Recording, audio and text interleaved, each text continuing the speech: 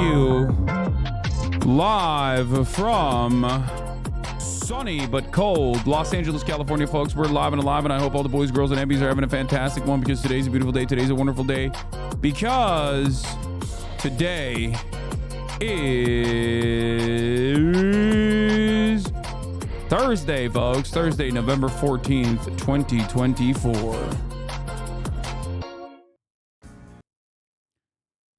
And I am a little late, and I apologize, but I had some meetings that I had to attend. That's right. Elon is such a fucking grifter. Not necessarily new information. Dude, I just started, and this guy comes in hot. Megaphonics. Elon Phonics. Hooked on phonics. This fucking guy, bro. Let it rest. Brother, let it rest. Jesus Christ. I mean, instantly he had that shit on him. He's like, I gotta let it out. I gotta release it. Did you bid on any of the Infowars office supplies? I did not. But I'm really excited that the Onion did, and they got it. Anyway, we'll figure all this stuff out in a second. This is part of the broadcast where I tell you about my personal news. It's 11/14/2024. It's Thursday, November 14th, 2024. 11:46 a.m. and I'm going to do a short stream today. We're going to do a half-day stream today. Let me tell you why. It is because I'm going to do a half stream today because I am going to go to Texas. That's right. I'm going to go to Texas, baby. They reported it, but you couldn't believe it. Is your terrorist bubble being burst by Canute tomorrow? Are we becoming capitalists? Oh, shit. Oh, I didn't even think about Canute being at OTK Game Day. That's going to be fun. Yeah, we'll see. We'll see what happens. Anyway, heard about the dude in beautiful Brazil that tried to blow up the Supreme Court with fireworks and then killed himself also with fireworks? I did. And I think it's going to be... We'll cover that.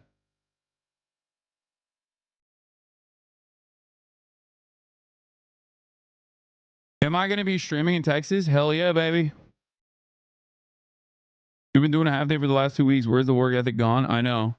I'm going to be hanging out with Nicholas Pollum. All tier 3 sub. If you nutmeg an MP in the game. Canute told Mike he likes you. Yeah, I know. That's why it's so funny when he's like, he's crazy and a terrorist. It's like, I would go so far as to say that Asmongold probably likes me too. Bro, libs on TikTok think you're some weirdo extremist apparently. No, they don't. You saw one fucking TikTok and you got primed, okay? No, they do not think that. First of all, I feel like TikTok has way more extremist perspectives than I do, okay? They let that shit fly out there, bro. There's like Maoists and stuff on there. It's crazy. People are way more pro-China on there. Hair looking good. Thank you.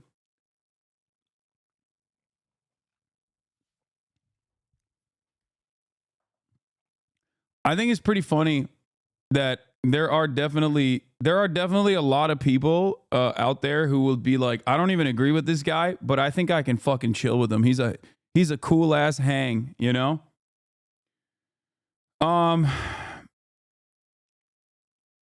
But in any case, I see the Rizzler did something unacceptable. Oh, look at me, I'm Dan Crenshaw. Oh, that's fucked up. Rizzler, how dare you? All I want is for you to dunk on Tectone. Oh my God, yeah. See, I don't know if Tectone likes me. I think I could say that like with a certainty, I think Asmongold probably likes me, even though he will farm me, right? He'll farm me to like the sweatiest losers online for sure. But I don't know if Tectone actually has his own personal.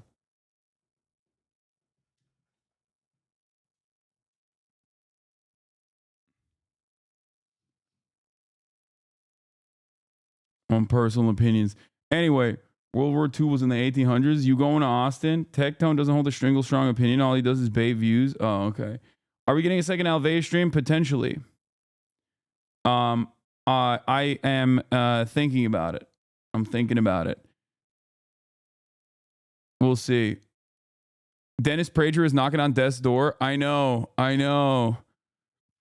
R.I.P. Fucking bozo. Anyway, where the heck was I? Okay. There's a lot to talk about today. I don't like anyone that doesn't like Hasan. That's what I'm talking about, Angel Mama. You tell him. You tell him, girl. That's what I'm saying. It is pretty easy, though, usually, because usually the people that don't like me are, they have some real dog shit politics. At least on like one issue. You know what I mean? It's got to be at least like something that they disagree with me on, and that, like, I've never met a motherfucker that's like, I agree with everything he says. I just hate the dude. You know what I mean?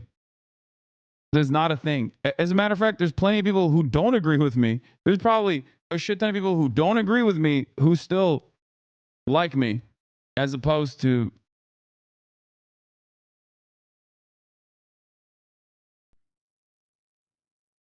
anything else. Playlist for later. Thank you, Themasius, for the fat one. That's a nice playlist right there. We're going to be talking about Pedogate. We're going to talk about Pedogate, ladies and gentlemen. What a fucking time to be alive. I swear to God. Holy moly. What a time to be alive. Okay.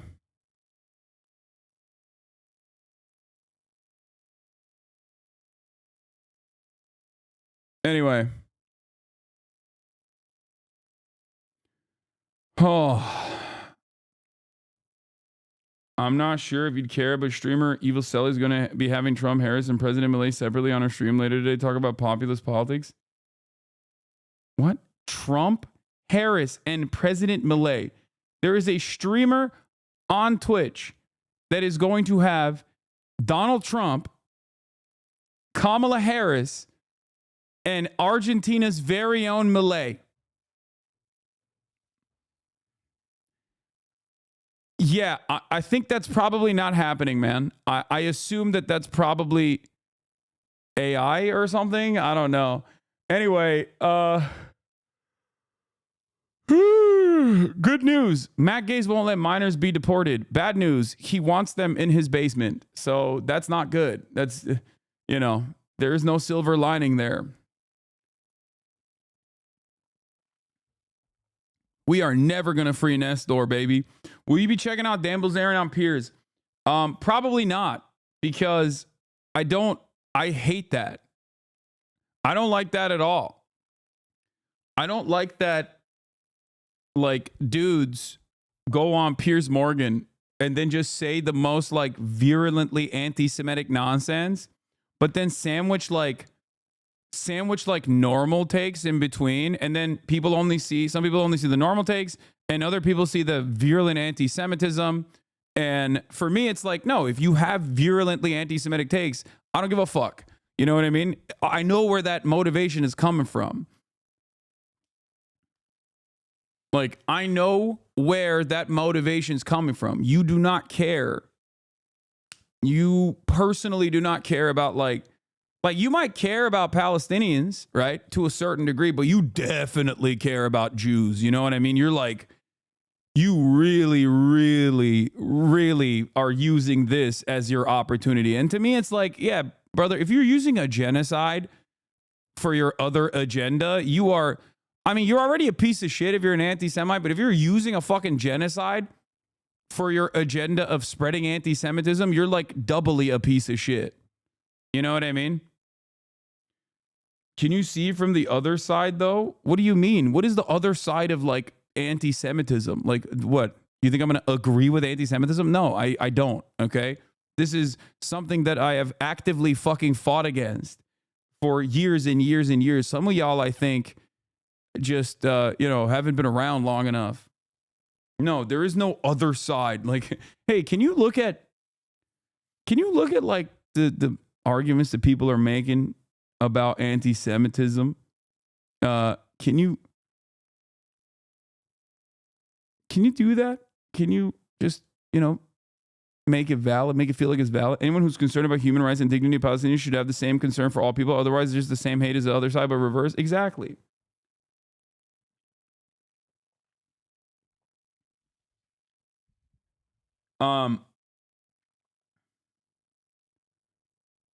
New on Tuesday, 1 week after the election, CNN and MSNBC drew their lowest 25 to 54 demo ratings in nearly a quarter of a century. CNN's lowest since June 27, 2000. MSNBC's lowest since August 7, 2001, excluding last year's July 4th holiday. Why won't they fucking give more of it?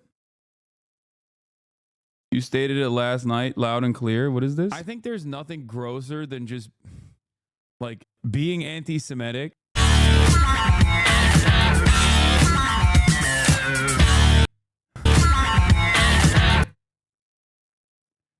Good one. Good one, dude. Anyway. Come on, don't bully the enlightened centrists. They're already struggling with cognitive dissonance. Yeah, I mean, this is what I say all the I find myself bullying the radical centrists regularly, you know? Another point on what you're talking about. I have data from YouTube from election night. More than 45 million Americans watched the election returns on YouTube, suggesting a major shift in media consumption habits. Yup. And I was right there, baby. I was right there, baby. Yo, put Twitch on there too, dog. Come on. Not just YouTube. I was there. I had the largest real election numbers. I will stand on that. I don't give a fuck what those botted ass Rumble numbers look like for Steven Crowder and Dan Bongino, okay? Ain't nobody was out there watching Dan Bongino.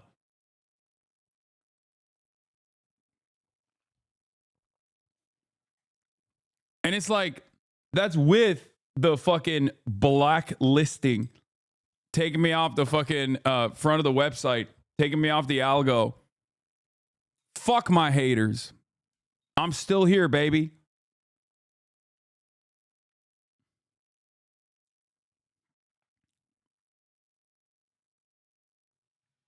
Yeah, put me on the fucking block list. Still got 315,000 motherfuckers in here, dude. God damn.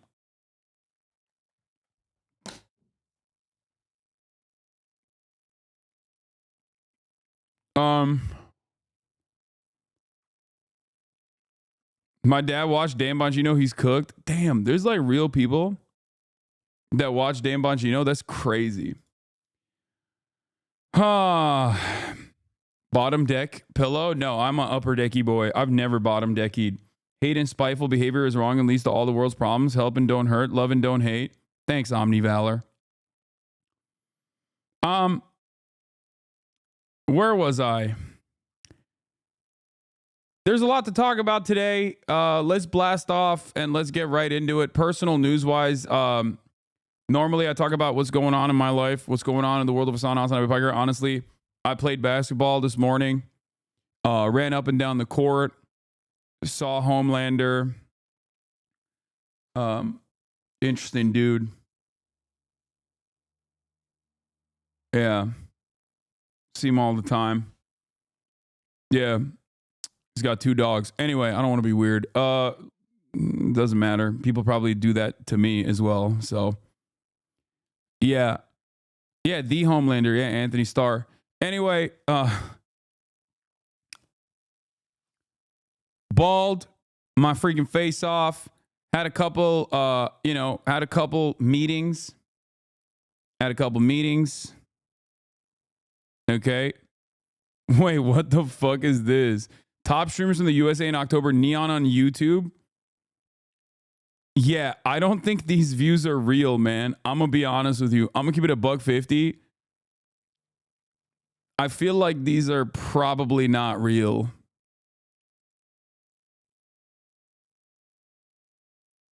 That's crazy.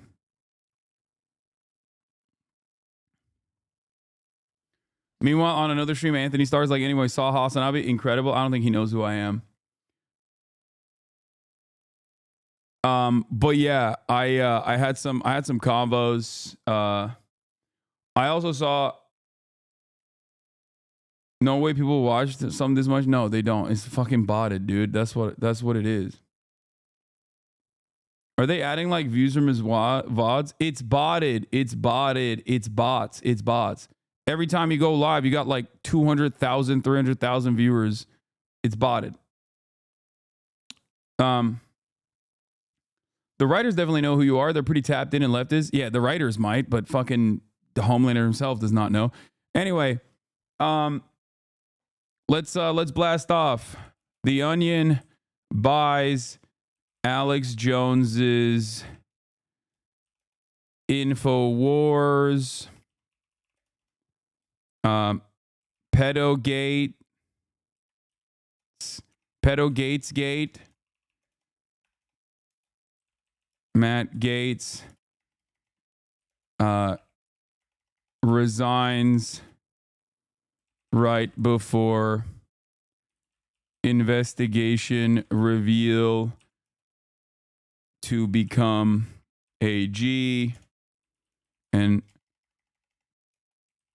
I'll be in Texas to ball my face off tomorrow. Get in now. Wait, I didn't hear this. Lamau, what? You didn't hear Matt Gates? Oh, my Rashida Tlaib interview is out. This was one of my favorite interviews that I've ever conducted. And of course, as is the case with all the serious content that I do on this goddamn platform on YouTube, many of you will not be watching it, but many of you watched it live regardless, so that's good. Anyway, do we have a blast off meme?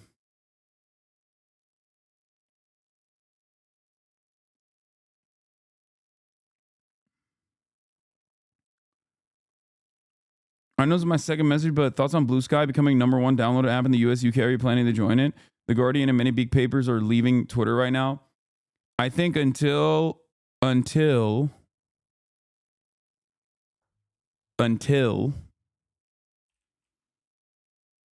hold on.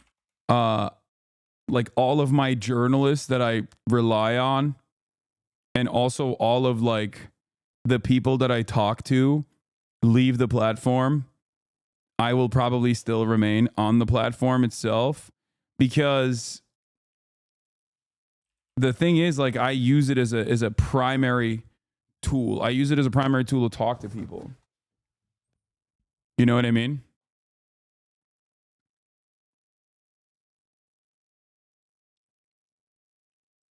Like, this is, I talk to journalists on here. I reach out to people on here. I routinely utilize this platform for breaking news that you know, my friends and people that I know personally are engaging in, right?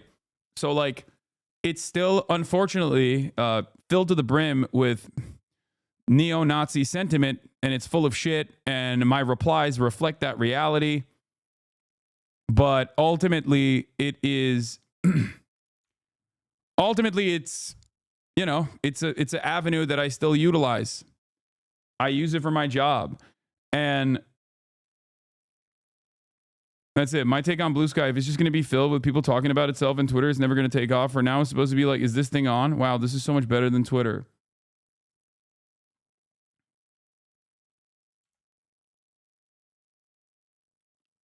Anyway,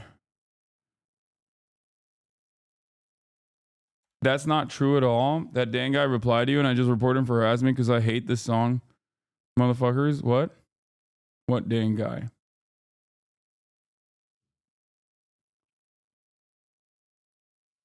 Why not use both? I think there is already an account that reposts all of my shit. There's an account that reposts all my stuff on on Blue Sky anyway. So like automatically, there's like a bot, like the truth. Hasan Abi repeater, automated mirror. Yeah. If you leave Twitter, won't people follow anyway? Yes, everyone is always demanding that I leave Twitter and trying to get me to leave and go to Blue Sky.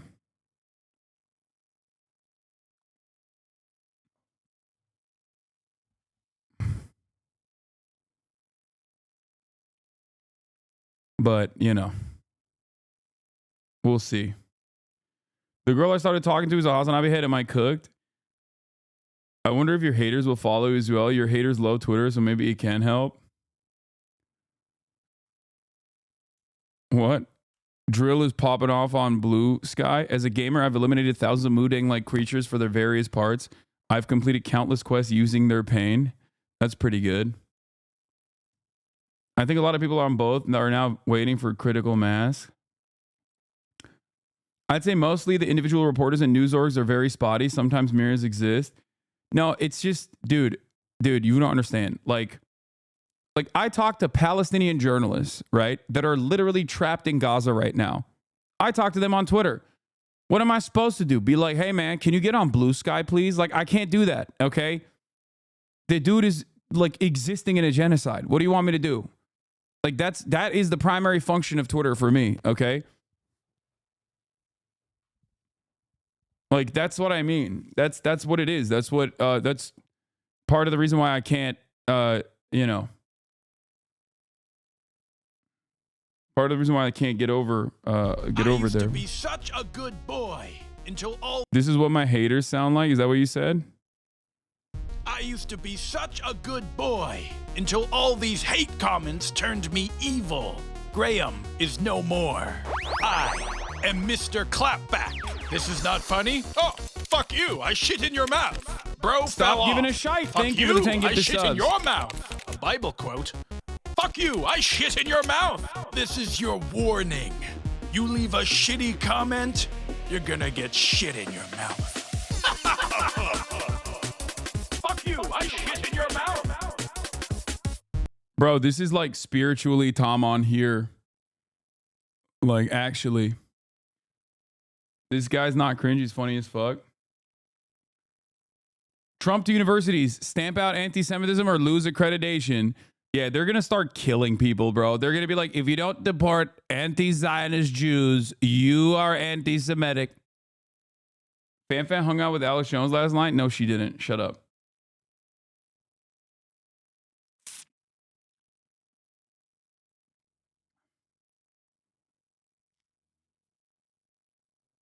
He's got a card game called Divorced Dads. Oh, my God. Is it possible for you to audio only stream through digital radio? I want to listen while I'm driving, but I don't want to kill anyone. Yeah, bro, just fucking play it on Twitch and just don't look, you know?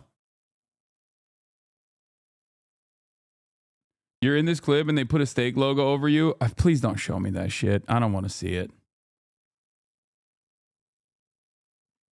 What is this? Here, Juan. By the way, you're getting a raise. Now you're making $50,000 a year, so congratulations and keep up the hard work. Yeah, hey, thank you. Where's my raise? Dude, don't worry. You're going to get your raise soon enough. What the hell's going on, Gordo? Juan, are you okay? What the hell? What? Why you can't run? I think because he's making more money. He's turning Republican. Dude, hurry. Get the I got you. I want tax cut. Give him some medicine. See if this works. Dude. Oh, my God.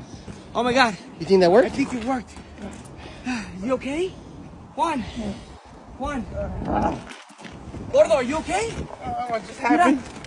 Dude, you were saying you wanted us to close the borders. Bro, my medicine. credit score was at 800, man. Hey, man, who's your favorite singer? Let's fucking chant it, bro. Yes. Oh, Bring me some tacos, please. Oh, he's back. Okay. Dude, you scaring me, man. 60 started now.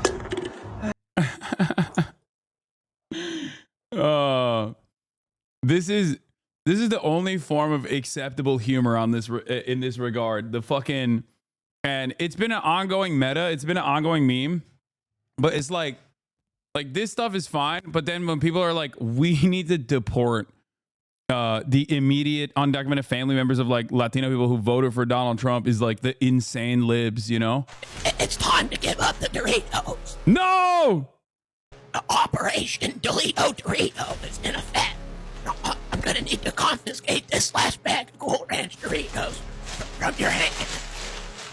Sir, I'm warning you that this is your last chance. If you keep poisoning yourself with these Doritos, I'm gonna have to arrest you and feed you prisoners food for the rest of your life. No. I don't want No. you to have to become a victim No. of the deleted Dorito massacre. I don't want you to have to be a part of any of that. He hates Red 40. He hates Red 40. Come and take it, brother. Hey! Hey! Over my goddamn dead body! Just please give me the Cool Ranch Dorito. Y'all gonna learn today what y'all Nobody's gonna Kato get looks hurt. like. You come after my Dorito. Hell All yeah, right, baby! Here's the deal. Woo! I've got a pocket full of hall passes. You can use one of my hall passes to eat the rest of this bag of Doritos. And You I better won't not get you even arrested. think about it. But just tell me, where are the rest of the Doritos? Come and take it, brother. Not me and my bag of Dorito. I'll be taking the yellow 40, the red 4, the green 60. I don't give a fuck. Woo!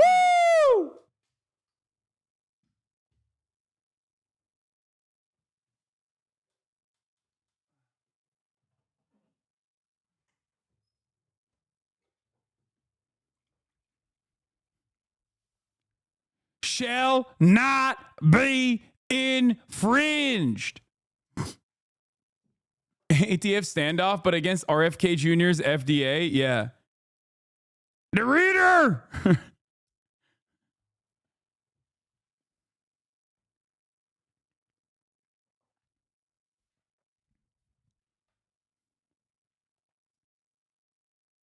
Anyway. Yeah, what's next, dude? The jalapeno poppers? Zuck's new music career is popping off. I know, we covered this last night on the Fear and podcast, which turned into Fear and Malding, by the way. It was just a me and Will episode, which I think we did a fantastic job on. All right. When can we get steroids? Yeah, that's the other thing. Listen, bro. Listen. Unless this guy basically decides that everyone can have TRT, okay, and everyone can have unrestricted, unrestrained, FDA approved good stuff. Like, not even the stuff that he's taking, because he's doing TRT, but I'm talking like the good shit, right? I'm talking fucking straight up Trenbolone, okay? Trenbolone in the water, okay? No more gender, only one gender. That gender is man.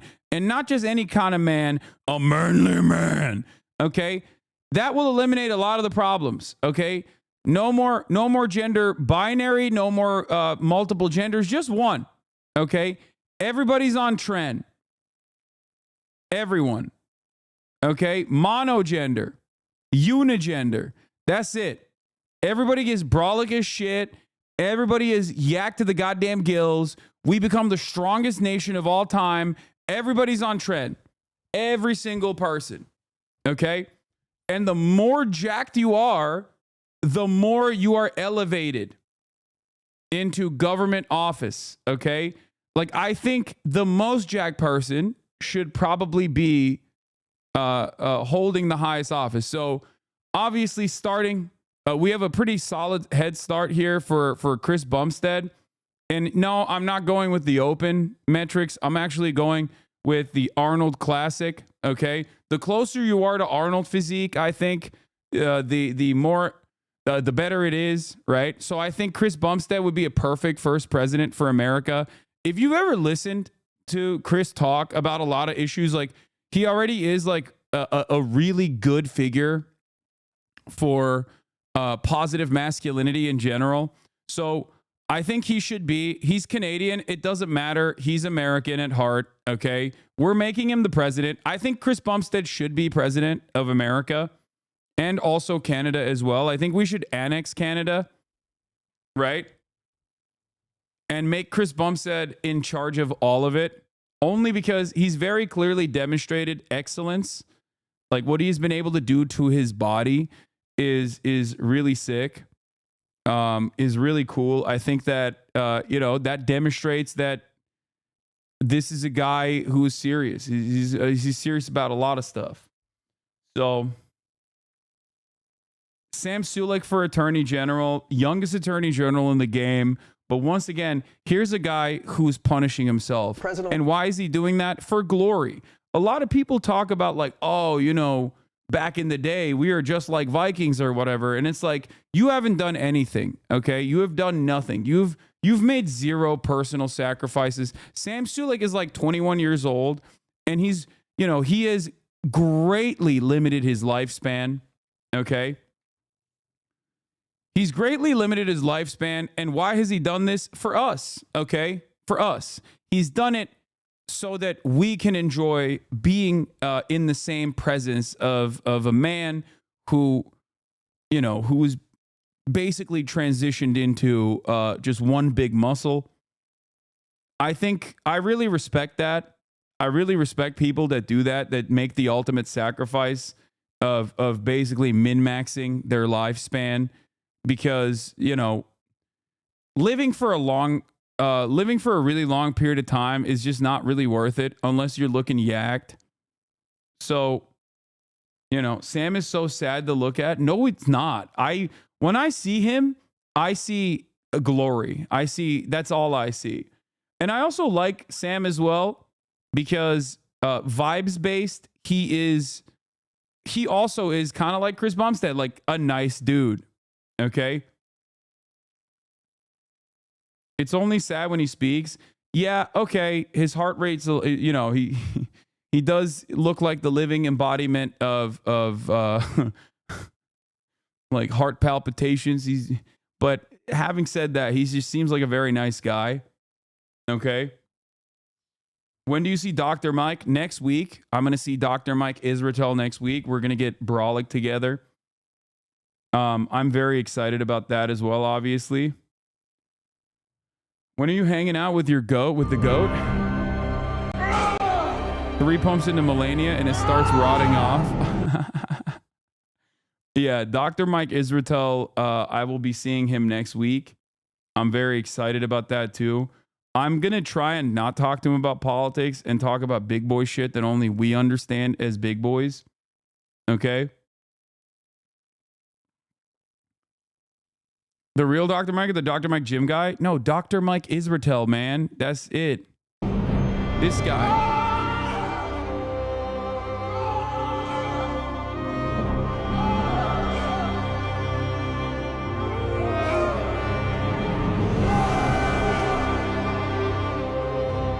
Yeah, it's going to get hella gay. Oh, for sure. Oh, yeah. No, we're going to be kissing each other by the end of this. Like, for sure. By the end of our workout session, we're just going to be making out. We're going to get so fucking gay. You have no idea.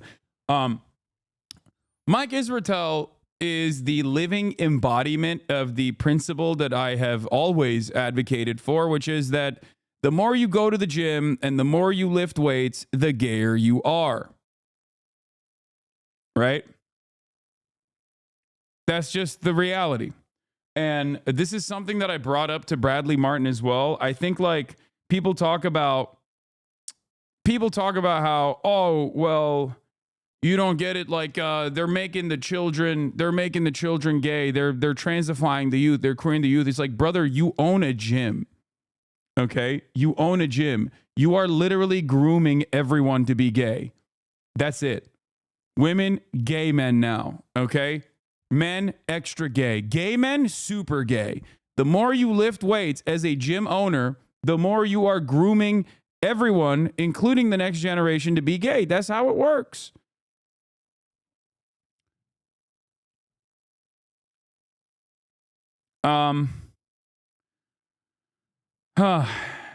So yeah, Mike agrees with you in this. He calls himself gay. Yeah. I'm 62 years old. I worked at a corporate setting for a long time. I made a lot of money. I've never been straight. My wife doesn't even look at me anymore. All I want is a muscle man to feel in my hands. Is that so much to fucking ask? I pay my goddamn taxes. Notice, priority one is good technique. Never, ever push harder than your technique allows. And if with the perfect technique, the weight's not going up anymore, well, that's it. You hit failure. And if you could schmig it a little bit, could you get another rep? Yes. And other people in the gym may count it as a rep. But remember, God looks down on all of your reps. And if you do a rep like that, he'll actually look down on it. She like appears out of nowhere. And you're like, oh, God. You drop to your feet. He's like, yay, hear me. The fuck was that? Anyway. Wait, isn't this guy Dana White or am I confused? Wait, what? No, that's not Dana White. That's Dr. Mike Israetel. Another bald man that you seem to be sexualizing. Odd trend I'm noticing. It's not an odd trend. I am a bald fetishist. Okay? I am a bald fetishist. You know this already. You know this already. Stop. Stop playing with me. Stop it. Okay? We're done. Anyway, this is such a funny intro. All the crazy stuff Trump is going to do.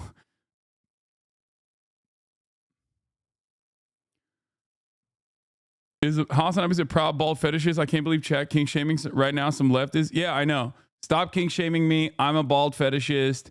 I'm sick and tired of hiding it, except I've never really hid it. All of my favorites are bald. Anyway.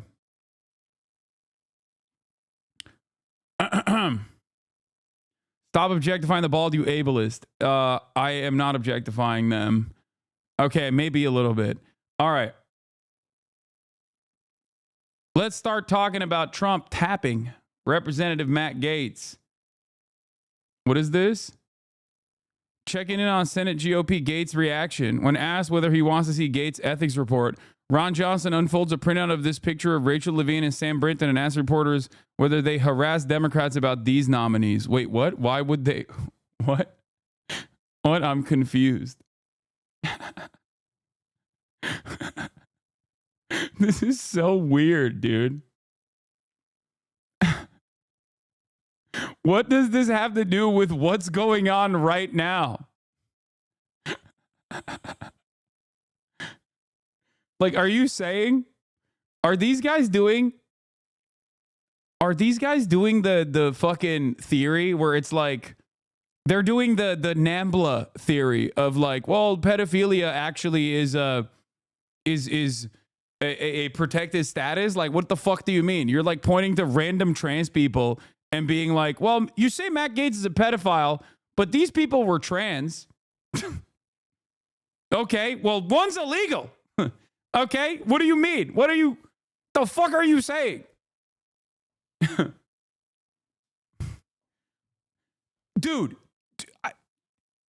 never a day goes by where I am so vindicated. The more transphobic people become, the weirder they are. Imagine being a fucking goddamn senator and you got a printed out picture of random trans people in your pocket, dude.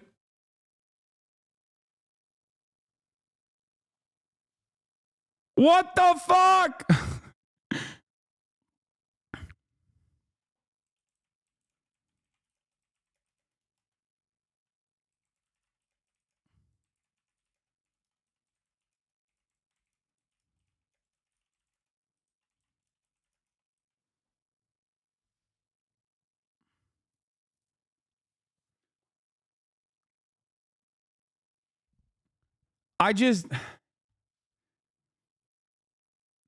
And stop king shaming. No, I will always shame transphobic chasers.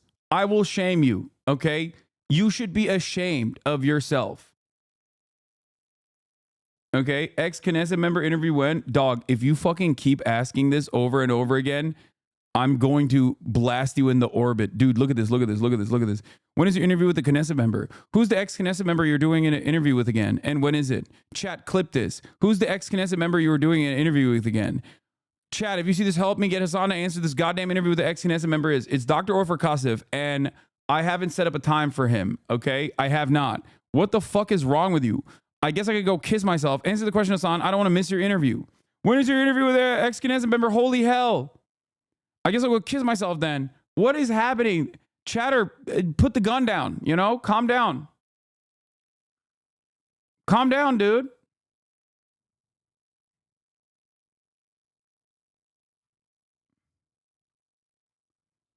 Holy shit.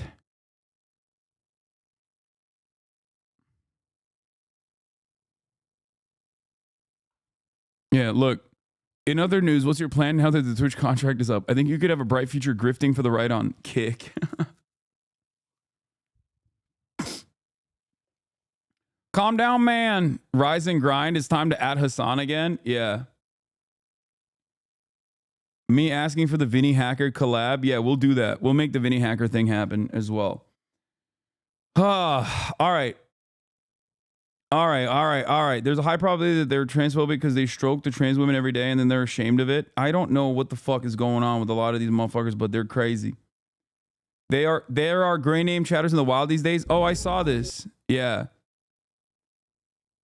I saw this clip. Here, we'll start off with this and then we'll get to Matt Gates. We're going to do Pedogate. Pedogates. Pedogates Gate.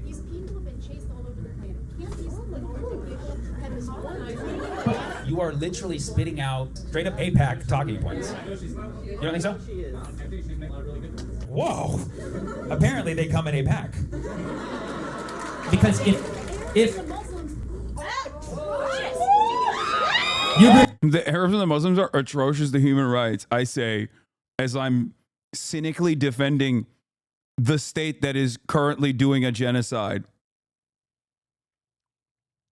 Like, how the fuck? What do you mean? What human rights, dude? What are you talking about? There's no humans to do rights to. There's no humans left to do rights to. Now that Israel's done with it, you know? What the fuck do you mean?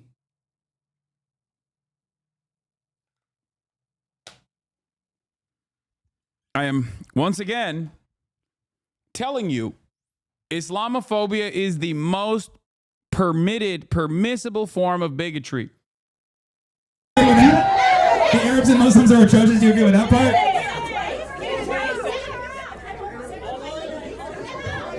All right. Guys, listen, everybody, quiet. This is my show.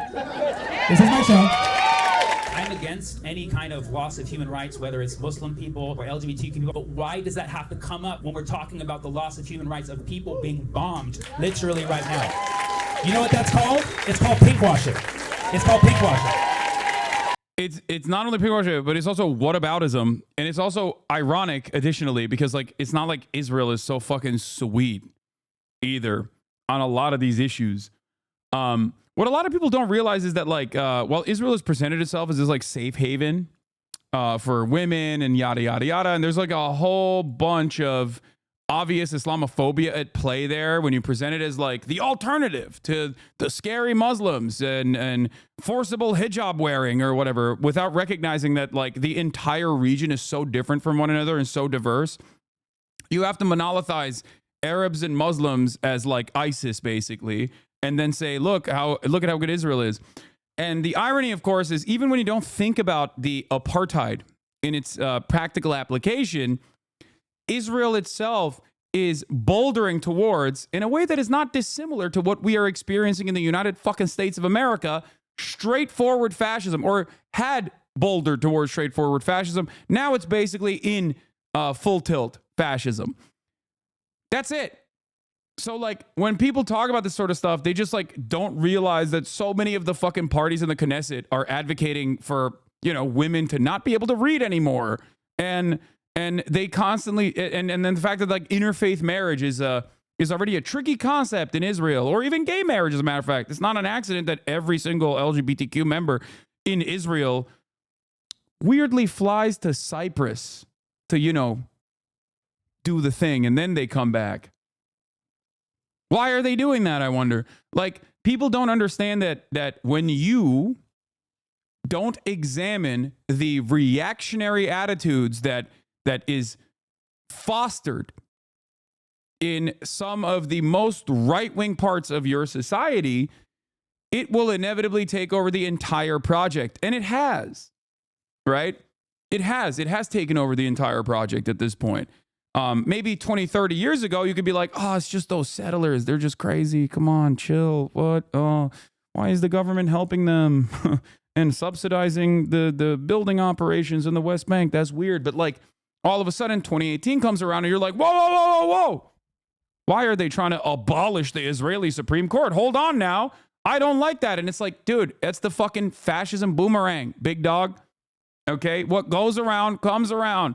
I know this. We are seeing this in America as well. And we've been living in it in America as well. And people in Israel just cannot comprehend that it's happening to them because they're so firmly invested in that punishment being dished out to the Palestinians that they just like forget that there are repercussions for that. societal attitudes that have primed you into being a more violent, more aggressive society is how you arrive at a guy like fucking Bezalel Smotrich in your cabinet. Guy like Itamar Ben-Gvir in the governing coalition. That didn't happen on accident. And it's happening in America right now too. The parallels are right there. So I hope a lot of liberal Zionists recognize that, you know, and stop dropping the fucking ball so spectacularly. Yes, absolutely. Pink washing, which is not when you mix your reds and whites in the washing machine, which I initially had thought it was, okay? Which is another very, very big problem we should talk about at another time. I've lost many good shirts to the pink washing, right? This guy knows what I'm talking about, right? Definition of pink washing is exploiting the LGBTQ cause for human rights for a political point, okay? Is it an abortion issue? Yes, okay? But why does it only come up in the context of talking about why Palestine shouldn't be free? Then why did it come up during a presentation on why Palestine should be free? Because it did. That is pink washing, textbook definition pink washing. If you don't understand why, please, I urge you just to look up the definitions. It's like, oh, look at their track record of gay rights. Check everywhere's track record of gay rights. It is absolute. It is absolute. Yeah, I think the easiest way to slam that shit basically is like, you know, there's multiple different methods of it. Obviously, number one, it's not like the Israeli bombs are only killing the homophobes. Number two, you shouldn't be fucking killing the homophobes anyway. The entire purpose is to rehabilitate people. Number three, Palestinians have never had a fucking free moment to be able to, you know, advocate for civil liberties for themselves because they've constantly lived under the brutal thumb of Israeli occupation. Number four, Israel itself is obviously not exactly great for gay rights personally, even though they present themselves as, you know, a beacon of prosperity in this region, and that's a whole bit of Islamophobia that's associated with that as a you know, look at how bad they are, look at how good we are type situation. And last but not least, none of this excuses Israel's apartheid nor its genocide. But we have moved away from that conversation when you have this conversation instead. Oh, and my final argument always is when you talk about resistance groups, all right? Like when you talk about the axis of resistance, when you talk about people resisting against Israeli apartheid, when you talk about people resisting against Israeli genocide, okay? There are a shit ton of groups out there. I don't agree with their way. I don't agree with their internal affairs. I don't agree with the way that they operate in general. But I also understand material realities, okay? Just like America was a segregationist, homophobic, anti-women country in World War II, but we still ride for easy company, okay? We don't go, hold on now. I can't believe this racist, segregationist, imperialist, homophobic, you know, nation was fighting against the Nazis. I mean, everyone would look at you and go, what the fuck are you saying? Shut up.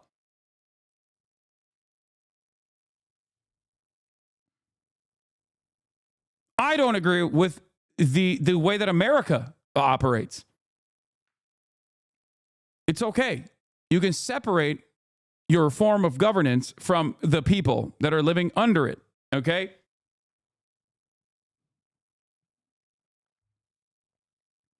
I'm lost. Why do I hear one side saying it's genocide, then I hear the reason for all the civilian deaths is Hamas is using as a civilians as a shield? Are both sides true? What do you think? Make up your mind, man. What the fuck are we talking about? The entirety of Gaza is one big crater at this point, and you're still like, the other side keeps saying there's human shields. Human shields. I don't get it. We're 1 year into a fucking genocide, dog. Wake up. Holy shit. Criticizing resistance groups makes under an occupation from the safety of your home makes you the hypocrite. I know. And it's so funny because, like, obviously plenty of queer people recognize that reality. Plenty of queer people understand that. You know, I hate the memes the way we stopped the alt-right before, like we beat Germany. We didn't fight Germany because they were anti-Semitic. We fought Germany because of American economic interests. Yes and no. I think that no. I think FDR wanted that smoke for sure. I will stand on that. No, it wasn't just like economic interest really. Pearl Harbor was the pivotal event that allowed FDR to basically advocate to do this, whereas there was plenty of resistance against it.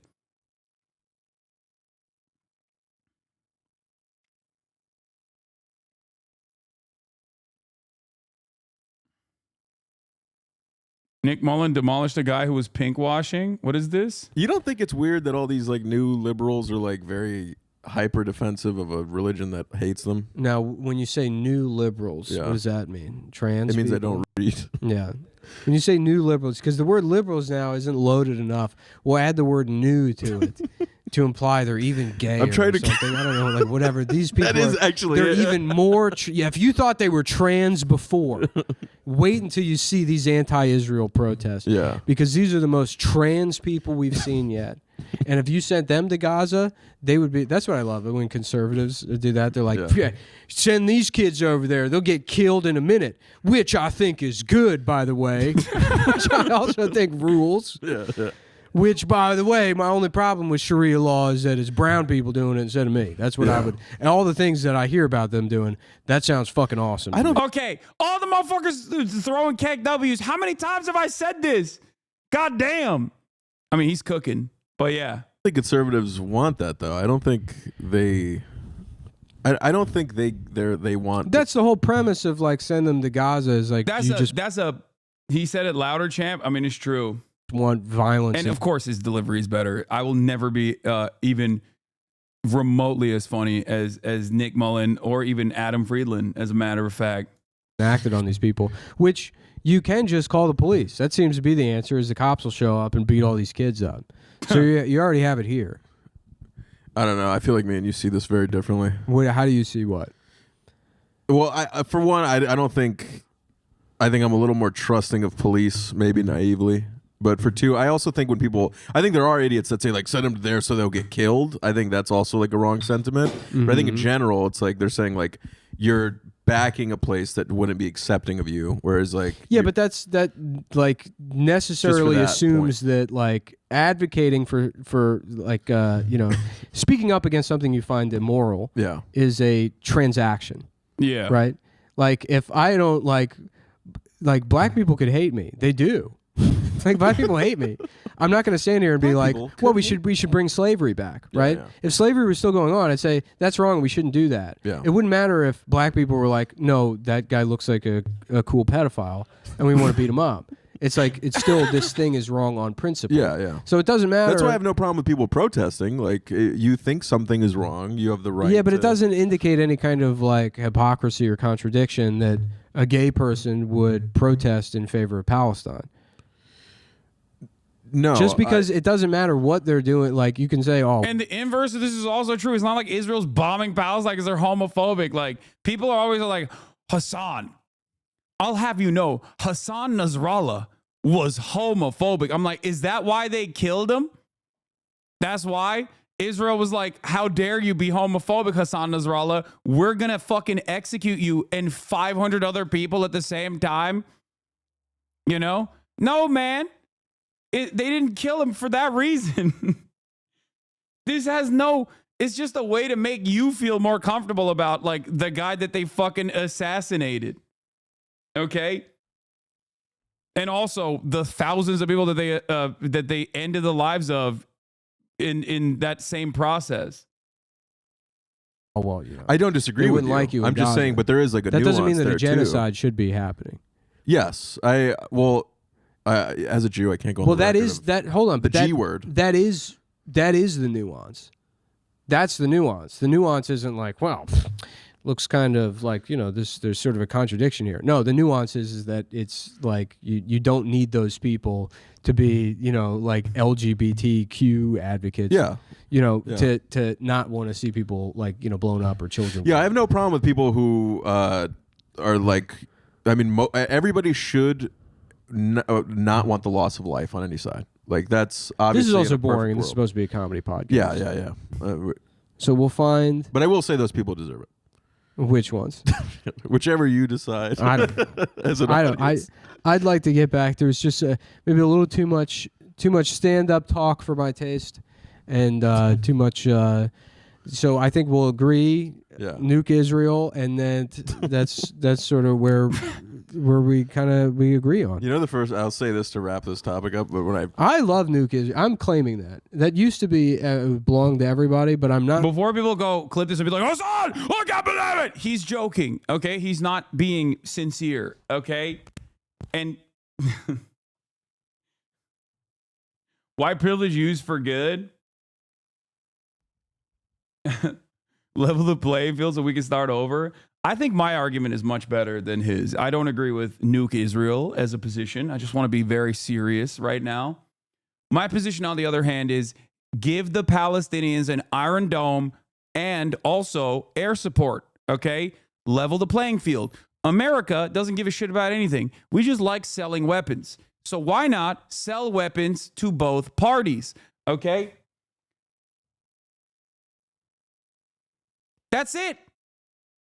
Play both sides. You always come out on top. Give Palestine an Iron Dome. That is the sensible, moderate policy that you can expect from the likes of Hasan Abi Piker running for president. Okay?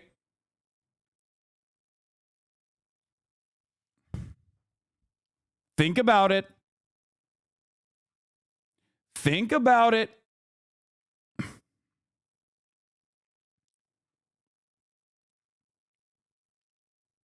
Give Palestine an Iron Dome. Allow them to have also a fleet of F-15s.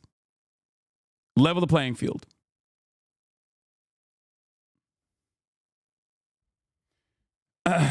You missed it by a week? Yeah. Oh, shit. The election happened already? Fuck.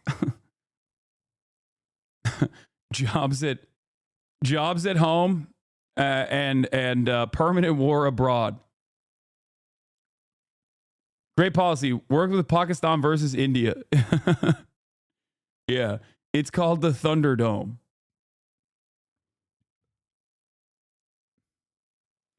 All right.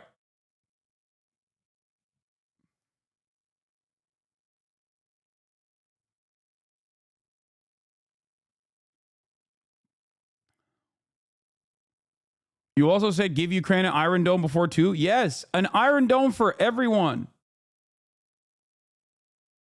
An Iron Dome for all. Ladies and gentlemen, fuck Medicare for all. We're never getting that shit. You already know we're never getting that shit. That's why I want solutions. Okay? Iron Dome for everybody. Give one to Iran. Give one to Ukraine. Fuck it, dude. Everybody gets one. Call me Oprah. The way I'm saying, you get a dome and you get a dome. Everybody gets an Iron Dome. Okay? And we just, we just figure it out going forward. And Tamir interceptors. We are making gorillions of Tamir interceptors, okay? Quintillions of Tamir interceptors. We're a permanent war economy. We're only making Tamir interceptor missiles, okay? And we're shipping them to everybody. $85,000 a pop. Do you understand how much money we could be printing for members for people that used to work in the manufacturing industry that lost their fucking jobs? Think about it. Scranton, Pennsylvania, baby. A manufacturing facility in every fucking corner. Americans back to work, making Tamir interceptors left and right. Yeah, call me Nancy Reagan the way I'm giving out Dome. Iron Dome. All right, let's move on. Let's get to Trump taps Representative Matt Gaetz. We're talking Pedogate, whatever you want to call it. He's been tapped for Attorney General in a long-running pedocon sequence that has gotten another incredible moment here. Now, when I say pedocon, a lot of people are like, I don't understand. What the fuck? I thought the trans people were the pedophiles. No. The real pedophiles suspiciously almost always find themselves on the reactionary side of politics for some weird fucking reason. Okay? Just odd. It's real odd stuff overall. How peculiar. Okay? How peculiar. Let's take a look. Elect Trump announcing more key nominations for his new administration, including Matt Gaetz for Attorney General. Rachel Scott tracking all the reaction for us there on Capitol Hill. Good morning to you, Rachel. Hey, Robin, good morning to you. Yes, this one catching some here on Capitol Hill off guard. House Republicans were meeting behind closed doors when President-elect Donald Trump announced that he would be selecting Congressman Matt Gaetz to be his next attorney general. I'm told there was an audible gasp in the room, and now there are serious questions about whether he has enough support to be confirmed in the Senate. This morning, Donald Trump's pick for attorney general sending shockwaves through Washington. The president-elect nominating Republican firebrand. Oh my God. Bro, I'm not even done with the story from yesterday, and then a new fucking fresh hell opens up. Oh, Trump expected to select Robert F. Kennedy to lead HHS. No! Yo, we're getting fucking... We are going to unearth ancient diseases that we have combated successfully. Oh, hell no. No! Bro, unlimited content. It's not content. We're going to fucking die. Holy shit. We're bringing the playback, baby. Bubonic style. Dude. Oh, no. Dude. Climate change, okay, causing massive shifts in the way that ecosystems operate, weird animal migration patterns, animals come into contact with one another, creating zoonotic diseases that then, you know, humans get transmitted with. We're fucked. The likelihood, alongside like, what is it? Oh my God, I'm forgetting the word now. Antibacterial resistance. No, not antibacterial resistance. Like anti-vaccine resistant bacteria. Or what is it? What is it called? Antibiotic resistant diseases. Everything is getting worse, and now we're putting the one guy, possibly the worst guy, in charge of it all. Antibiotic resistant bacteria and diseases, super bugs, all of that. All it takes is one fucking epidemic, and this shit is over, okay? Completely.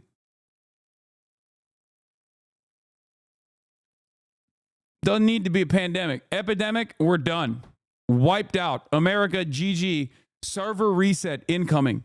Do you understand? Anyway, we'll get to that in a second. And staunch loyalist Matt Gaetz to one of the most influential jobs in his cabinet. He's really a great person, and he's on the controversial side, but that's not bad. If confirmed, Gaetz would lead the Department of Justice, which for years also led an investigation into Gaetz for alleged obstruction of justice and for alleged sex trafficking. The DOJ ultimately closing the investigation without bringing any charges. But Gaetz was also facing another investigation by the House Ethics Committee for alleged sexual misconduct and illicit drug use, allegations he denies. Overnight, that investigation brought to a halt when Gaetz suddenly resigned. If Matt has resigned and is no longer a member of Congress, the investigation will cease and no report will be issued at that point. Sources say the committee was ready to meet this week to deliberate over whether to release a report. His resignation also complicating an already narrow majority in the House for Republicans. Trump has now nominated 3 members to serve in his administration. But I have begged and pleaded with the new president, enough already. Okay, but because our numbers are small. The announcement shocking fellow Republicans. I just think it's silly. I believe that the president is probably rewarding him for being such a loyal soldier to the president.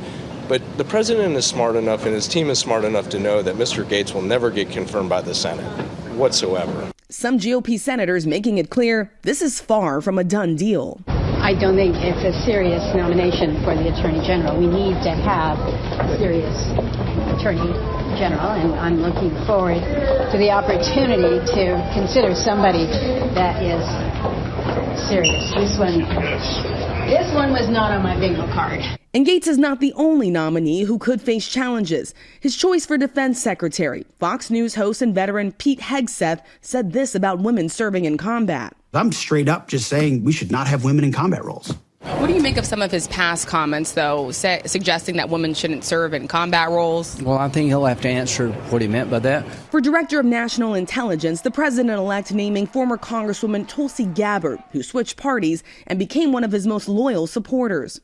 She has no intelligence experience and will face tough questions over her meeting with Syrian dictator Bashar al-Assad and whether she's too sympathetic to Russia. As Trump presses forward with the transition, he returned to Washington, meeting with President Biden in the Oval Office, shaking hands. Welcome. Thank you very much. And thank you very much. And politics is tough, and it's in many cases not a very nice world, but it is a nice world today, and I appreciate very much a transition that's so smooth. It'll be as smooth as it can get, and I very much appreciate that, Joe. You're welcome. Thank you all. No. Sebastian Gorka? No. No. No. No fucking way, dog. No. Sebastian Gorka! Oh my God. Dear God. Holy shit. Oh, dude. Oh, wow. Wow. Wow, I'm Brian Kilme. I'm Brian Kilme. What a time to be alive. What new fresh hells will we experience? That tweet has 25 likes. It's from the defense reporter covering Congress for Politico chatter.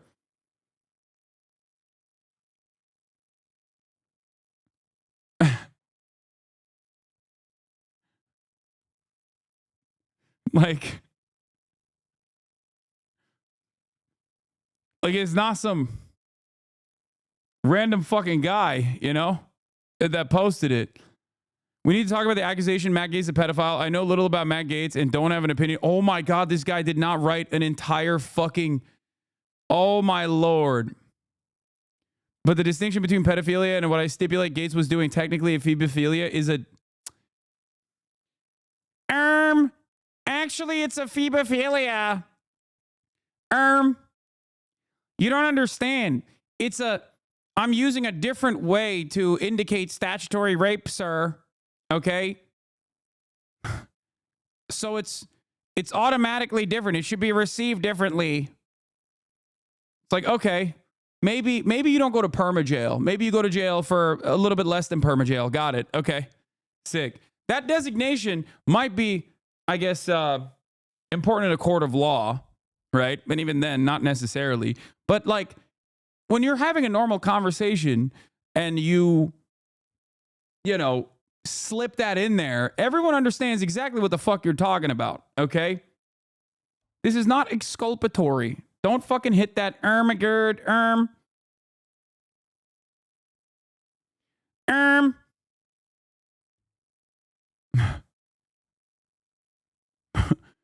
actually, it's ephebophilia, which is a different version of having sex with a minor.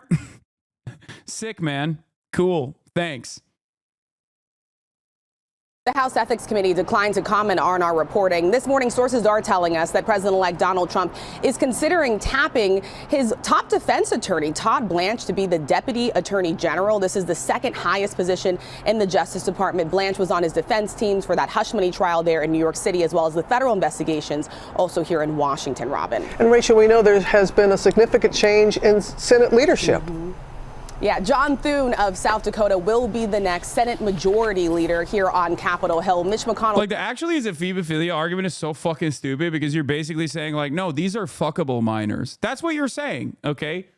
And everybody understands that that's what you're saying, and they're still grossed out by it, okay? And the only people that are not grossed out by it are also other gross people.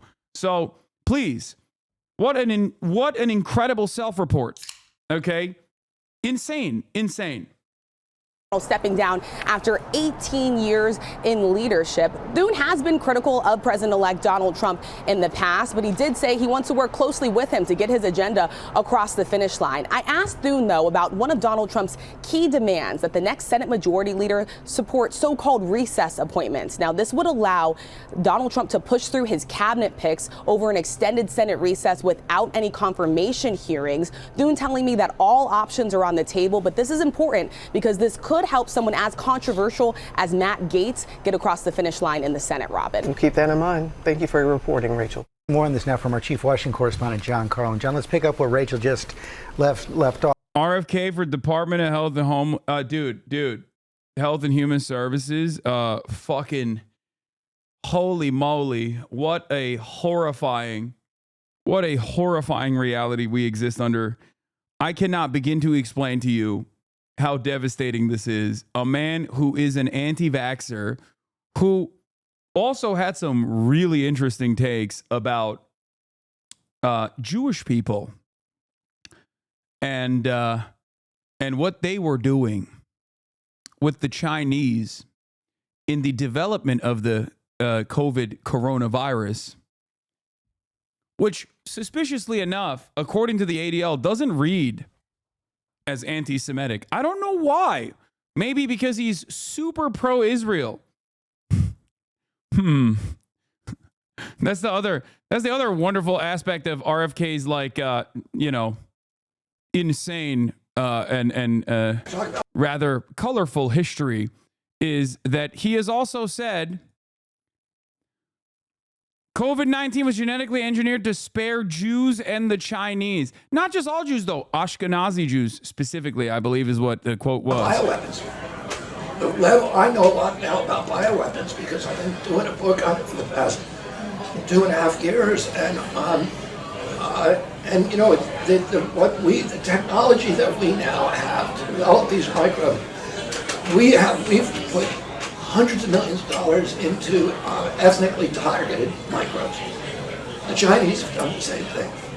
In fact, COVID-19, there's an argument that it is ethnically targeted. COVID-19 attacks certain races disproportionately. The races that are most immune to COVID-19 definitely, man, definitely. The races that are most immune to COVID-19 are of the structure of the most immune to COVID-19 are because of the structure of the genetic structure of genetic differentials among different races of the receptors of the ACE2 receptor. COVID-19 is targeted to attack Caucasians and black people. The people who are most immune are Ashkenazi Jews and Chinese. Sick. Now, if you recall, I covered this at the time, and we made a lot of jokes about it. Like, have you ever met an Ashkenazi Jewish person in your life? Okay. And many other hilarious dunks on this fucking take, which is insane. COVID being a genetically engineered bioweapon that spares Ashkenazi Jews and the Chinese is laughably anti-Semitic. It like reaches the level of like, holy shit, what the fuck are you saying? To, oh my God, you are the most insane anti-Semitic person, to, it's actually kind of funny how stupid you are. Now, I can't even fucking joke about it now for two reasons. One, because everyone is up my asshole to be like, oh, I got him, Hasan, you're anti-Semitic. I'm going to clip you out of context. But also because he's now in charge of the HHS. All of a sudden, things when he is not even within striking distance of any sort of government regulatory agency that you could laugh at are no longer a laughing matter.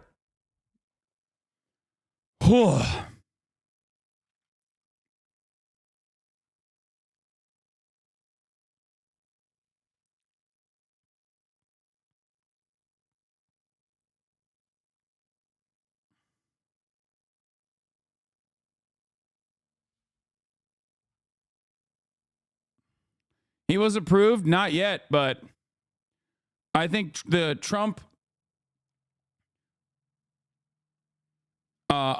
administration is looking for a method to basically avoid the Senate's advice and consent responsibility and do mass recess appointments. Just get it done through the recess process.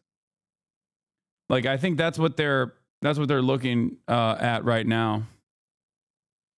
That's what they are looking to do.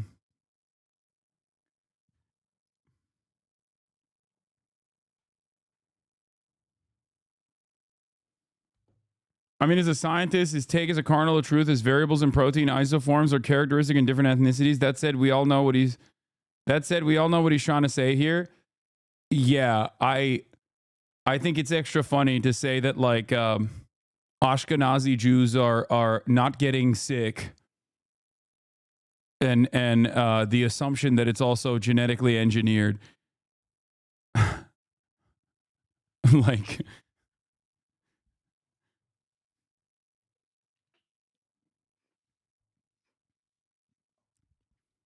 anyway, there's a lot of conflicting views between these cabinet members. Some people hate Jewish people. Some love Israel. Some of them are RFK Jr. No, there is one thing that unites them. First of all, everyone is pro-Israel. Don't be ridiculous now. Hate Jews, love Jews, are a Jew, is not a Jew, doesn't matter. They all love Israel. That's number one. Number two, they all hate Muslims. Okay? These are some very important uniting principles. And last but not least, and this is the most important aspect of the cabinet, they are all diehard loyalists to Donald Trump. Okay? Because there is a litany of different opinions in the cabinet. Okay? There are a lot of different opinions. Oh, they also hate China. That's another good one. Yes. Okay? Omni Valor, hate is wrong. Thanks, man. I'm Ashkenazi and I never got COVID. Is this statistically significant? Chatter, stop. They're going to use this. No. It's funnier to think that China made this virus while protecting themselves and Ashkenazi Jews. Yeah, I know. It is pretty funny. But then, once again, it's no longer funny and very scary when you remember that this guy is going to be in charge of shit. Specifically, medicine. You can't have a guy that's anti-medicine leading like things that revolve around medication.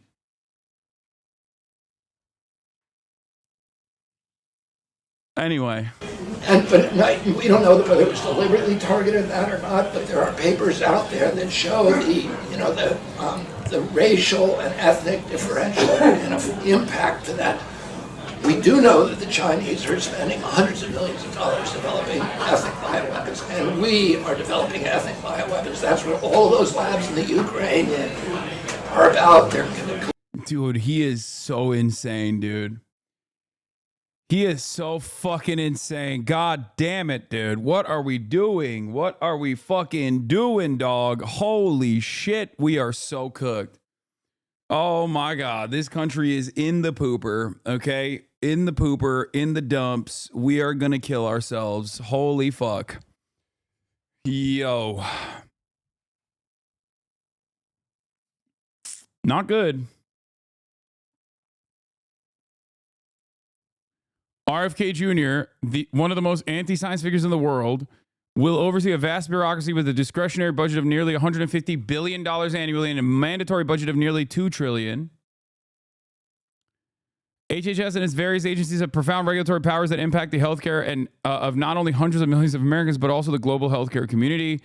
The following agencies will be under his control as Secretary of Health and Human Services, Center for Medicare and Medicaid Services, Center for Disease Control and Prevention, Food and Drug Administration, National Institutes of Health, Substance Abuse and Mental Health Services Administration, Health Resources and Services Administration, Administration for Children and Families, Administration for Community Living, Indian Health Service, Agency for Healthcare Research and Quality.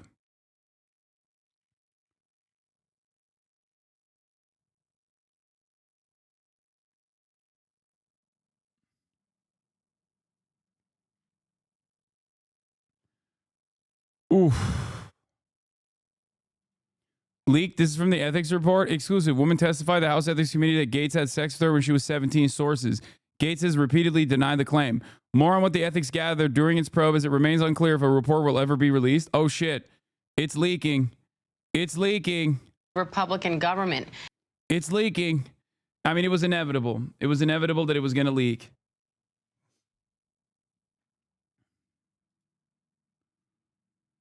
When RFK was running for president, he said he would stop research on drug development and infectious diseases for 8 years. NIH, my first week, I'm going to call all the division heads and I'm going to call all the bureau chiefs. And I'm going to say, we're going to give drug development and infectious disease a break, a little bit of a break for about 8 years. And we're going to study chronic disease. And I'm going to go to NIH. Oh my God.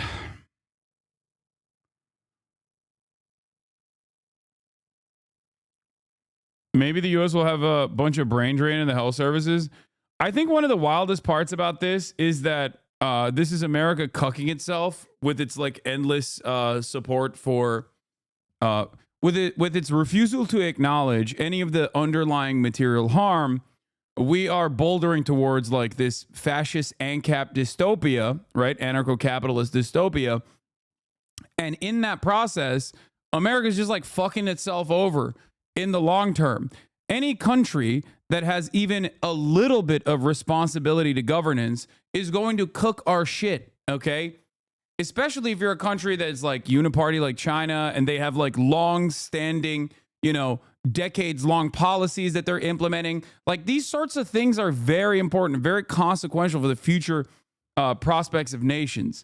America, on the other hand, is so short-term profit motive invested that they just can't see anything else, and we're basically actively destroying the country from within. This is why I used to always say like the Republican Party is the greatest threat, the greatest terroristic threat to America and perhaps the entire globe. Democrats are a close second, and that the likes of Osama bin Laden or any arch terrorist could never imagine the amount of damage that the Republican Party will do to the nation and also the world as a whole. And now we're there. We're literally there. It's so fucking wild.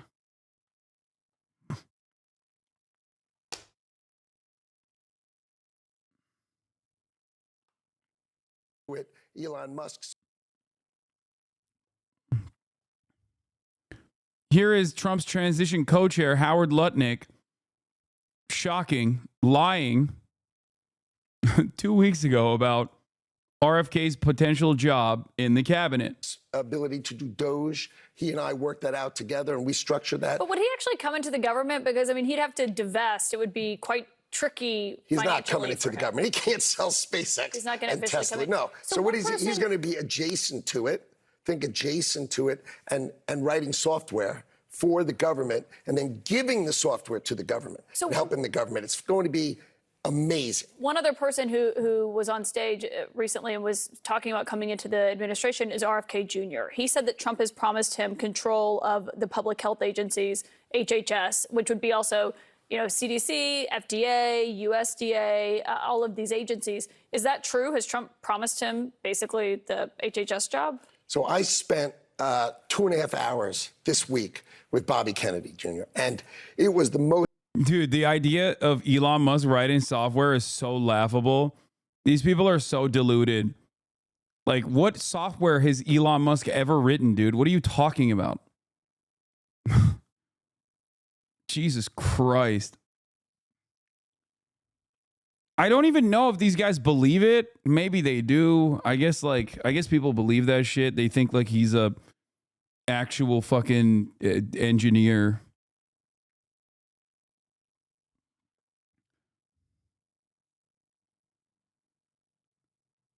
People that say PayPal don't know that all of the fucking coding that he did for what came before PayPal, or all the software engineering that he did before PayPal, was so bunk and so bad that they had to rewrite everything. And not only did they have to rewrite everything, Like one of the primary functions of like online banking, it failed to do that. Okay. People could just like access your wallet.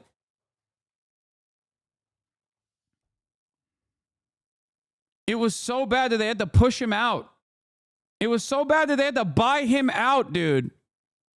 Over a decade to see if there was in fact a link. Some of the studies actually showed that you were more likely to have autism if you were not vaccinated. But the point being that issues are raised, issues are studied, and yet they still keep coming up. And I think that's one of the big concerns. That's a metaphor, I think, for other things that people are concerned about with him. Dr. Sanjay Gupta, thanks so much. Let's bring in our panel and talk about it. Jamie Gamgeld, let me start with you. What are you hearing from your sources about Robert F. Kennedy Jr.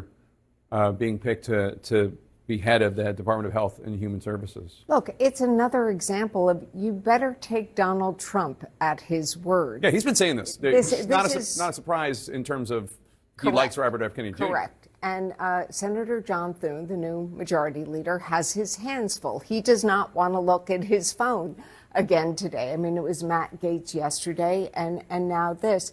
I think it's important, though, to now see how the Republicans in the Senate handled this. They cannot claim to have buyer's remorse. They were all in on this. One Republican source said to me, I'm not sure they will be able to reject all of them, meaning you have all of these controversial picks. It's not just one. And another senior Republican said to me, no one should be surprised. This is Donald Trump 2.0. It's a new kind of chaos, but Trump feels emboldened.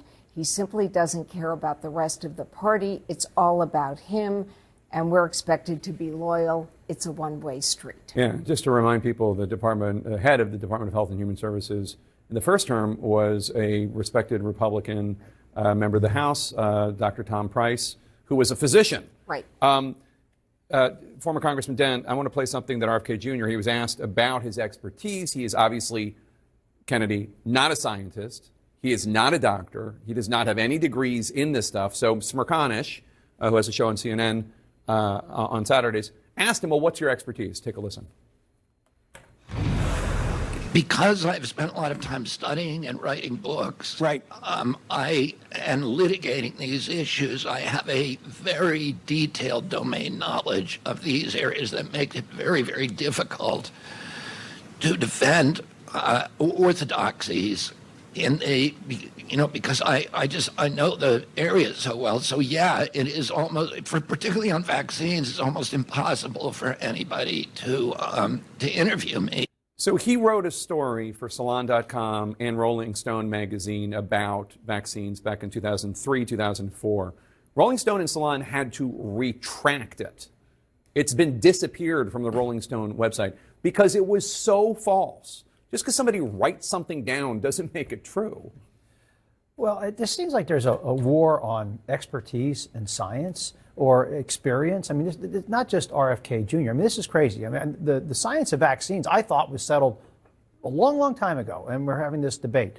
But, look at Matt Gaetz. What qualifies him to be head of the Justice Department? At least he's a lawyer. Okay. I'm just saying. I'm just saying every day the standards get a little lower. Haig set the defense, again, good service, but this is no Richard Perry or Bob Gates or Jim Mattis. We expect people, with a lot of gravitas. And, Tulsi Gabbard, I'm a friend of Tulsi Gabbard's. But, there are going to be red flags about her relationships with Syria and Russia. And so it just seems like Trump is being awfully defiant. He doesn't care about expertise, or in this case, medical science. And so that's what's so troubling about this. And I suspect there are going to be a lot of pushback. And some of these nominations are going to have to be withdrawn. I think in addition to the question of expertise, there's also the question of capability of running a large organization. The Pentagon, HHS, the Justice Department. These are large, sprawling organizations. 18 intelligence agencies. Arguably too large and too sprawling. Sure. But these are people who have not had experience in running these sorts of large organizations, and you do have to wonder whether they can do that. And you also have to wonder about the Senate and their own self-qualifications, because if you are not exercising your constitutional duty to provide advice and consent here, what is the point of your being in office? All right, everyone stick around. We've got a lot more to talk about. We're going to have much more reaction to the breaking news. A source telling CNN that Trump is on the verge of officially nominating. We're so fucking cooked. He did it. He did it. Do you think it's strategic? Like, nominate a bunch of crazies just to make a few getting through seem like a compromise? Fuck no, dude. That's not... Dude, the problem is you think these guys are doing 4D chess. This is something that a lot of people did back in the day as well. A lot of Trump supporters would do that. They'd be like, oh, when he wrote Covfefe, he was actually doing 5D chess. And the media also kind of went along with it as well. No, what you see is what you get. They're not playing chess. They're playing checkers, okay? It's a direct through line. There is no convoluted, complicated reasoning for why they're doing this, okay? He does not give a shit. I can't begin to explain this to you. He does not give a shit. These guys do not care. Like, he does not care. He does not want people that will defy him in any agency, okay? That's it.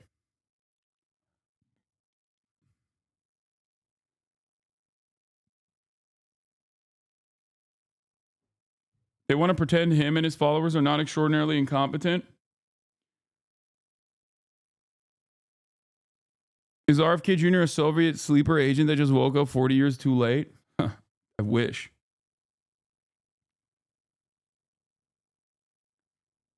Like, there is no secret reasoning behind this. Okay, people are saying like, oh, well, maybe Matt Gaetz is a trial balloon. It's like, no, it's not. He just wants a person that is easily blackmailed and loyal to him in that position. And I'm willing to bet that the more shit comes out about Matt Gaetz, the more they'll push for it. I would be very surprised if like the media pressure and the public pressure on Matt Gaetz actually causes them to stand down. Because for Trump, it's about the backlash is important, okay? It's about overcoming said backlash to show that he can do it. Okay? Do you understand?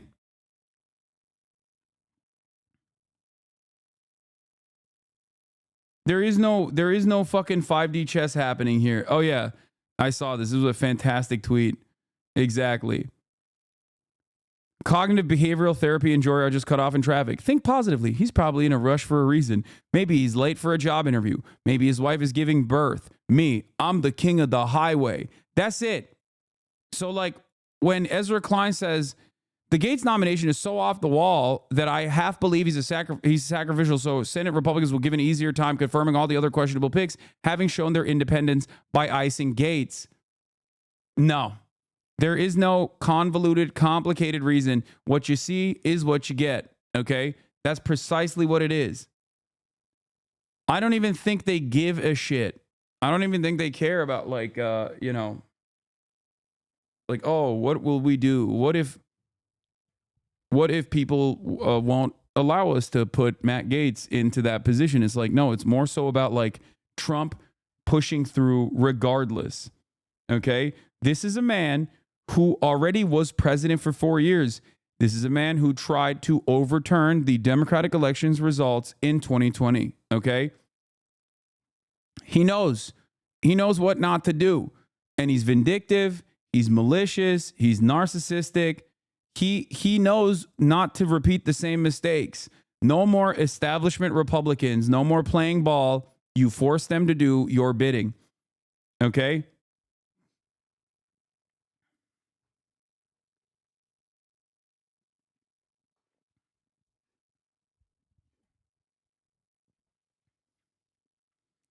The cruelty is the purpose. The insanity is the purpose. Ultimately, loyalty above all else.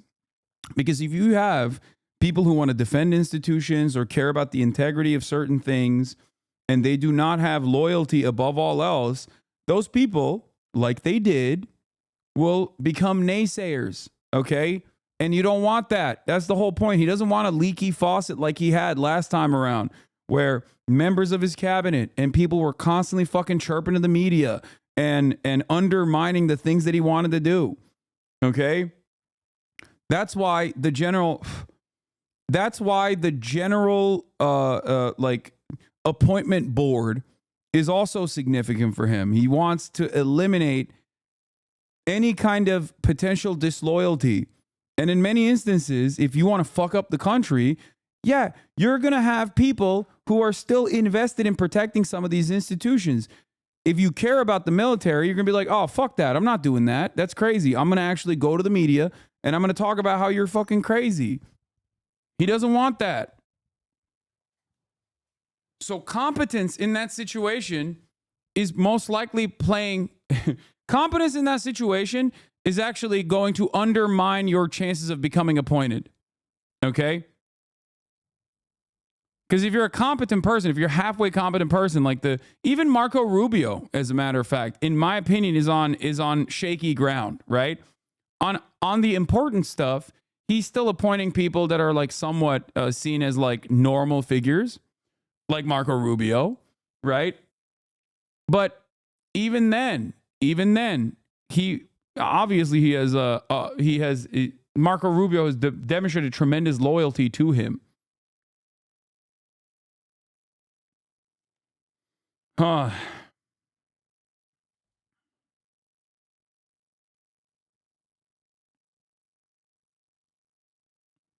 are Republicans so surprised? Now Trump has been saying he's going to do this the whole campaign. What? I don't think Republicans are surprised. They're elated. They're excited. They're talking about how sick this shit is. All right, let's hear what the Democrat leadership says about it. Above.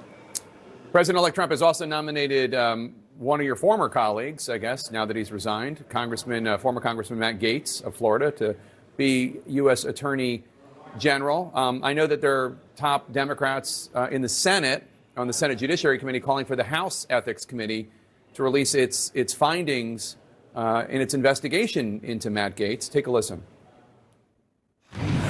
And timing of Mr. Gaetz' resignation from the House raises serious questions about the contents of the House Ethics Committee report. We cannot allow this valuable information from a bipartisan investigation to be hidden from the American people. I am going to demand release of the Ethics Committee report, all of its findings and recommendations. Do you think the House Ethics Committee should release the report on Gaetz, even though he's no longer a member of Congress, so it's no longer their jurisdiction, I suppose? Well, the House Ethics Committee has traditionally operated in a bipartisan fashion. You know, I have great amount of trust and respect in the top Democrat on that committee, Representative Susan Wild. Haven't had an opportunity to have a conversation with her. I don't believe the House Ethics Committee is operating with any sort of integrity. I do, however, think the House Ethics Committee is operating with anger and distrust towards Matt Gaetz. So for that reason, I do think that this report will be released, or at the very least leaked, because they don't like Matt Gaetz. That's the thing. They do not have any sort of like serious integrity. These are politicians. They don't give a fuck about anything, but they do have personal petty vendettas. And a lot of these people hate Matt Gaetz. So I am relying, once again, on the pure resentment, the spite that they feel, and not necessarily their interest in like doing the right thing. Okay. Director of National Intelligence, Matt Gaetz is Attorney General, Robert F. Kennedy Jr. at HHS, Fox News co-host and decorated veteran Pete Hegseth at the Pentagon. Do you expect that they're all going to be confirmed? Well, I certainly would be surprised if that in fact was the case, based on some of the reaction from some of the moderate Republican senators to several of these selections. But at the end of the day, what's going to be most important is that both the House and the Senate commit to functioning as a separate and co-equal branch of government, and that we elevate the principle of being a check and balance on a potentially out of control executive branch. That is the vision of James Madison and the framers of the Constitution as to what we should be doing in the House and in the Senate.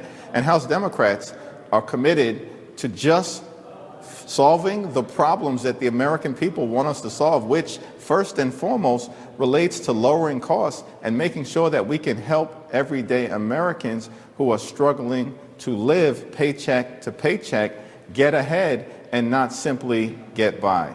And all of this that we're seeing over the last few days seems to me to be a distraction from the mission that all of us should be focused on in the context of. What is he? Who's he talking to?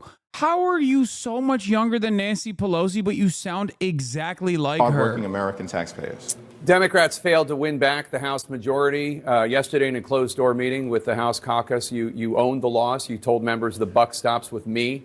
Plenty of Democrats are already out there saying that what really... These guys are they like stuck? Did they all go into a coma in 2016? Like, is that what happened? Did they just go, do they go into a vat and they're just like permanently isolated from everything that happened in the past 8 years? It's crazy. They're speaking to a reality that does not exist. The House Republicans, Wake the we fuck outworked up. the House Republicans. We outraised the House Republicans, but we've fallen a few seats short in terms of getting to the 218 that we need to reclaim the majority. And as a leader, it's important to take accountability for that fact and to figure out the path forward in terms of what we need to do better, what we've done right. And I'm going to tell you this. I talked to senior aides, staffers, okay, that are working with active politicians in the Democratic Party right now, and the things that I hear from them are alarming, okay? The things that I hear from them are alarming. They are saying that these guys are completely checked out and don't recognize the issues at hand. Out of 31 who will return to the United States Congress, who won tough races, notwithstanding an adverse national environment. We're proud of the fact that we held 4 out of the 5 most competitive open seats. No one thought that that was possible, particularly. Have you seen the purple tie conspiracy? What? They're all wearing purple ties to be like, we're going to do bipartisanship? Is that why? Defeated House Democratic incumbents. And so House Democrats are going to be able to evaluate where we are and where we need to go. Rick Scott? And I look forward to leading that effort. Rick Scott backs Lara Trump for Marco Rubio's Senate seat. Okay, at least it's not Laura Loomer. Chat. I can't believe I'm saying this. At least it's not Laura Loomer. Could be worse. You know what I mean? The gaslighting about President Biden's fitness and acuity, it's not like climate, like actual climate that you actually have no control over. You and Democrats had control over some of this. But what we've seen all across the world in every single advanced economy is a post-pandemic level of inflation that hit working class people hard. That's the reality of what the United States of America has confronted, what Western European democracies have confronted, and what advanced economies all across the world have confronted. And that related specifically to the shutdown of the economy as a result of a once-in-a-century pandemic. And when demand came roaring back, when the economy was reopened all across the world, the supply chain was lacking. That triggered levels of inflation that were unacceptable. And we've got to do a better job, of course, of working hard to lower food prices, lower gas prices, lower housing prices. And that's something that we're going to lean into. And the American people correctly have said they want that issue addressed decisively. We're going to have to ask the question, are some of these extreme picks that have been presented into the public domain for the future cabinet of the next administration consistent with what the American people have suggested they want to see tackled in the strongest possible way? We will do that as House Democrats. We're hopeful that as we move forward, we'll have an administration willing to partner with us as well. House Minority Leader Hakeem Jeffries, Democrat of New York. Thank you, sir. Appreciate it. Thank you, Jake. CNN's Maniraju is also on Capitol Hill. What he's hearing about the selection of RFK Jr. for the Department of Health and Human Services, plus reaction to other controversial administration picks by President-elect Trump. We're going to squeeze in a quick break. We'll be right back.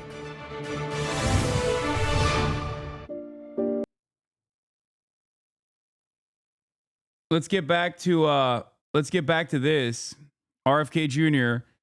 and the way that Trump's transition co-chair is talking about him. Most extraordinary thing, because let's face it, we've all heard on the news all sorts of sort of snarky comments about him. And I said, so tell me, how's it going to go?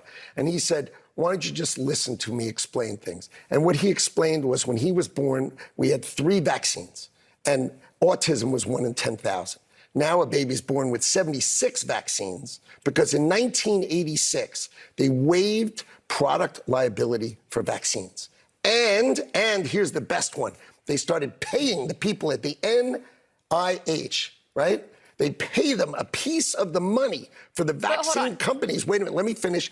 And so all of these vaccines came out without product liability. So what happened now? Autism is 1 in 34. Okay, amazing. Neither of us are doctors. Vaccines are safe. RFK, I mean, Why do you think vaccines are safe? There's no product liability anymore. They're not proven. Kids get them and they're fine.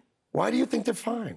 But because they're proven scientifically to be so. How about this? There was 1 in 10,000 people with autism. We all know so many more people with autism than had it when we were young. Oh, come on. Okay, I mean, his point is really interesting. But so here's what he vaccines don't said. cause autism, which is what RFK pushes, which is why people are concerned that he could get a job like HHS. And I don't even think he's not getting a job for HHS. What he's trying to do, here's what he wants to do. He said, I want data. I just want data because they block the data. But the data's out there. Wait, it's not. They don't block it. You can look at it. It's online. He wants the data so he can say, these things are unsafe. He says, if you give me the data, all I want is the data, and I'll take on the data and show that it's not safe. And then if you pull the product liability, the companies will yank these vaccines right off of the market. So that's his point. He's not trying to do anything but things that made sense. And look, this is not where I thought this was going, because Jared Polis just endorsed RFK. What? There is no fucking way. I'm excited about the news that President-elect will appoint Robert Kennedy. This is a meme, right? No, it's not. It's not a meme. It's a meme that Jared Polis is the governor of Colorado. Before you mock him or disagree, I want to share with you some quotes that if he follows through, show why I'm excited. Level the playing field for Americans internationally on drug costs. Cap drug prices so companies can't charge Americans substantially more than Europeans pay. Yes. Colorado currently has an application just sitting at the FDA for us to import low-cost prescription drugs from Canada, and we just need their approval. In some categories, there are entire departments. Dude, thinking that these guys are going to actually act out these populist desires that are genuinely helpful and not the bad shit is so delusional. I don't know how to begin to explain this to you. It's like thinking Matt Gaetz is going to be a fucking trust buster, dog. Wake up. Okay? Wake up. That's not the point. That's never the point. What are you guys talking about, man?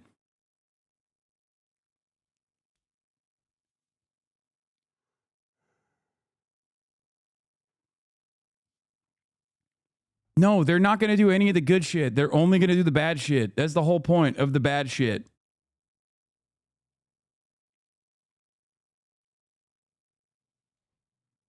We got to get off pesticide intensive agriculture. Yes, we have tried unsuccessfully to better protect people from pollinators from harmful pesticides here in Colorado, and we need all the help we can get, take on big chemical companies and improve human health and the environment.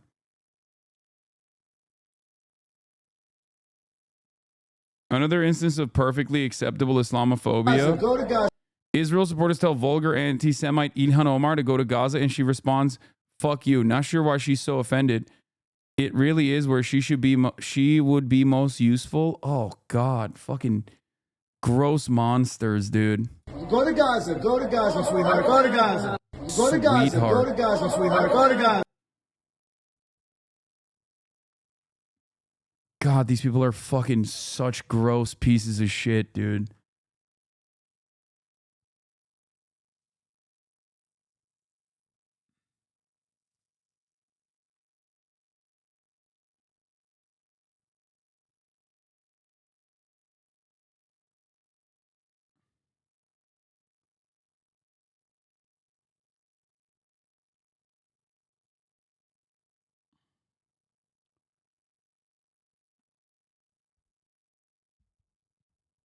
Holy fuck. If we set the bar of expectations super high for this admin and they fail to meet it, do you think that will cause a swing back the other way? Might be what Pose is doing. No, that's not what he's doing. He's a libertarian r/neoliberal moderator, dude. He's just Reddit. He's Mr. Reddit. I'm not going to say what I want to say. Yeah, don't.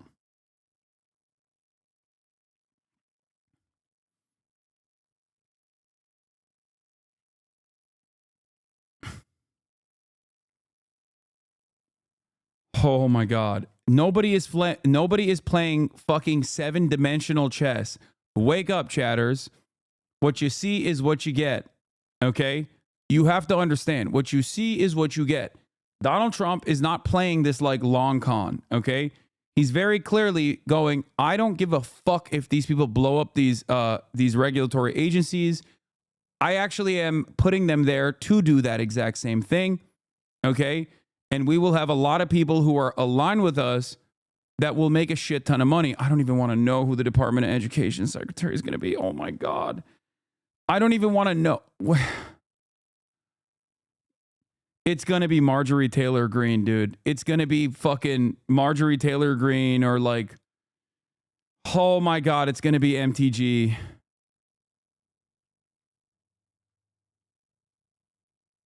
Kid Rock. No, it won't be Lobo. I don't think. I don't know.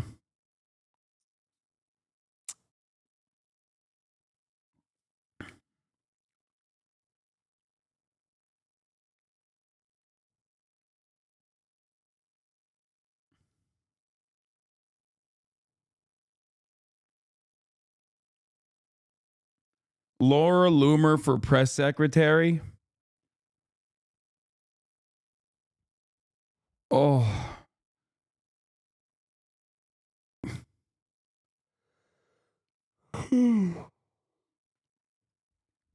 The craziest part about this is that the Nelk boys are fucking Canadian. So if shit blows up, they could just like escape to Canada. You know what I mean? They're going to put Christopher Rufo in charge of the Department of Education. I'm going to die.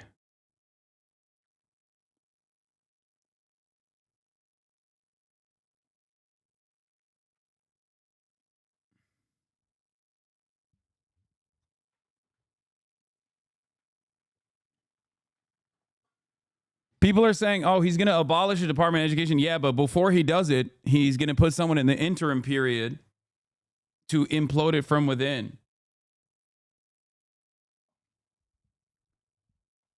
Dennis Prager, libs of TikTok, Chaya Rychik for Department of Education.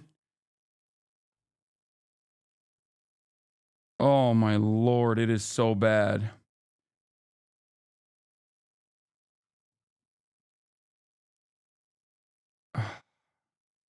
Well, I spent 2.5 hours. RFK Jr. is a vaccine skeptic. He pushes lies about vaccines, and I don't even think if Republicans. Why do you think he pushes lies? Why you said you said I'm not a scientist and you aren't. So yeah, but he just wants. Yeah, but scientists say that. That's the reason. Scientists are the ones who are saying that.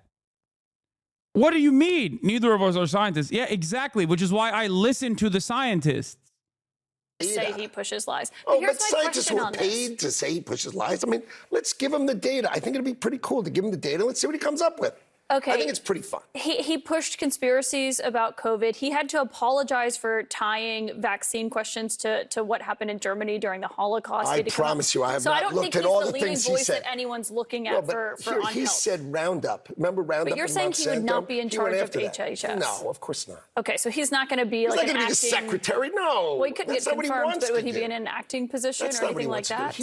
I just told you what he wants. He wants to help get data. You're saying he wants so he access to data, things. but that would He just wants data, and he wants to prove things are wrong. And he says, if I can't prove they're wrong, that's fine. But if I can save millions of Americans' lives and make their lives better. And I think that's pretty cool. I'm not sure so any he's data. Just trying to do it. I don't.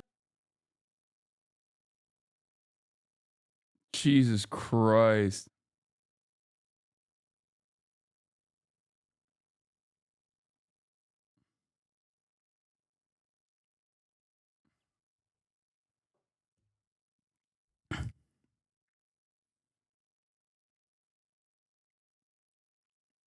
How is he going to prove they are wrong with a super functional brain? Dude, it's over. The brain worm is officially going to control. Dude, that's the craziest part, is that the brain worm won, okay? The long con is that the brain worm won. Now it gets to control the HHS. That's crazy. In Nazi Germany, it was meth. I wonder what these guys' like choice of drugs is that's like fucking up their brain. I guess lead poisoning.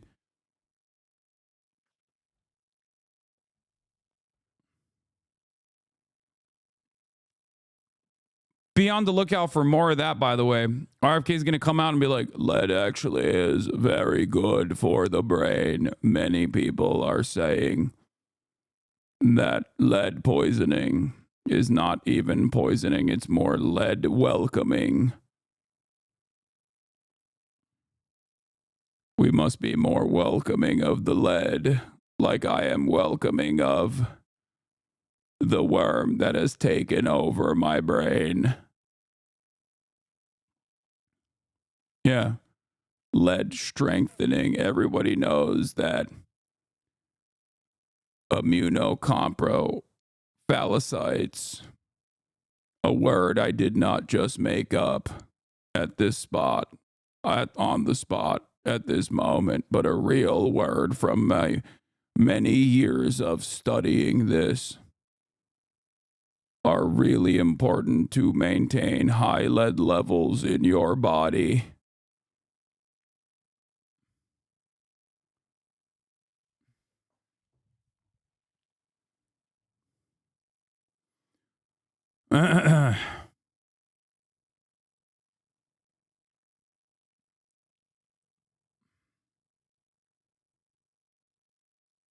Elon is conducting international diplomacy with Iran. Has never been more Jover. It is so, yeah, it's.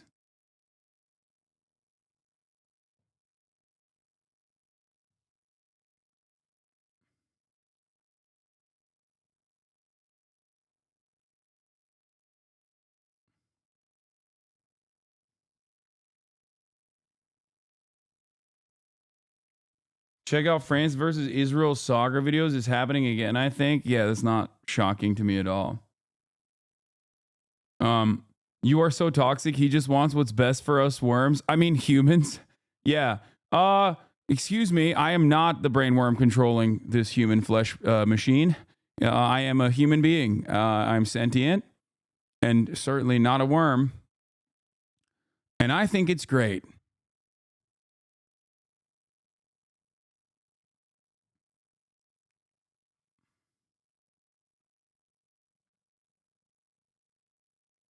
Ay, ay, ay. One thing to always remember is that none of the good things that they say they're going to do, because good things require you to tackle corporate interest, are going to happen. Okay? They're not. Because these guys are never going to tackle corporate interests. So when they talk about I don't know, like blowing up the FDA because there's too many harmful chemicals in our food, what they're actually advocating for is more deregulation, not more regulation. They will point to Europe and many of our OECD counterparts to talk about what must be done, not realizing that those guys actually at least have some semblance of real governance. Okay? They don't want to do the shit that they have in Europe. They don't want to do that at all.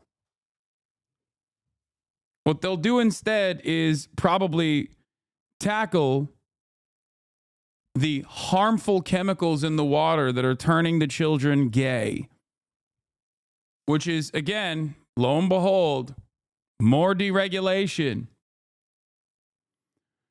Democratic presidential candidate Robert F. Kennedy Jr. has a history of repeatedly sharing unfounded conspiracies that man-made chemicals in the environment could be making children gay or transgender and causing feminization of boys and masculinization of girls.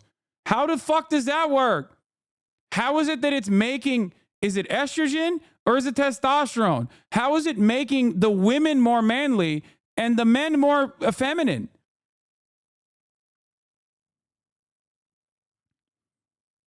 It's magic.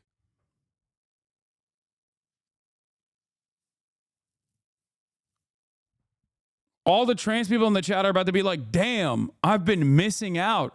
I had DIY HRT in the water supply this whole fucking time. I'm about to go with one of those goddamn straws into a lake and just start sucking. Didn't realize I could get it for fucking free, dude.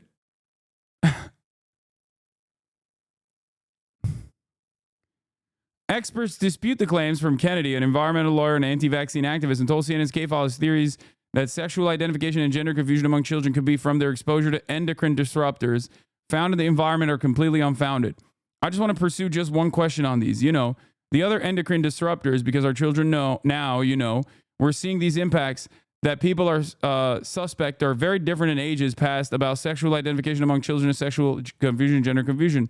Kennedy said on his podcast in June last year, these kinds of issues are very, very controversial today. Endocrine disruptors are chemicals that interfere with the body's hormones and endocrine system, according to the EPA. Such chemicals are commonly found in pesticides and plastic and can affect reproductive functions and increase risk of obesity. Kennedy, on multiple occasions, misconstrued endocrine disruptors, studied ability to cause some male frogs to become female and produce viable eggs, suggesting that these chemicals could have similar effects on children and change their sexuality. By the way, when people talk about, you know, they're turning the freaking frogs gay. Like, that's the one thing that, like, Alex Jones wasn't wrong on, because it does actually turn the fucking frogs gay. Not even gay, but trans. They're transing the frogs.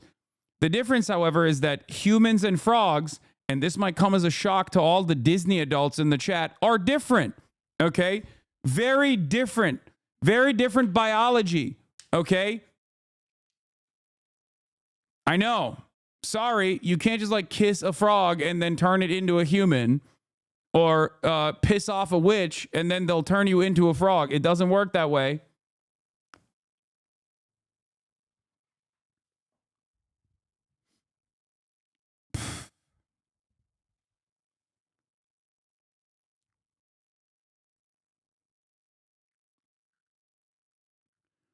Oh.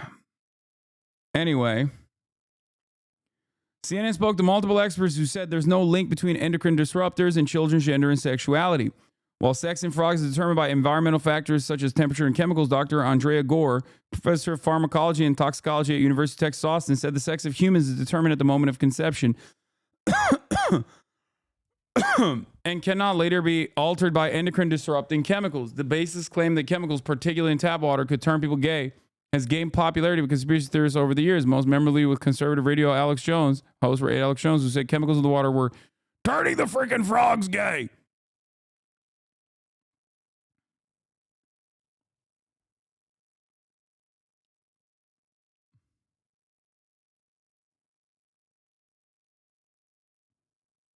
Mr. Kennedy's remarks are being mischaracterized. He's not claiming that endocrine disruptors are the only or the main cause of gender dysphoria, Kennedy campaign spokesperson said on a statement to CNN. He's merely suggesting that given copious research on the effects of on other vertebrates, this possibility deserves further research. I love whenever they say that, oh, this needs more. I'm simply asking questions. I'm simply implying it under the guise of simply asking questions.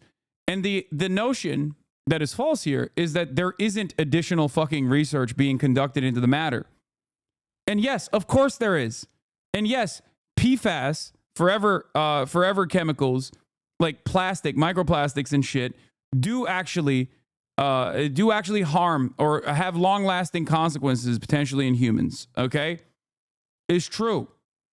The problem is they're acting like there isn't any fucking research on this matter whatsoever. They're convoluting a bunch of different things. They're tacking them on together. Okay, they're slamming them together. And then claiming that it's transing the fucking youth.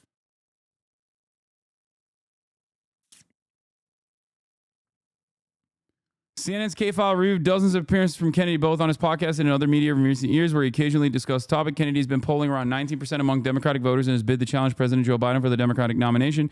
Kennedy made the comments, but this is an older K-File piece that was updated this morning, but it was from July 13th, 2023.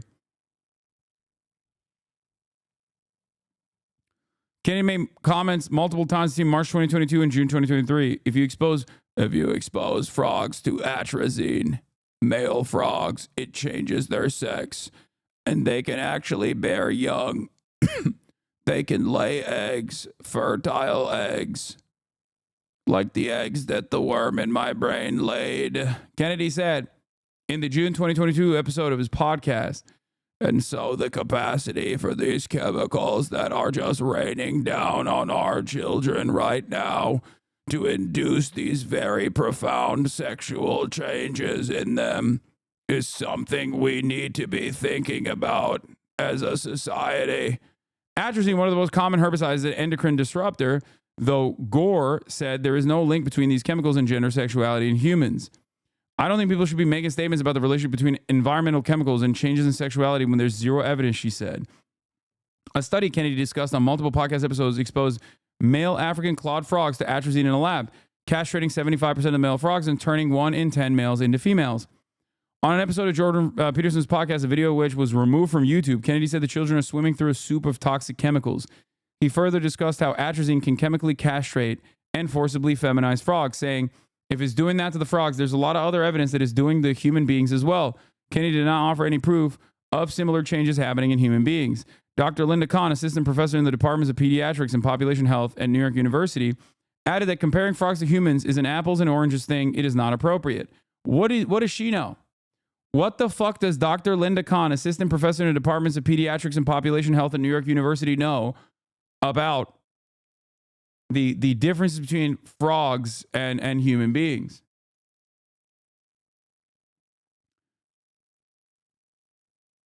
Yeah.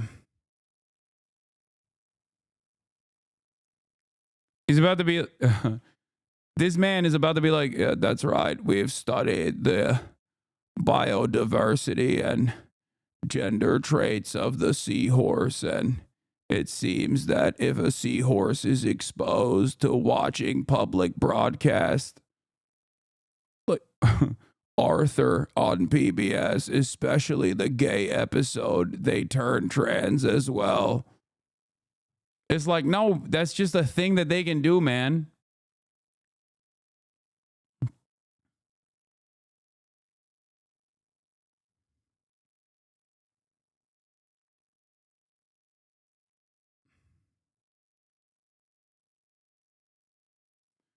Yeah. People literally wanted eggs to be cheaper, and they're going to get Attorney General Humpert plus the return of polio. Yeah. Good stuff. Wonderful stuff overall.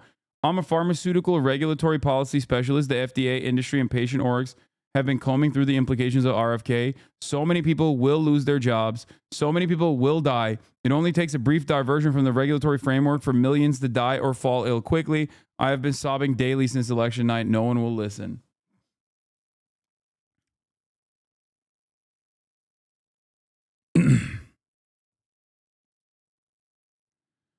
Oof. Hasan quoting CNN as gospel while not actually looking at research. Par for the course. I'm not saying it goes this far, but if you think chemicals directly affect health and brain, if you don't think chemicals directly affect health and brain, you are crazy. We do need some studies on this to see how far it goes. Brother, I don't think you have the mental capacity to understand that not only do I agree with that statement, okay, that yes, of course, chemicals directly affect people's health. What the fuck are you talking about? I'm also taking it one step further and telling you that we are consistently studying the harmful impact of chemicals, including but not limited to PFAS. Now, the issue with that, okay, the issue with that is that while on the one hand, the regulatory agencies do play fast and loose and are a part of the revolving door between corporate oligopolies and the regulatory agencies, okay, There are still a lot of publicly funded researchers who are looking into this matter. It's like to claim that no one is looking into it is fucking stupid. You're just simply oblivious to that. This CNN piece is straight up asking the researchers who have looked into it. That's what journalism is. Okay? While CNN might drop the ball on many issues, right? And I talk about it quite frequently. They're doing journalism here. K-File is a great journalist, and he's doing journalism. Okay? This is what you do.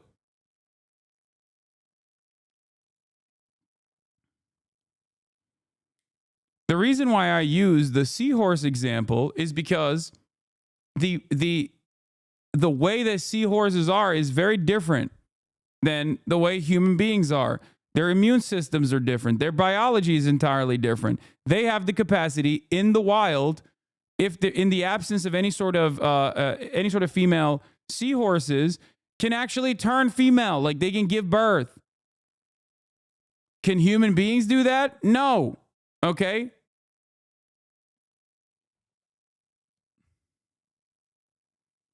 Shut the fuck up. So comparing it to frogs, like comparing human biology to frogs is ridiculous.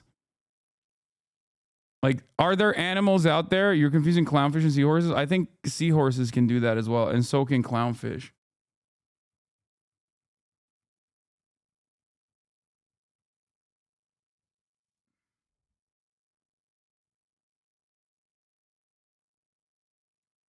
This is not a criticism, and I hope you don't take it with an open mind. Is there any reason why you don't do the liberal pearl clutching similar to the hummus tier list, but regarding that terrorist or Twitch streamer game and everyone on Twitch who played it and promoted it, why should they not get banned for extreme racism and Islamophobia? Because I live in the fucking real world, and I know that nobody gives a shit about Islamophobia, which was my point originally. Okay? You can jump through a million different hoops to be like, wow, people don't like Sabra hummus and they're using that as a placeholder. It's like saying white people put fucking raisins in potato salad. That is the equivalent, okay? To make it seem like it's actually deeply anti-Semitic. But nobody gives a shit if you're straight up like, yeah, all of these Arab Muslim, content creators who are pro-Palestine are all terrorists, actually. Look at how terroristic they are. Let's put a bunch of their quotes out of context side by side with Osama bin Laden to invoke the feeling in your mind that all of these scary Arab and Muslim sounding names are just like the other scary Arab and Muslims. That's it. Knowing full well that it does not fucking matter. I can't even, there's not really much I can do about that situation. I can't just like magically change people's minds, okay? It is what it is. It is the unfortunate reality of the systems that we live under, okay? I'd go fucking crazy if I tried to like every single day over and over again talk about how much unrestrained Islamophobia is seen as normal and permissible.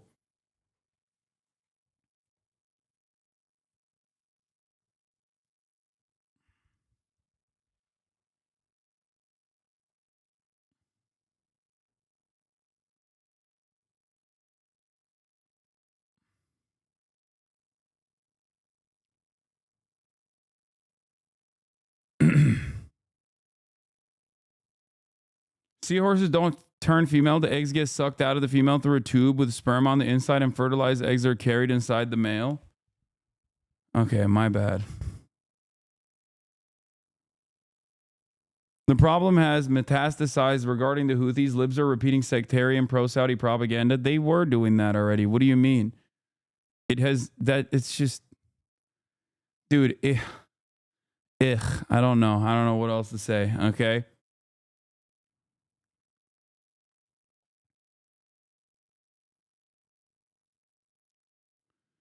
To be fair, atrazine is harmful and has been shown scientifically to affect sex hormones of frogs, vertebrates, which we also are. Even though there are obvious differences, there are also similarities, and there's not a lot of research on atrazine's effect on humans. I don't think it's a bad idea for more research on this topic. I work in a lab, by the way. My professor was the leading researcher on atrazine. I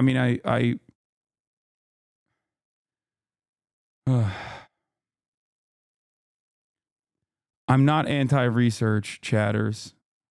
I am pro-research, especially on harmful substances. Okay?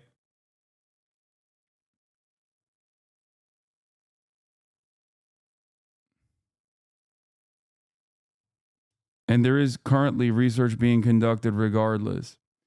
The worst part about this process is that whenever research on this shit is conducted, okay? Whenever research on this stuff is conducted, oftentimes it takes a while for the regulatory agencies to implement it, or usually if it harms capitalist corporations' underlying profit motives, it never gets implemented at all.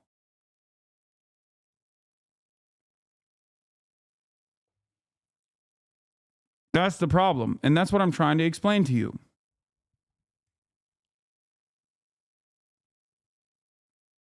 The issue I have with RFK is the same thing that people did, and I use as an example when talking to Bradley Martin and other people.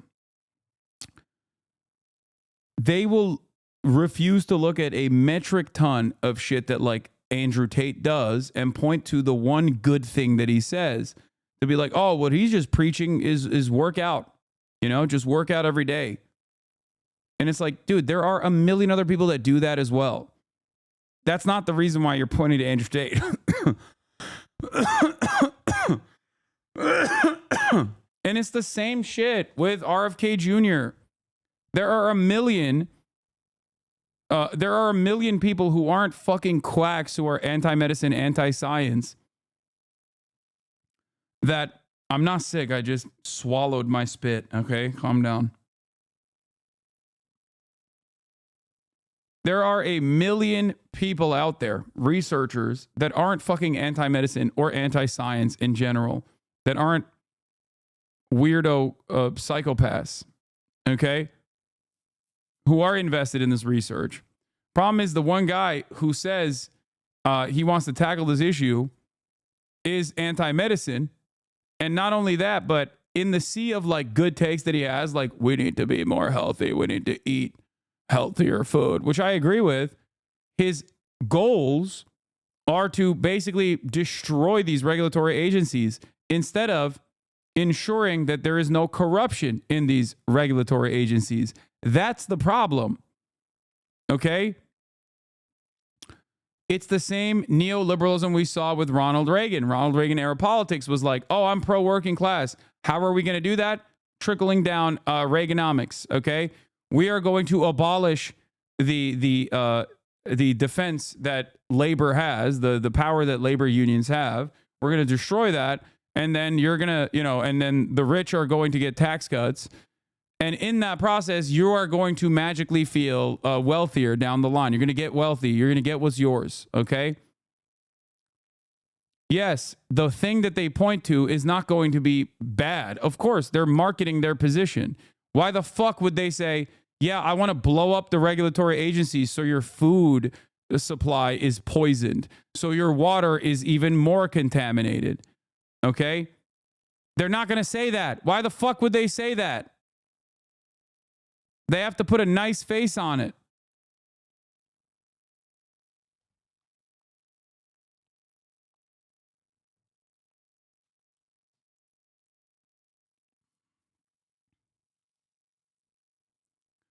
CNN's K-File reviewed dozens of appearances from Kennedy, both on his podcast and other media recent years, where he occasionally discussed the topic. Kennedy's been polling around 19%. Kennedy made the comments multiple times between March 2022 and June 2023. If you expose frogs to atrazine, male frogs, so the capacity of these chemicals are raining down our children. Oh, wait, we saw all of that already. Kennedy also said in a 2022 episode of his podcast that the Midwest's entire water supply is coated with atrazine, and boys and girls in these areas have delayed puberty. But later he contradicted himself in March in an episode of his podcast when he said endocrine disruptors are causing early menstrual cycles in girls. Khan said, while general studies on endocrine disruptors have shown effects on puberty, no study has proven if atrazine, the chemical Kennedy often cites, specifically affects puberty in humans.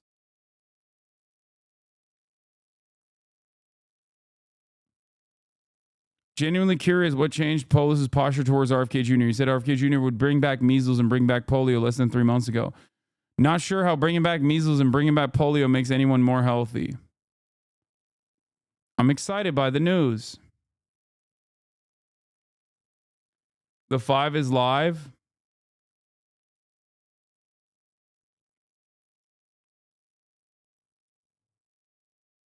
Junior, that's a very important position because you don't get school lunches from Health and Human Services. Right. That's all done through USDA, has a lot to do with the things that he cares about. Oh. So finding out who rounds out that package to me is what I'm waiting for. Wow. Well, those are a lot of words from someone who said, we'll see. We'll see. Yeah. All right, Jesse. Tulsi, a person who was put on a list and tailed by Intel services through the airport, is now in charge of all the people that were following her. Is that a course correction or a reckoning? I love it. It's just like being at a party all week and all your best friends keep coming in. Tulsi! Vivek! Good to see you. It's crazy. I can't wait to see who comes through the door tomorrow. Maybe it will be Dana Perino. You never know. No, You're keeping your options open, Dana. You said we'll see. I said only ambassador to Tanzania. Okay, we'll take that as a yes. Okay. Yeah, Tulsi, I like her because she's cynical. And that's what you need is someone that's managing the intel, because let's be honest, Greg, the intel people have not been great over the last, 80 years. We missed the missiles going into Cuba. We missed the collapse of the Soviet Union. Reagan got burned. Bush got burned. It hasn't been great. They've been in bed with Fauci. The last thing they did was that they saw that Russia was building up on Ukraine's border. That's good. So she'll do a great job. And Pete, I love. Because he's going to root out the DEI and the CRT. Yes. And he's also going to make sure all of these weapons systems aren't just being built by members of Congress and defense contractors, because we need to invest in things that can win wars, not make people rich. I love RFK Jr. in this position because, Greg, we should be the healthiest country in the world, but we're the sickest country in the world. Why is America the sickest country? It shouldn't be like that. We should have the freshest food, the freshest water, and people should be excited about this. You have people right now, I think 30% of teens are pre-diabetic. Our life expectancy is like 6 years less than Europe, because right now they poison you with the food and then they just feed you pills to cure you, and we just have to root out that corruption. I'm looking forward to people losing weight. If anybody's been at the beach recently, it's not a good look.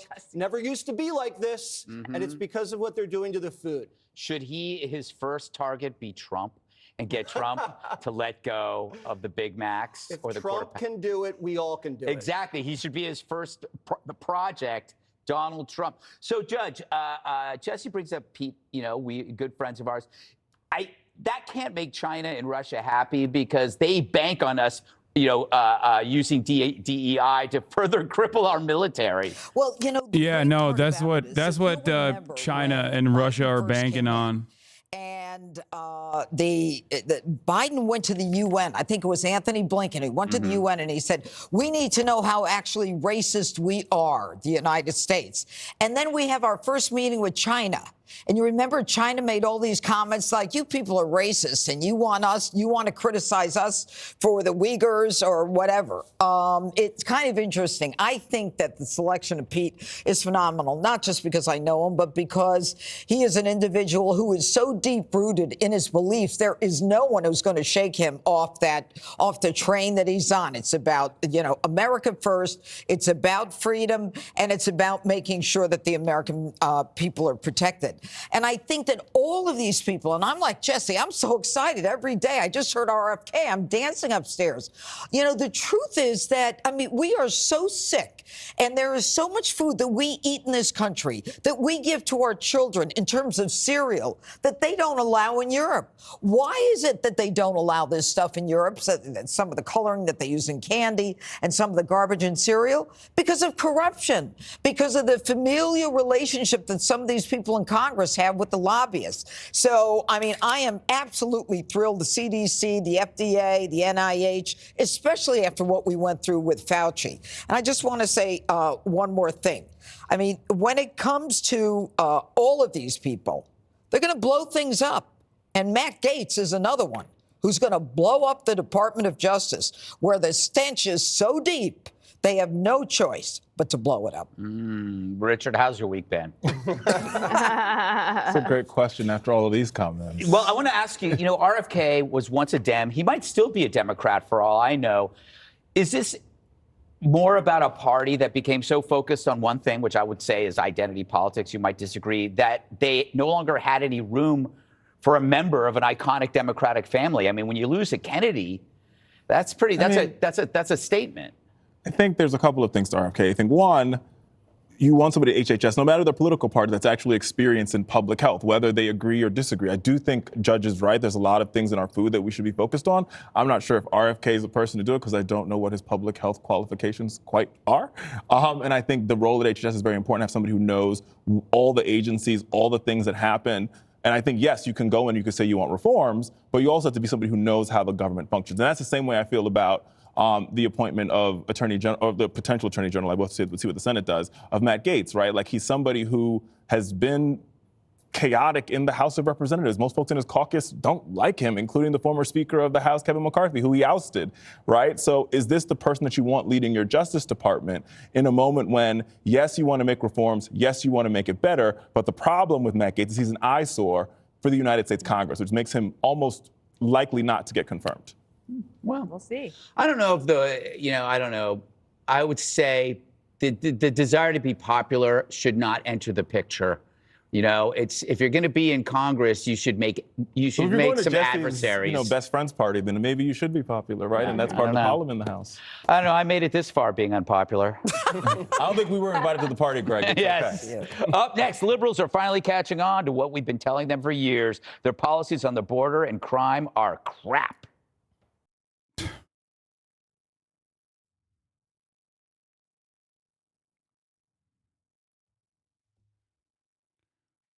Why do they only talk like we're the only country in the world? We're more unhealthy, so why not just look at what Japan or Norway does, for example? Doesn't seem that hard. Excuse me, no other country exists until we can use that for some fucking racist purpose. You know what I mean?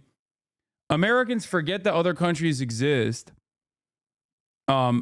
whenever they're doing things that are objectively better than ours. Like, ask an American about healthcare, they're gonna be like, "Oh, I don't know about that. This socialism healthcare shit," and it's like, okay, well, there are plenty of countries that have actually developed socialized medicine structures, and they are quite successful. As a matter of fact, countries that are infinitely poorer than ours. Okay.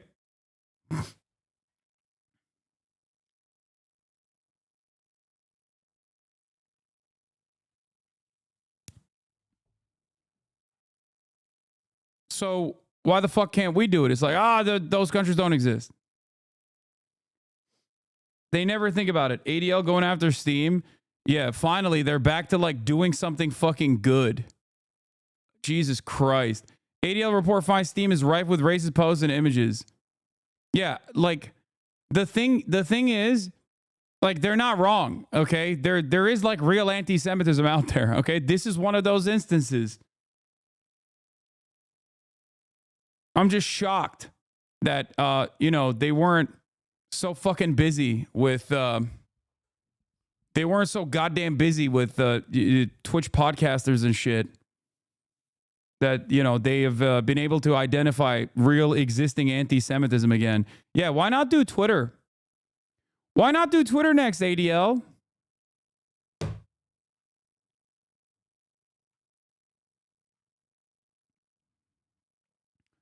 Yeah, I wonder what Asmongold's community will feel about this.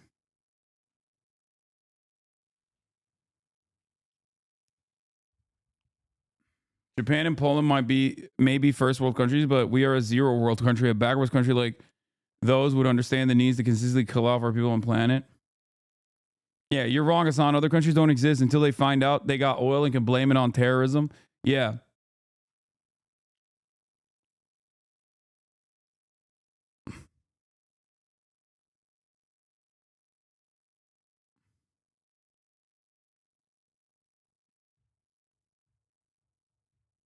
Ay, ay, ay.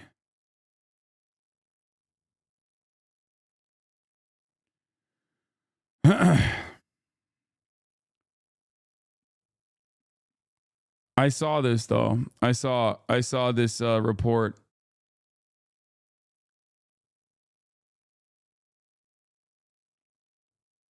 My big question is, why are conservatives pushing to ban and regulate food stuff, but in the same breath want to abolish unions, take away regulations?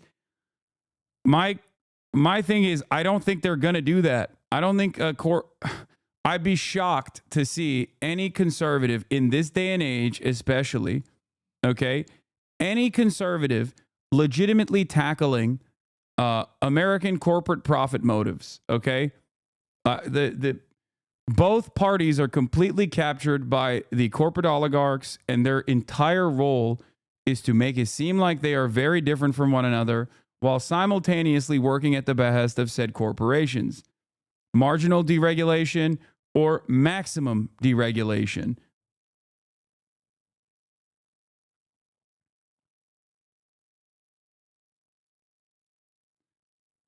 Gamers talking shit online to one another and trolling isn't the same as real racism. The report just lumps. Oh, we are so 2016, baby. Let's go.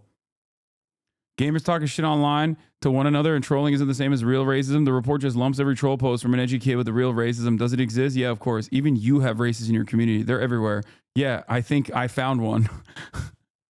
But I highly doubt that most people making racist jokes are really actually racist. You think there aren't actually fucking straightforward, rabid anti-Semites in the gaming space? Like, have you met a gamer? What are you talking about? There are literal fucking Nazi games on Steam, brother. What are you saying right now?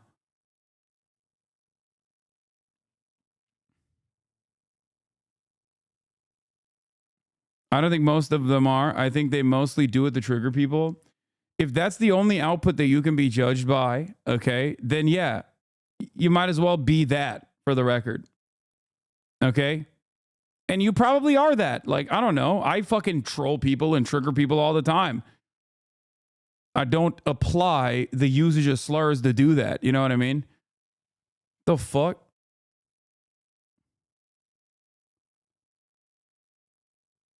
Hitler waifu. Hitler is my crush. Hitler my friend. Sniper Elite V2 kill Hitler with 2 rifles. Fuck Hitler. Well, that one is free at least. We've defeated the Hitlerian politics here. Let's not say the line about baby settlers again. That's so funny.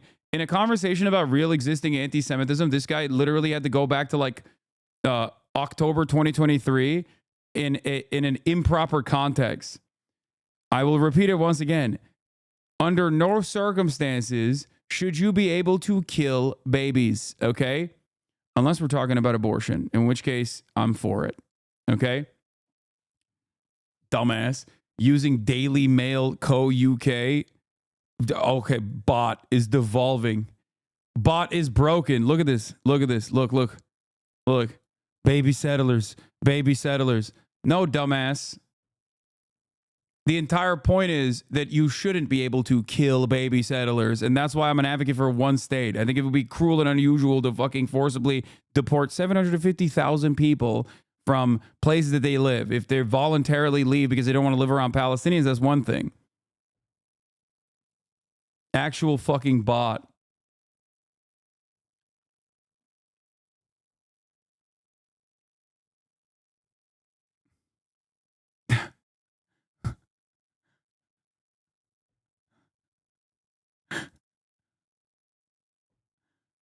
Yeah.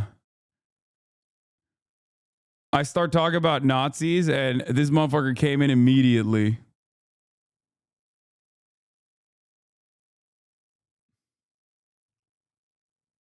He thinks it's Google. Yeah. That's someone's grandpa thinking they're on Google. No, that's like you know.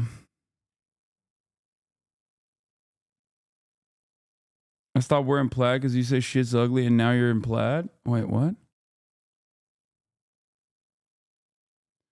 It's so funny because that clip has been completely twisted and misinterpreted and reiterated by the guy you literally said it to. What a snake. Yeah. It's cool though. What are you gonna do? I kill the babies my fucking self. I'm finna be hustling abortions. I got 3-5 abortions, quarter abortions. Hell, I got zip abortions. Fuck you mean? How I'ma do it? I'ma knock your ass out, spit in your booty. No, wait, that's a different technique. But shit, fuck. Jesus Christ.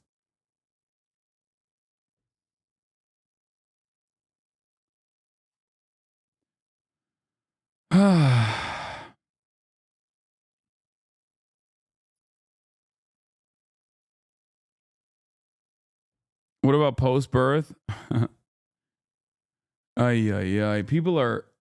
I think one of the most annoying aspects of just like online space, online commentary and its reception is like when people do the, I am going to refuse that my ideological opponents are capable of making a joke and they are saying everything with full sincerity. It's so goddamn annoying. And it's annoying because like no one operates like that and everyone kind of understands what you're doing, but it doesn't really matter because these guys are ontologically evil on the other side. You know what I mean?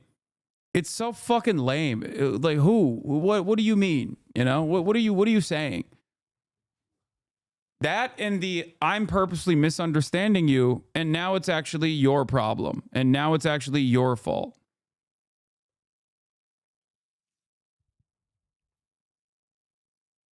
Ugh.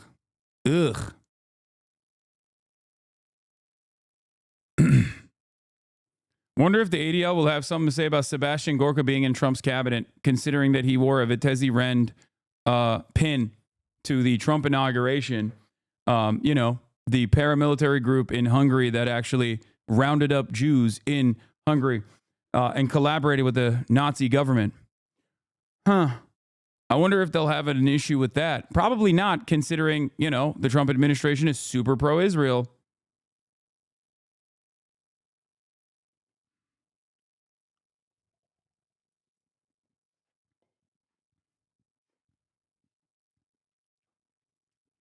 The president's really going to be, President-elect is really testing the lawyer. Analysis of President-elect Trump Bob, cabinet good morning picks. to you. You spoke to President-elect Trump yesterday by phone, and I'm sure you talked about these choices. How did he explain them?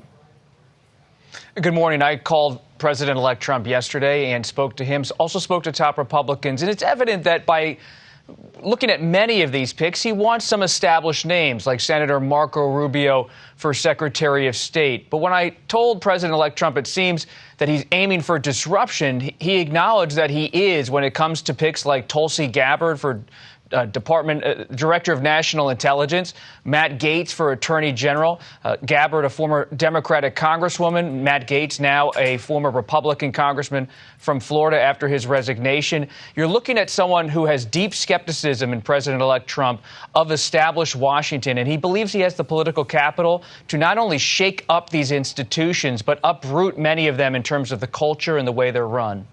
But you know what, Bob? Many Republicans seem to be shocked by Donald Trump's choice, Matt Gaetz in particular. What does that say to you? And do you think it'll be difficult for him to be confirmed?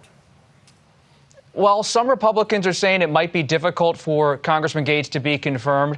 Based on my reporting, Gail, it's pretty clear that President-elect Trump and his allies inside the transition are going to test Republicans in the coming months. Are you really going to go against the leader of the party who just won the White House with the popular vote and by winning the Electoral College? Are you really going to take him on these key picks? Are you going to have a future in the Republican Party? They're in a way almost daring Republicans to go against these favorites of the president-elect. Yeah, you know, Bob, our friends over at Punchbowl News are reporting this morning that Trump is not even giving his Senate Republican colleagues any kind of heads up about these picks. One senator was stopped in the hallway, stood stunned for 30 seconds before he could come up with a response to Matt Gaetz. So the timing is a question as well. But who has the president's ear? Where are these ideas coming from? Are they all coming from Donald Trump, or is there somebody else?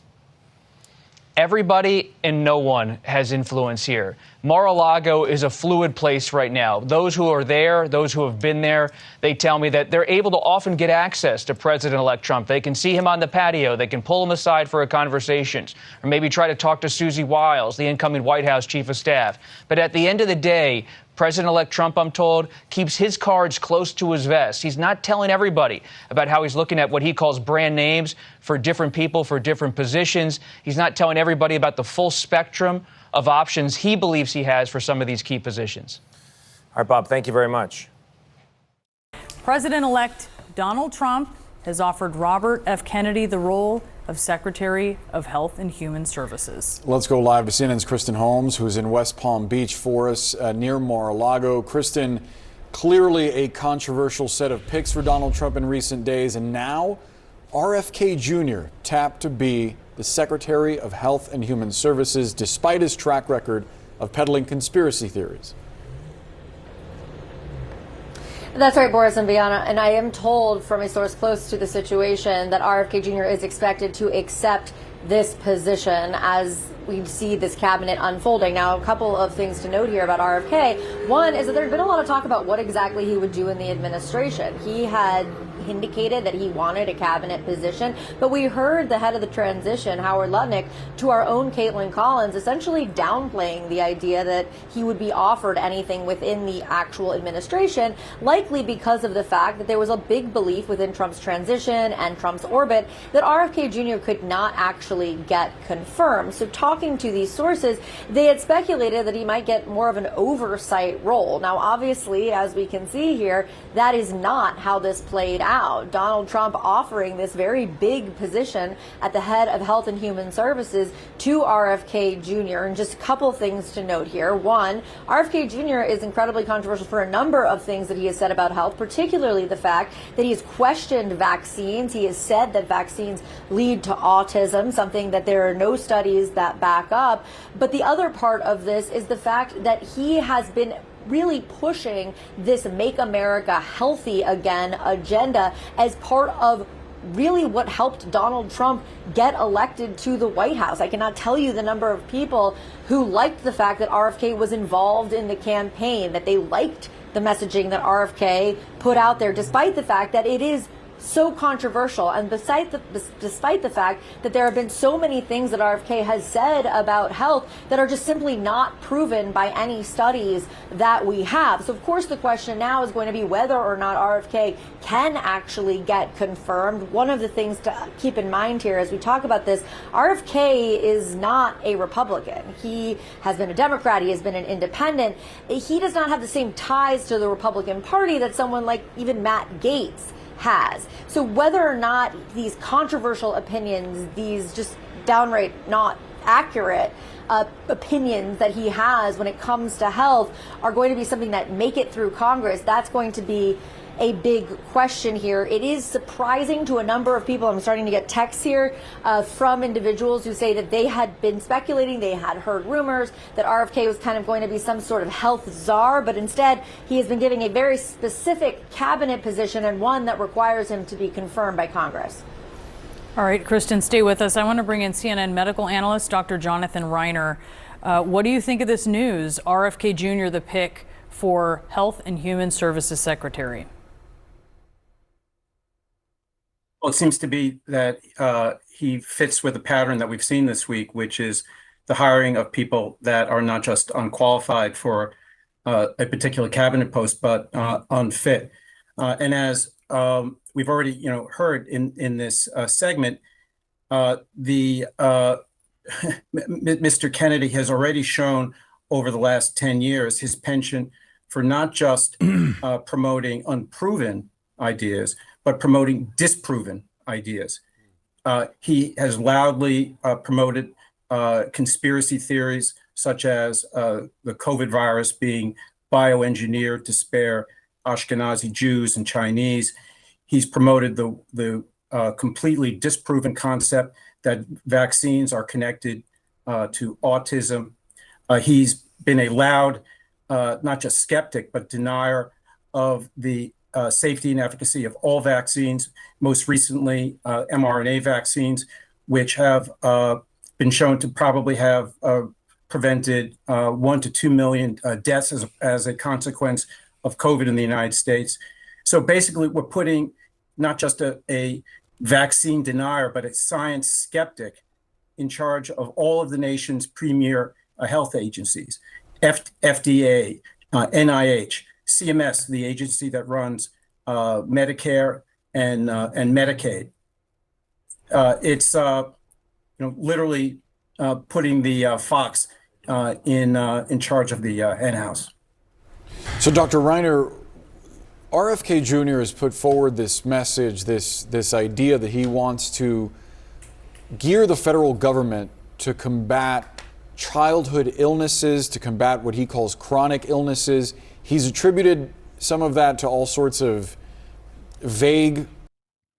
RFK's a rich person, but he spouts conspiracy. The crazy gas station guy would say, is he an ideologue or simply an intentional liar? No, he is 100% a real one. Okay. Like he straight up is committed. He's not like doing a grift here. Like if you think he's secretly getting like vaccinated on the side, you're wrong. He's completely mentally checked out. Okay. He's off. Yeah, he should be committed is right.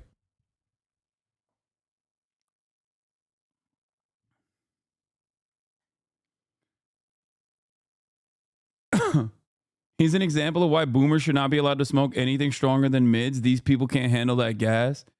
RFK off that Galaxy gas, dude. Causes related to food and oils.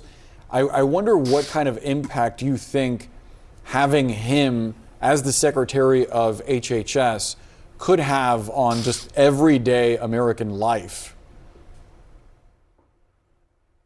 I think that a lot of good can come of somebody promoting a more healthy diet in this country.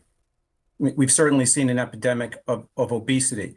And I think that approach is welcome. But his well-documented, very, very loud promotion of theories that cause a great deal of doubt in people's mind about the efficacy of vaccines is incredibly dangerous. If you want to see an example of what happens when you hire a vaccine a skeptic into a post like that, just look at Florida.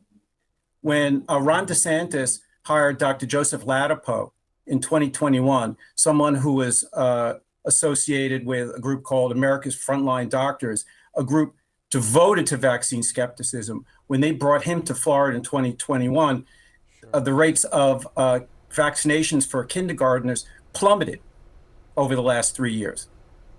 So we see what the impact can be on people who are, maybe they're uneducated, maybe they've read things online that concern them, and those kinds of doubts are amplified when it comes from someone with such a large soapbox and a very famous last name.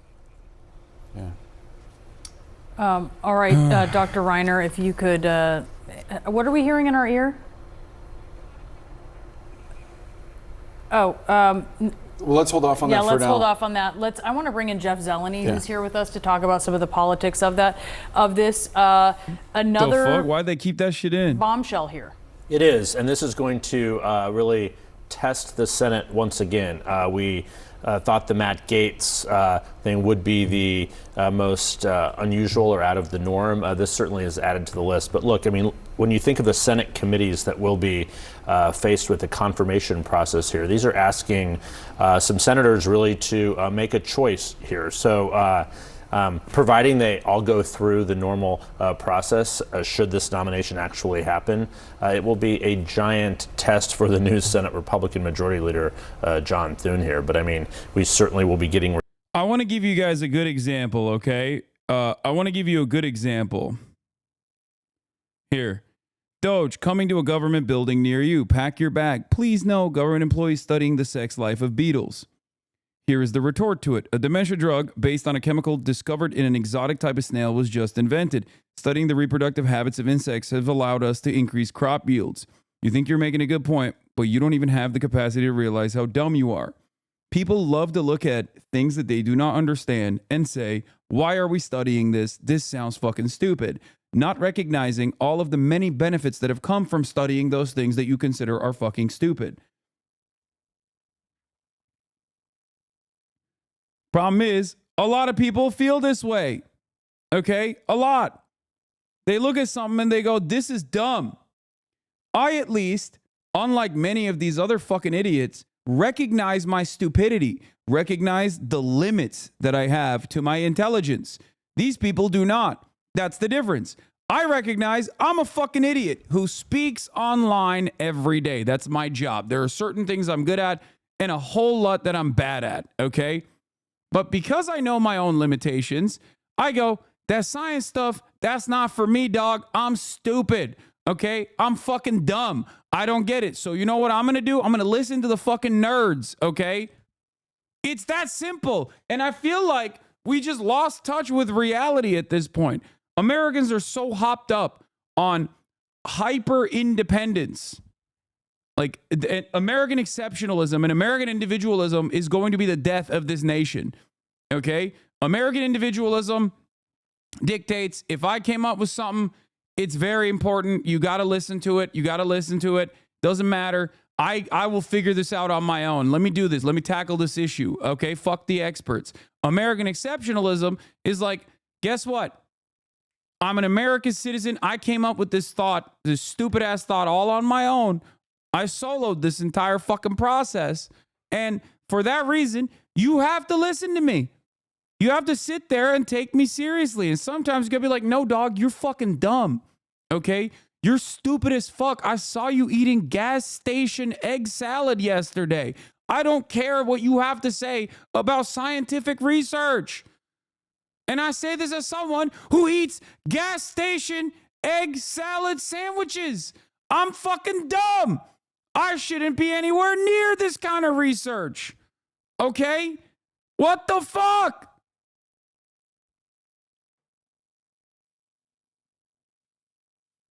It just does not make sense. It doesn't make sense that motherfuckers are like, I came up with this on my own. Okay, I'm an autodidact. No, you're a fucking auto dumbass, dude. You're not. You're not an autodidact. Shut the fuck up.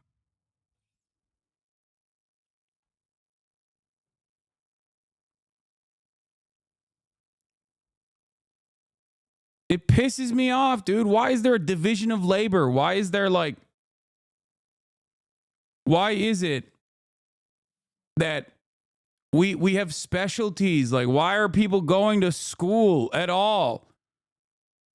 Just ask random dumbasses that you see on the street what they think about vaccines and just let that guy dictate policy. Fuck it, dude. Years and years of study, years and years of research. Throw it out.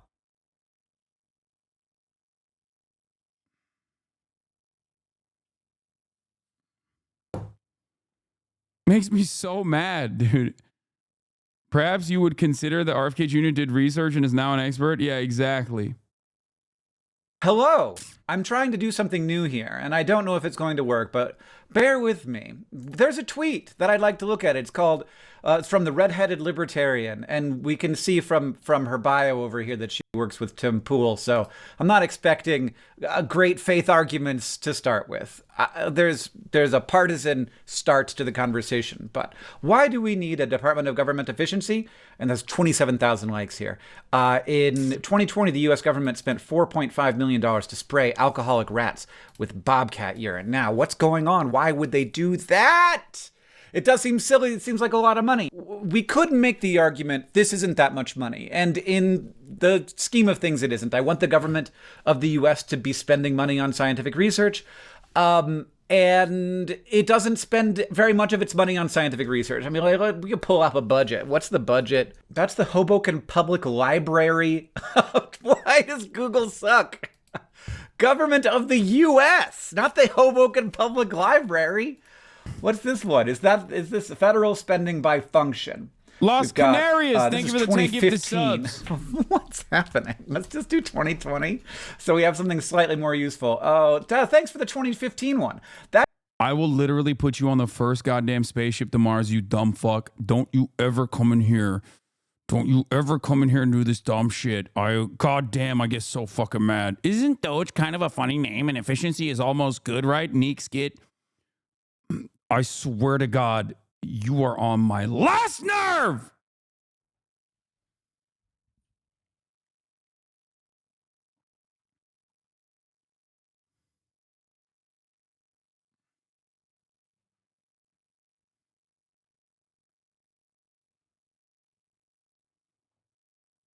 We're literally tackling the issue head on here, okay?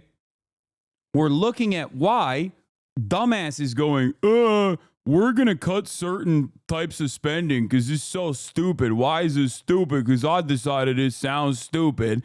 Why? That can lead you astray. That's the whole premise of this fucking video. We are literally answering your goddamn question, okay? That's the reason why I clicked on a Hank Green video. You understand me? That's the point. Shut the fuck up, buckle in, and learn something, okay? That sometimes when things sound stupid to you, okay, and you go, why don't we make this more efficient? Maybe there's a fucking reason for it. That's freaking awesome. I love that. Why do we suck? Where did my taxes go? These people would not have made it out the caves, dude. I swear to God. Modern medicine has gone too far, I think. RFK Jr. is right. I'm anti-medicine. It's keeping the dumbest motherfuckers alive, bro. I swear. It's gone too far. I'm on board with RFK Jr. now. Okay? That's it. We're done.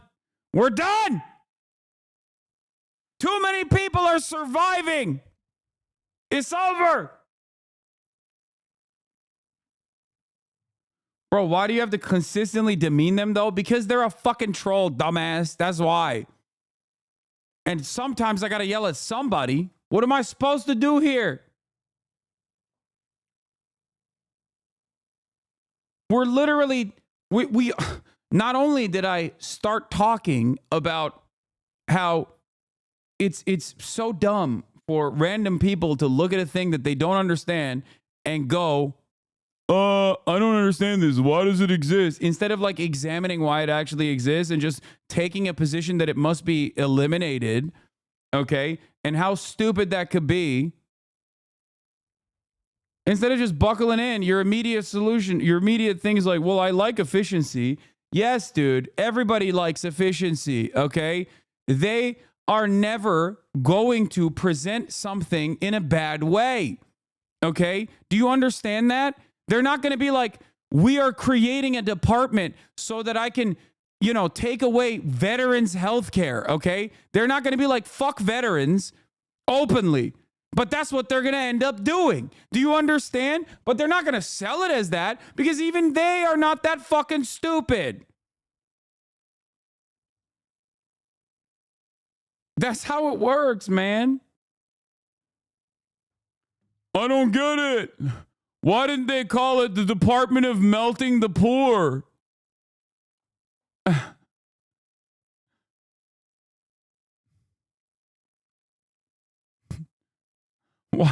Why don't they? I don't understand. Efficiency is good. Yeah, that's why they're calling it the Department of Government Efficiency. One, because it's haha memes. And two, because they're not going to call it the Department of Cutting Spending for things that people need to survive. Okay? They're not going to call it that.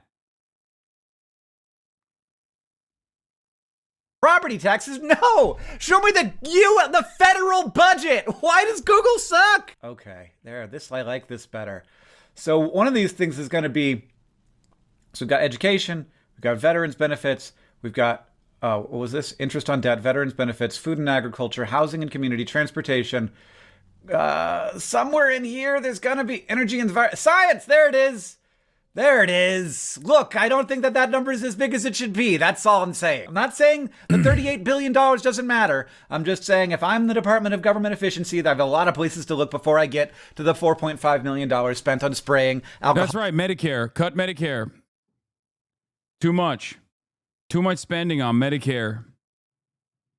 Alcoholic rats with bobcat urine. But that does not mean that this was a good use of money. And I don't know why you would spray an alcoholic rat with bobcat urine, but I bet somebody does, and I bet it's not as weird as it sounds. Let's take ourselves into the world and say, why would you spray any rat with... Okay, for the record, what he's going through right here is exactly identical to my line of thinking, okay? I am of the mindset that while the government can be wasteful, certainly, or have bad goals in mind, like the endless amount of money that we spend on our defense, which is actually technically for offense. Okay, just remember that. Ultimately, when I see something that like doesn't make sense, I don't immediately go, this doesn't make sense, and that's because alien lizards are controlling the government and they're trying to turn the freaking frogs gay. When I look at a situation like that, and I've described this process to you a lot of times, okay? I've described this process to you many, many instances. I don't immediately go, I am cynical. I think this is bullshit. Fuck it. Let's let it rot. I go, I wonder what the reason is. I wonder why this thing that sounds insane, $4.5 million to spray alcoholic rats with bobcat urine, that sounds insane. We both understand that that sounds crazy, okay? I wonder why the government is doing that, okay? And then I investigate why the government is doing that, which is what he's going to be doing right here. I think you're describing critical thinking. I know, but it's better to just walk people through the steps of how this works, okay? Right. And it's because bobcats are rat predators, and you probably want to induce a stress response. So there's probably a bunch of ways to stress out a rat, and there's probably a bunch of sort of standard ways where you know how much a particular thing is going to stress out a rat. I know that one way is that you like electrify the cage and shock their little paws to cause them a little bit of pain. That it's not necessarily that it's inhumane, but that could be a lot sort of harder to pull off than just getting bobcat urine from a place that has bobcats and then spray. Like, how much does bobcat urine cost? Predator urine.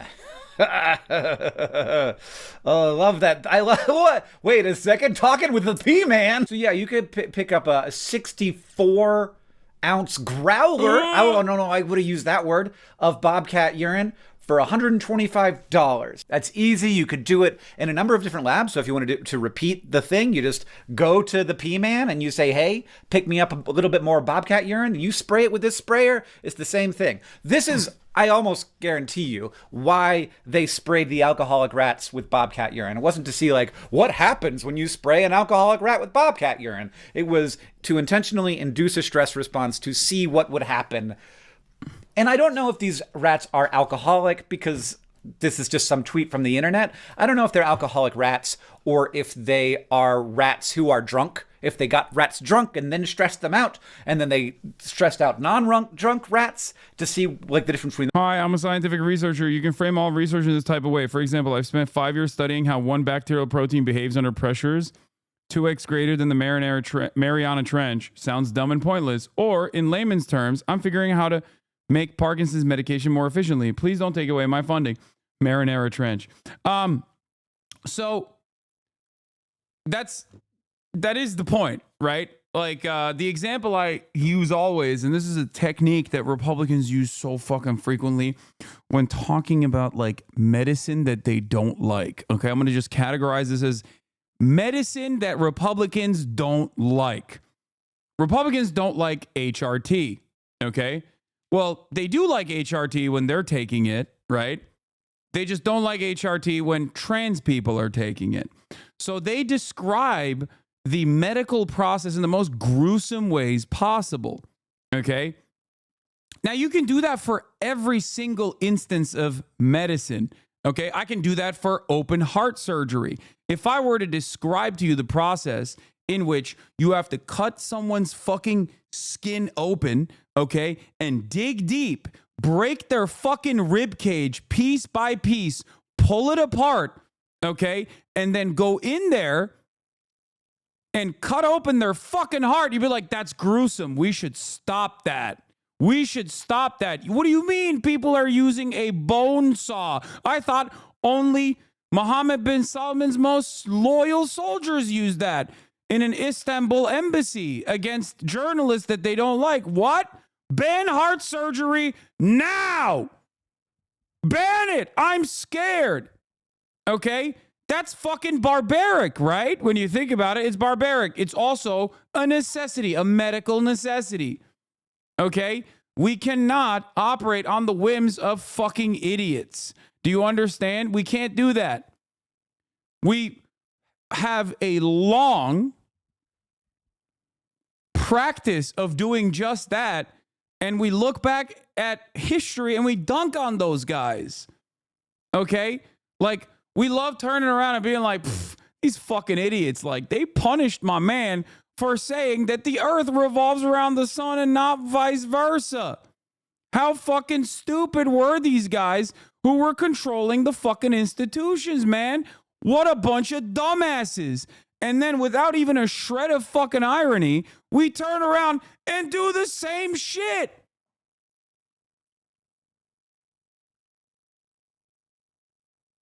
Oh my Lord. Those two things, which would be interesting if the rats are actually alcoholic and they've created. What am I in the new Philip DeFranco for? A dependency on alcohol in the rats, and then they are seeing if they spray it, if the rats then do something. What it is? Sup, you. All right, let's continue. That, like, in response to alcohol, like if you stress out an alcohol, like a rat that has previously been conditioned to be dependent on alcohol, if you stress that rat out, will it drink more or less? I can see it. Like, I feel like I've a little bit, like, this is an interesting exercise to be like, why would someone spray an alcoholic rat with bobcat urine? But we probably don't need to figure this out. I can just search bobcat urine rat spray. No, that's just giving me predator pee again. Bobcat urine, rat, alcoholic rat. There's a little Google thing here. It says exposure to bobcat urine can increase alcohol self-administration. So if rats are stressed out, they will drink more. And that may also increase sensitivity to alcohol's interoceptive effects. Ugh, AI overview. Gross. What the fuck, dude? Everything is getting worse. Everything is getting worse. Everything is getting worse. Everything is getting worse. Oh my God, Google is so fucking useless nowadays. Oh my God, I hate everything. Sorry. Is that just like drunkenness? Interoception is the sense that provides information. I like that his Google is pink though. That's cute. I like that. About the body's internal nice state and pleasant. That's nice and pleasant. Okay. We've got an actual study here. This is from 2020, so that is the year. Alcohol use disorder is highly comorbid with traumatic stress disorders in humans, and dually diagnosed individuals cite negative affective symptoms as a primary reason for drinking alcohol. So this is, you guys, is this science that we're doing to help veterans with substance use disorders? Is that what we're mad about? I know people hate this, but if you go to ChatGPT and you ask it to explain an abstract to you of a topic you don't understand, well, it will. Oh my God, come on, get to the point. When it comes to wasteful scientific research, there are a ton of examples to point fingers at. The government funded research that put shrimp on treadmills. The government funded a study spraying bobcat urine at alcoholic rats. The New York Post compiled a list of suggestions of things Doge ought to keep our tax dollars away from, including cats on treadmills. So many treadmills. The outrage is palpable. How dare scientists do research on an immediate practical application? The entire point of the Slate article is to say that science and scientific experimentation is oftentimes wasteful. The idea that we are going to maximize the efficiency of scientific research is fucking idiotic. Because when you are on a journey to find answers for a particular thing, sometimes you are going to do experiments that are going to come across as dumb, okay, to the average person. And some of them are going to fail, but it doesn't matter. That's the whole process of scientific discovery. Holy fuck! But what these angry pundits truly reveal is how little they understand about how science works. For science to be effective, it simply cannot be efficient. Scientists do things they've already done and do them over and over again, changing one tiny variable at a time. They do a lot of seemingly silly things in an attempt to recreate aspects of a world in a lab where they can be monitored and replicated over and over and over again. These studies might seem like a waste of precious resources, but this inefficiency is, in itself, efficient. It's the simplest, most clear way of coming to a true understanding of reality. Would you rather researchers try to chase shrimp around in their environments? These seemingly silly studies provide proof of a phenomenon and sometimes exercises in serendipity.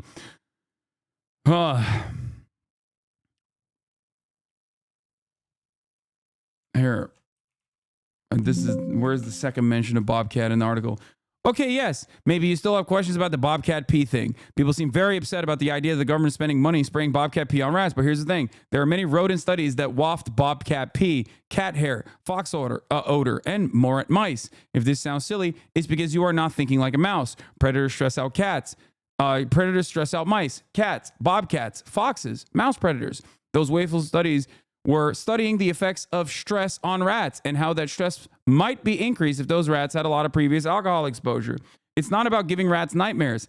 It's something important to study and understand for the many people living with both alcoholism and post-traumatic stress disorder. That kind of research can lead down the line to important medical interventions. Rats have an immune system that is close in similarity and is an acceptable fucking victim to Americans and just global scientific experiments. And given the similarities within the rat immune system and the human immune system, a lot of medical research is conducted on rats originally, because it would be fucking insane until we go full Hitler on conducting these sorts of torturous experiments on human beings. Like I said, until we go full Hitler, and then we'll probably do that. But then it'll be allowed.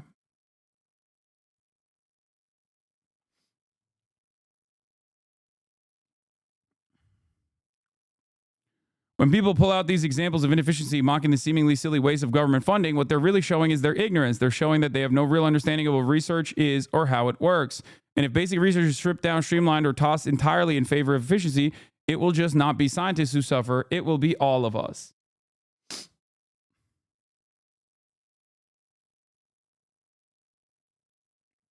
I also think the government is the ideal mechanism for funding scientific research that does not have immediate material benefits for humans. Yeah, like the fucking internet.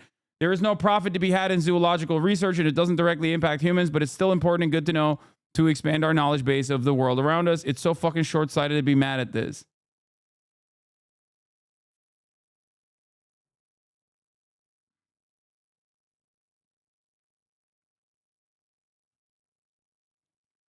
I hate that so many people do not examine, do not scratch the surface even a little bit. They don't even care to examine why certain things are happening. They don't. They just go, "Oh, that doesn't make sense to me. Fucking kill it." It sucks. It's very stupid.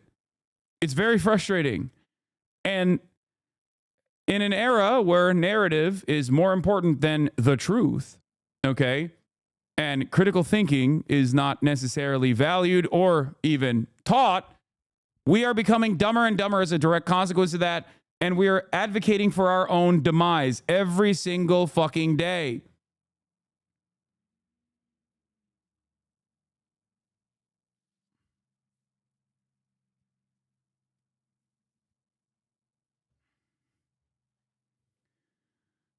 Any kind of technological achievement that you take for granted every single day of the week is at some step in that in the discovery, in the scientific discovery, scientists were doing a whole bunch of shit that you would consider to be stupid. Okay, that's it. Like, you'd be like, "Oh, why are we doing that? That's stupid. Why are we testing so much on animals?" Or "Why are we wasting so much money on this? And why are we wasting so much money on that? This is dumb."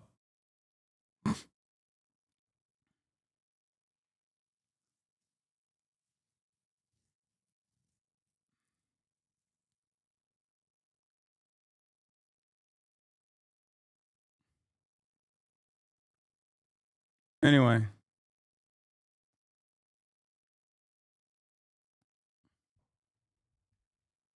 Apparently, you're about to get filled in. Philip DeFranco has thrown his hat in the drama ring, it seems.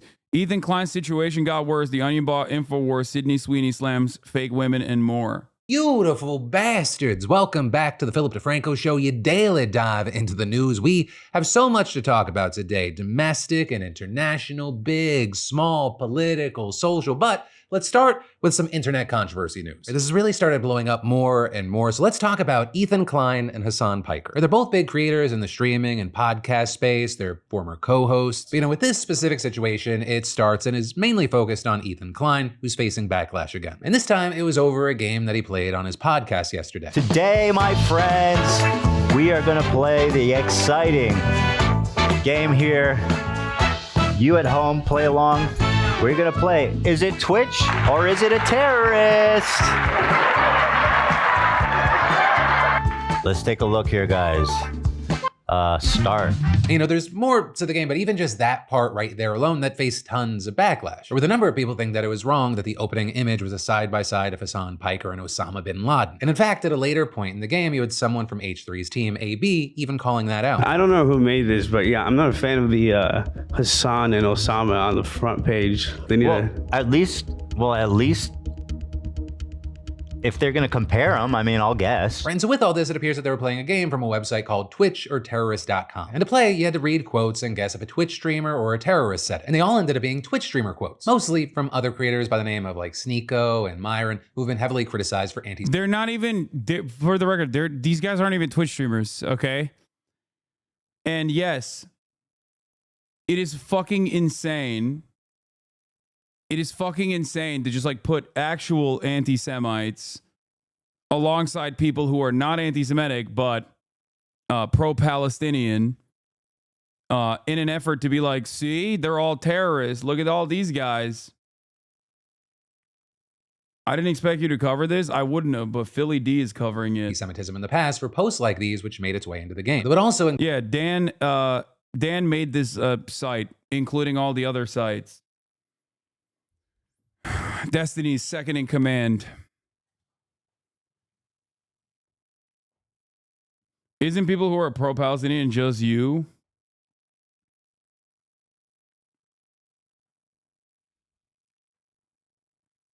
No, not Dan from H3 chat. What are you, crazy? No. Dan fucking Saltman. The saltiest motherfucker on the planet.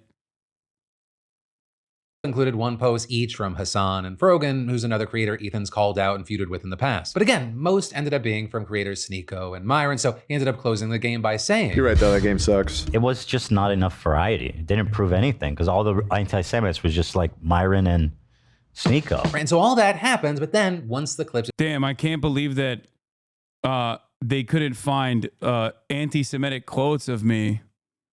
Perhaps because I'm not an anti-Semite.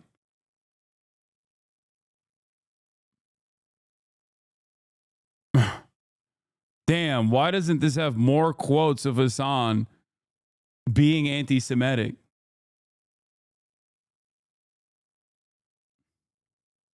of Ethan playing the game make their way to Twitter, there was backlash everywhere, with a number of people saying things like Ethan Klein comparing a Muslim anti-war content creator to Osama bin Laden. He got other Muslim and Jewish content creators banned for calling Sabra hummus the lowest tier commercial hummus because a lot of Israelis eat it. What the actual hell? As well as Islamophobia on full display. And if Ethan Klein actually cared about anti-Semitism instead of merely feeling disrespected. Noah Colwyn? Whoa! Whoa! I gotta text my mans, be like, yo, you made it, Noah. You made it on the Philly D. You just got filled in. Or you're doing the filling in yourself. That's crazy. That's crazy.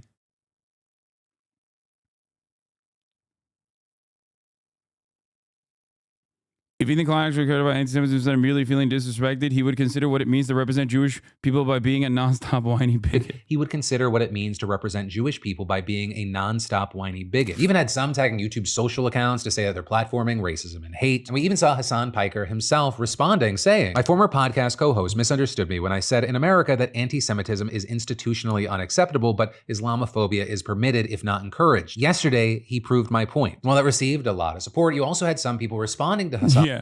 How is this Islamophobic? Hasan and his friends repeat terrorist talking points. It has nothing to do with Islam. Hasan, the game is funny. All you and your friends' talking points are indistinguishable for actual terrorists. In what way can you say Islamophobia is permitted unless you believe all Muslims are terrorists? These are literally 2003. We're back in 2003. These are the most 2003-ass. Please, I need you to see one of the terrorist quotes. Please, you'll never guess who it is. The truth is that after several decades of neoliberalism, the rich are becoming increasingly richer while the poor are both more numerous and increasingly poorer.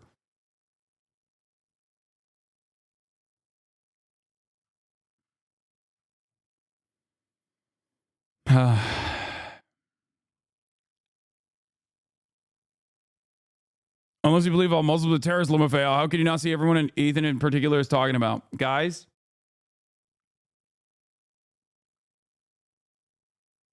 Anyway, let's continue. By Let's just defending continue. Ethan in the game and accusing critics of misrepresenting it. But again, there was also a fair share of people echoing what Hasan said, with some also noting that this came after Ethan went on his Instagram stories to call out Hasan and accuse him of only pretending to care about anti-Semitism. And Ethan ended up responding to, which is crazy, by the way. Like, that was also crazy. Only pretending to care about anti-Semitism is wild. Like, I've stood by this man side by side, and we've dunked on fucking anti-Semites together. You know what I mean? And anti-Semitism together. Like, what the fuck is going on? Read his post is psychotic. I haven't even read any of this shit. Myron is an easy dunk. He makes it incredibly easy to virtue signal that you are against anti-Semitism. If Hasan cared about anti-Semitism, he would listen to his Jewish friend when he expressed his genuine concern for anti-Semitism festering in his own community. First of all, friend is wild. That's that's a wild thing to just drop in there after like a month of crash out post after crash out post demanding that an adpocalypse happen on Twitch because Twitch is housing Klansmen and Nazis and that I am like a fucking anti-Semite. That's wild to be like, oh, but I'm just your friend, your Jewish friend, which is also additionally crazy considering that I have a shit ton of Jewish friends. None of them agree with Ethan. What the fuck? That's insane.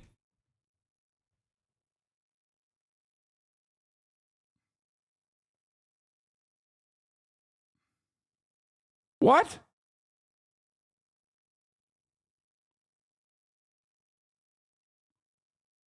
And we literally insta-ban anti-Semitism in this community. Like, I personally do it regularly.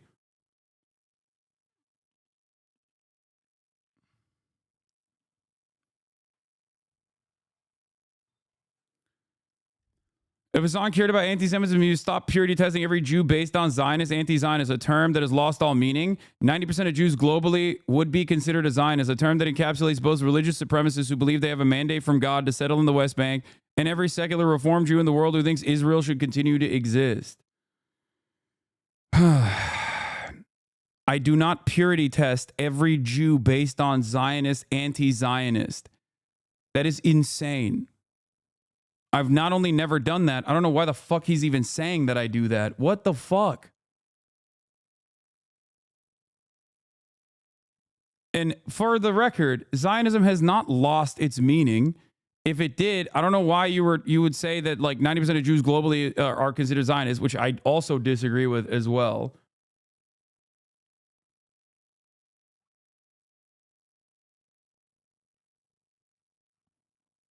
If Hasan cared about anti-Semitism, he would not hand wave away blatant Jew hatred from his friend Frogan.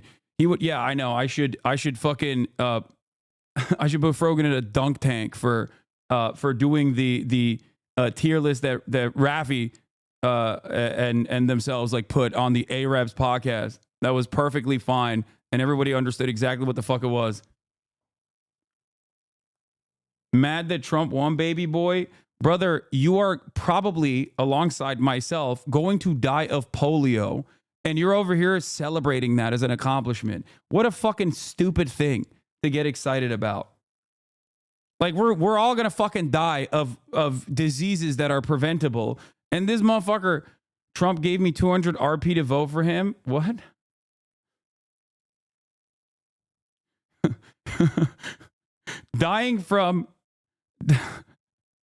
Dying from preventable disease to own the libs. That's it. We're collapsing the goddamn country. Anyway, Hasan cared about blatant Jew hatred from his actual friend Frogan, who would not platform uncritically a terrorist-affiliated militant who flags as a curse upon the Jews, nor would he play Houthi propaganda uncritically to his audience who fly the same flag. He would not call... You know what's really funny? I've talked about the Houthis banner multiple times, which is like another part of this process that is, of course, always not repeated. But regardless, let's continue. He would not call Hasan Nasrallah a brilliant man or say he has no problem with Hezbollah, a man in his organization that has explicitly called for the genocide of Jews. Hasan, if you cared, you would read this instead of laughing about how crazy I am based on a Chatter's brain dead summary of my post.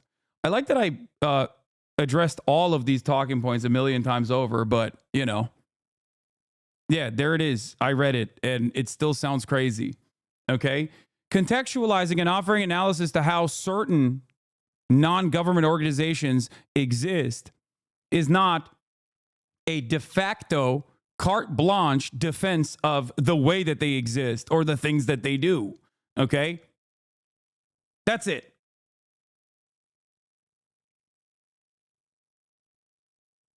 Ethan doesn't know shit about these groups or the region. Their politics are as. Yeah, he's just like, whatever. Bro, it's not a summary. You look at, it's not even a summary. You look at screenshots. What? What?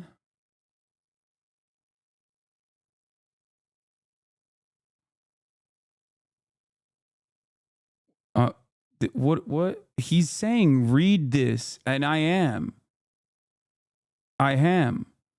Criticizing Ethan, saying you look at summary of chatters? What?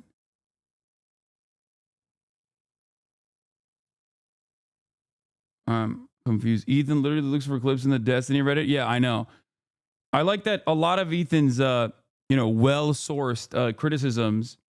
A lot of Ethan's well-sourced criticisms directly come from the Destiny subreddit that he's like scoured, right?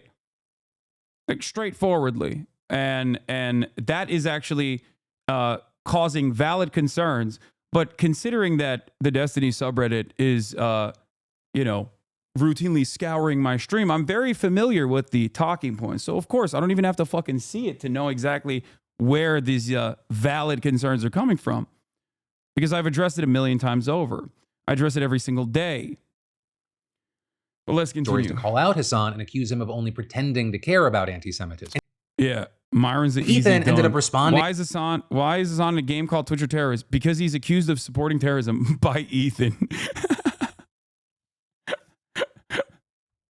The subreddit that's called the fucking Dalaban, or the Twitter comms group that's called the Dalaban, or the Dezbollah. It's great. It's good stuff.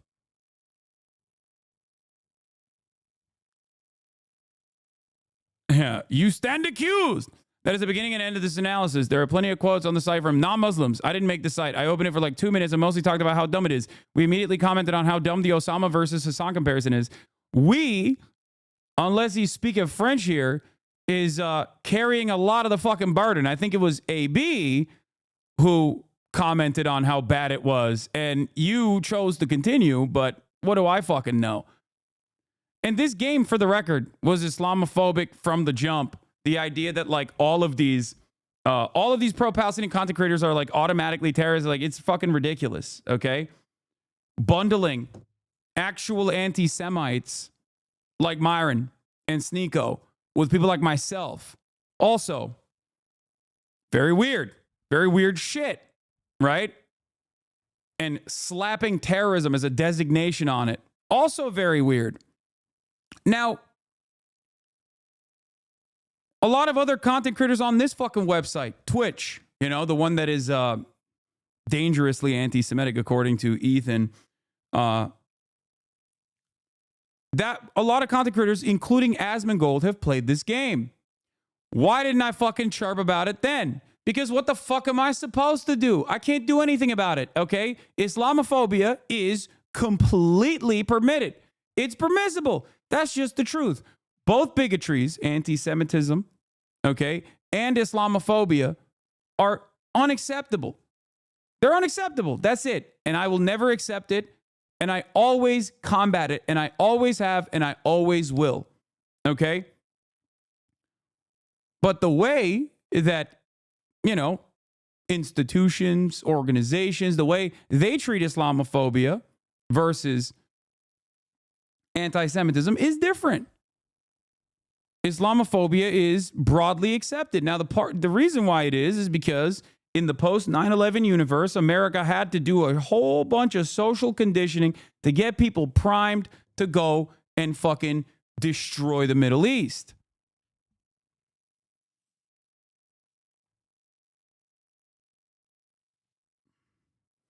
Anyway, I closed out 2 minutes, said the game was done because it just keeps quoting Sneeko and Myron, which doesn't prove anything. We saw why he quit the game. I don't think it was after 2 minutes. He intentionally quote retweets someone that misrepresents lies about what's in the video and even calls me Islamophobic for something I didn't even do. Dude, come on, man. Come on. Like, the Islamophobia stuff is not even new. Like, holy shit. It was always cringe. It was like something that I tried to communicate to him even, way back when he was like doing the, if you're a gay sex worker, you'd get thrown off the roofs in Gaza, to like fucking Muslim people on the timeline. Like, get out of here. Like, this is not like a newfound thing here. Come on. What is this? Here's you explaining it. That is outright hostile towards Muslims and outright hostile towards Palestinians from the actual state, right? There's anti-Semitism. This is absolutely true. Anti-Semitism is a gross hate crime. It is completely unacceptable. You and I are in agreement on this. I've combated anti-Semitism nonstop for the past 10 years. That there's any people that hear that and they think, you know what, that means no, we got to get rid of all the Israelis. Do you think there's anyone that believes that? That we have to get rid of all of the Israeli Jews in that area? From the river of to course, the sea. I'm sure. Yeah, And absolutely. so- There are and when anti-Semites. people- There are anti-Semites in the pro-Palestinian movement. Do you Of course think that there it could be potentially misconstrued?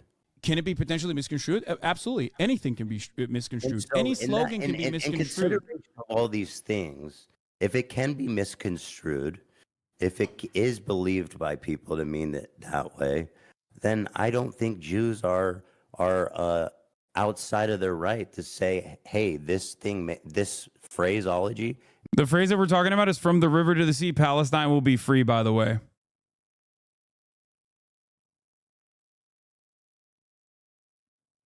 I love HG, but going hard on you for semantics when there are literally Nazis out and about is a bit cooked. I know. And while I call out the literal Nazis that are out and about, he turns around and says, oh, that's not sufficient. You also have to recognize that I'm right and you're wrong and apologize for hurting my feelings, even though there has never been a moment in the past year until recently where I was not unimaginably gracious. Okay? This conversation itself is yet another instance where I am slowly walking him through like a baby, okay? Walking him step by step to understand something by drawing similar analogs to things that he already recognizes. He's pro Black Lives Matter. He knows what people that say all lives matter sound like and look like and what they actually mean. Okay? People misconstrue Black Lives Matter. There's an example I used literally last fucking year. Okay? But he just never, gave up on this for some reason. And it's weird. It's weird because, like, we've had these conversations. He knows what my position is. We've had them publicly. How the fuck? Anyway. Makes me uncomfortable. The conversation revolves around Palestinians, which, Muslims are a minority group in general, Palestinians an even smaller minority group, against Zionists, specifically Zionists who are maintaining the violent nature of the apartheid state in Israel. So in that structure, there are significantly more Zionists in America than there are Zionist Jews, and then there are anti-Zionist Jews. Zionist and anti-Zionist Jews are marginal because of the number of Jews in general on the planet, right? The much larger conversation is being had between Palestinian activists, which feature anti-Zionist Jews and anti-Zionists alike, some of which are anti-Semitic. I'm not going to say that they're not, okay? Versus the much broader, much larger Zionist community that is comprised almost entirely of Zionist evangelicals, Zionist Christians in general. That's the conversation that's being had about the state of Israel. You can criticize Saudi Arabia and do it from an Islamophobic perspective, but many people are never going to turn around and say you're being Islamophobic when you criticize Saudi Arabia. But when you criticize Israel, because the foreign ministry has maintained this position and this posture for a very long time, propped up by the likes of the ADL, this conflation is the immediate counter, and I think it's cynically deployed. In the grand scheme of things, throughout the history of Palestinian emancipation, which I will reaffirm my support for, I do believe it is just and I believe it is moral. Throughout that history, Hamas is but a mere blip. Hamas is but a mere blip, and even to this day is not has never reached broad popularity. The mantra itself predated Hamas and will continue to exist as long as there is an occupation. So having a conversation about the optics of a slogan when 11,000 Palestinians have been ruthlessly slaughtered by that same state is ridiculous to me. I think it's fair. I think it's This uncharitable. characterization is super unfair. I mean, you're Why? making it sound like I'm a fucking the concern for it has nothing to do with what the Israeli government is doing, the ethnic cleansing and murdering of Palestinians. It's got nothing to do with that. Invoking that is not fair. 57% of Gazans, by the way, and I'm not criticizing them. I understand why people would support Hamas during all this and who are in Gaza, but you say that, I mean, they have. Yes, in 2017, Hamas changed its charter in order to gain international recognition. It has wide support in Gaza and the West. In 2017, Hamas changed its charter in order to maintain its civil governance factions and also gain international recognition, as had prior terror cells like the ones that you mentioned that Ben Shapiro still considers a terrorist, like Yasser Arafat, as they try to do the exact same thing. You might not believe them. I do think that there are certainly still anti-Semitic people inside of Hamas, of course, but ultimately, not all of them? Palestinian people saying that, he's like, not all of them, that they support violent emancipation. You think there's Hamas people that are secular and cool and don't hate Jews? Do I think there are Hamas militants? Absolutely. Yes, 100%. No, that's not what I asked. I said, do you think there's Hamas? Yeah, I do. I do believe that 100%. Yes. People that are like chill and secular. Like this conversation, the way he's asking this question is also, for the record, the way he's asking this question is like specifically to incite. When you have a conversation, when you have an argument with someone, and I think like a lot of people from marginalized backgrounds understand this. I'm not saying I am, okay? I'm white. But when you have a conversation with someone who is just there to try to fucking maybe not really understand fully your position, but instead hit you with some shit, okay? You are not just having a conversation with this other person. You're having a conversation with the entire world, okay? So you have to remember how everyone treats certain words and everyone treats certain concepts. Everyone looks at certain concepts and takes it for granted. Okay. So when someone this is the reason why I can have a long discussion about the political designation of terrorism, right? And I have many times over. The IRA, the FLN, the Nelson Mandela's party, MEK specifically, or not MEK, the ANC, all considered umquanto or umquante, is that how you say it? Like the spear, including the ANC, but even its more militant factions, were all designated as terror groups. Okay? They were all designated as terror groups. They were designated as terrorist groups while they were specifically engaging in an emancipatory struggle. But that conversation doesn't fucking matter in this process. Okay? Because when someone goes, you're terrorists, you're supporting terrorists, you sound exactly like terrorists, a lot of people, especially when you fit the bill, if you have a scary sounding name, a lot of people are going to write you off and go, oh, well, that makes sense. So you have to deal with that as well in this conversation.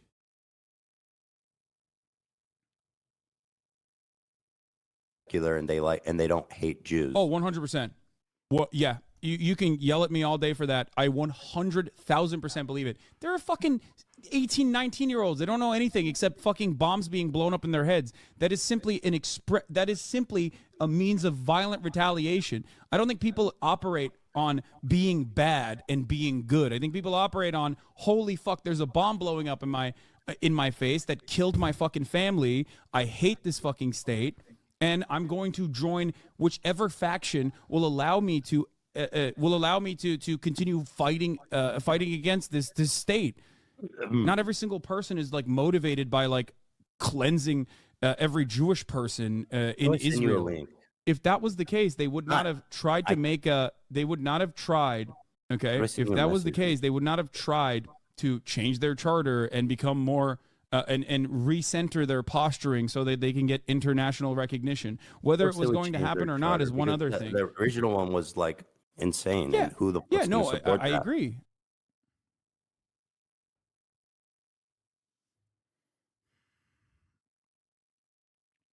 Anyway, yeah, so we had this conversation already.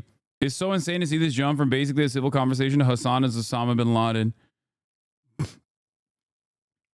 But yeah, remember all the debate bros that love the spirit of debate, love the spirit of battle? Their takeaway from this, which was me being as gentle as possible, talking to a friend who I fear was experiencing some level of cognitive dissonance, was that I made him cry. Okay? In that same conversation at the time, he also plugged Teddy Fresh in between when I walked away. Okay? No, friend at the time, chatter. Calm down. What the fuck? That was weird.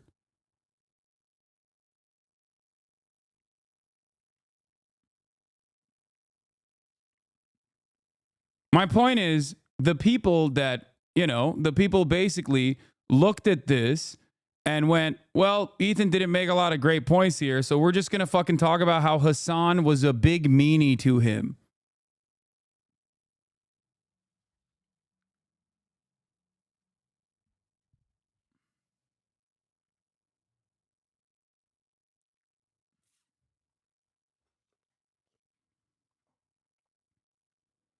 Yeah.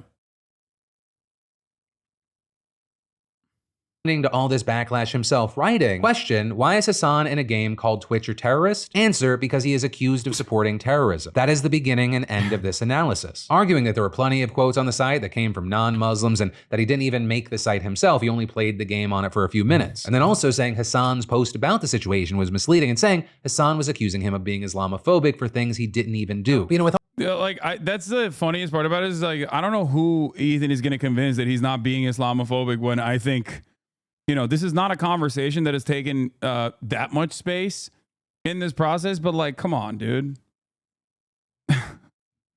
Like, okay. I mean, the community that made that website is Destiny's community, and Destiny is an open Islamophobe. He's like proud of it. He says he is. They've moved past that on the Reddit talking point where they openly say that they are. They're like, oh, they're criticizing a religion. I'm against all religions.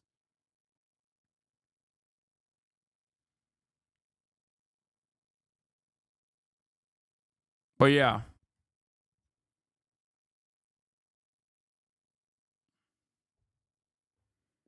It wasn't Dan who made it, but a Destiny Discord, Decuck Discord mod.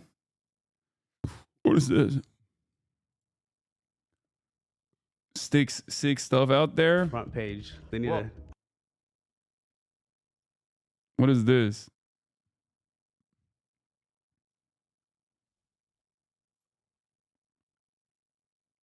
Here's some emails, an example template. It's preferred if you deviate from it as much as possible.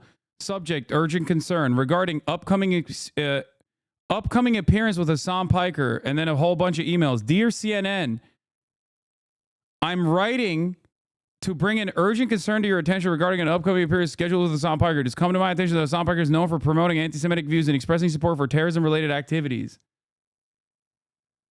Oh, bro, please get a job, brother. Get a fucking job, dog. That's crazy. They have brigading email templates, man.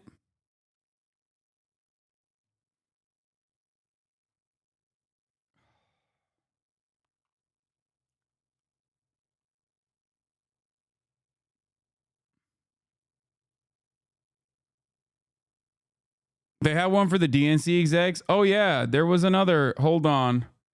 There was another thing. I remember.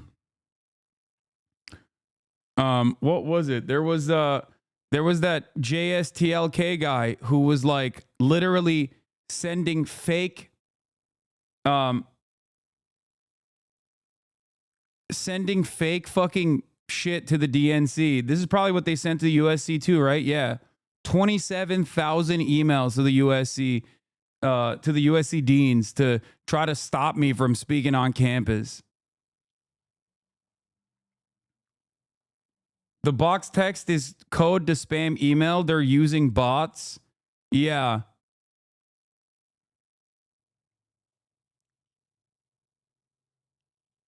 Are they even trying to combat anti-Semitism while they accuse you of anti-Semitism? No, they don't. They're not combating anti-Semitism. If they were, they would be combating themselves.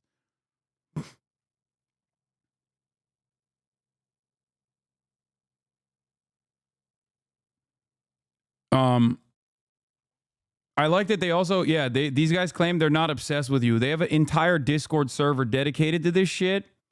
But also, I remember when I was at the DNC, JSTLK, one of Destiny's orbiters, was openly admitting that he was sending fake messages and shit that they concocted specifically to the DNC. And they're like, yeah, I don't give a fuck that it's fake.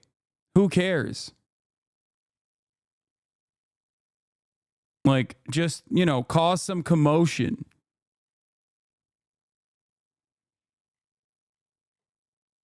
Oh, here it is. This is the one. I found it.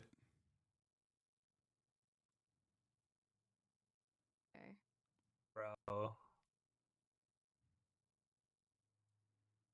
Okay. Bro. This. Dude, could you imagine? Hold on. Okay. Nobody's watching this, okay?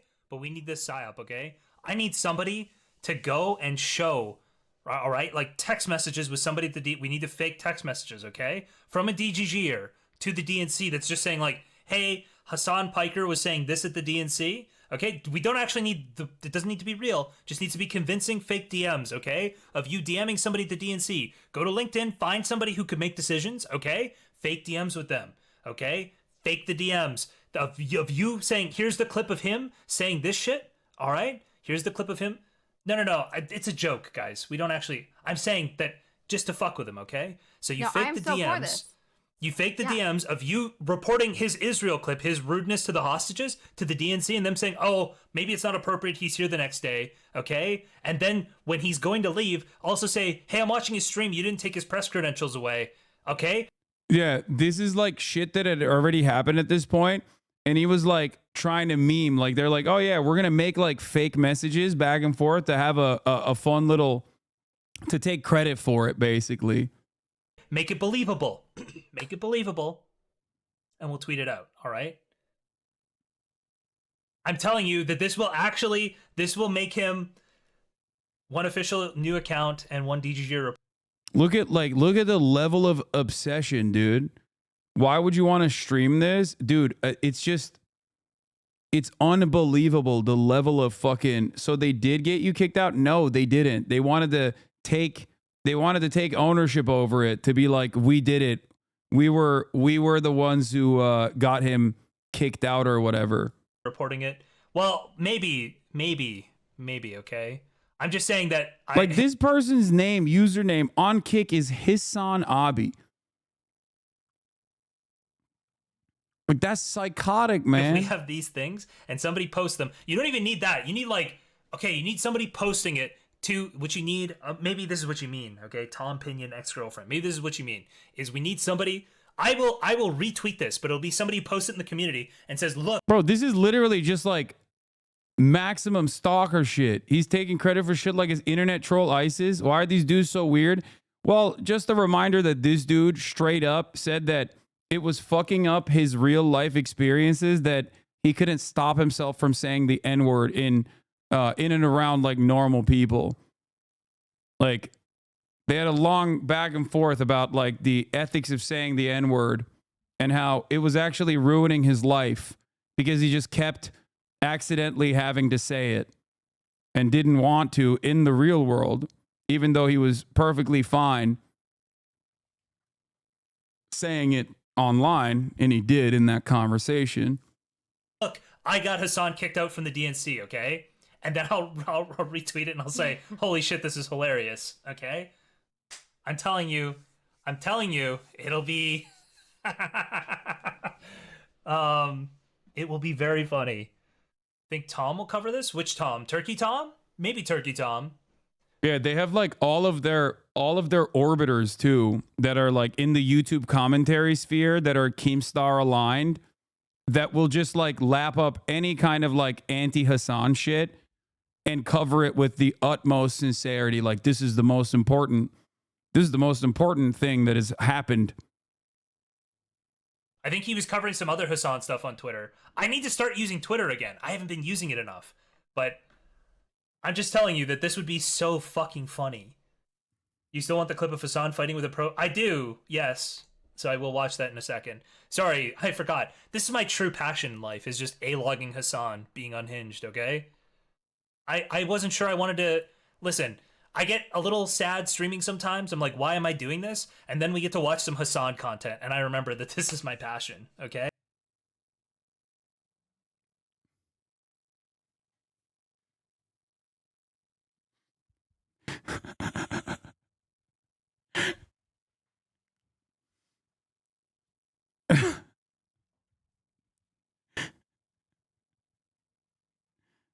Oh man. I'm telling you right now, brother. When I say this shit is insane, okay? When I say this shit is like legitimately sad, this is what I mean. You still want the clip of Hasan fighting with a pro? I do, yes. So I will watch that in a second. Sorry, I forgot. This is my true passion in life, is just A-logging Hasan being unhinged, okay? What does A-logging mean? I don't even know what that means. Wasn't sure I wanted to... Listen, I get a little sad streaming sometimes. I'm like, why am I doing this? And then we get to watch some Hasan content, and I remember that this is my passion, okay? Is a This is 4chan where I want to term? be. This is everything I want in life, is right here, right now. All right? Okay. Bro. This...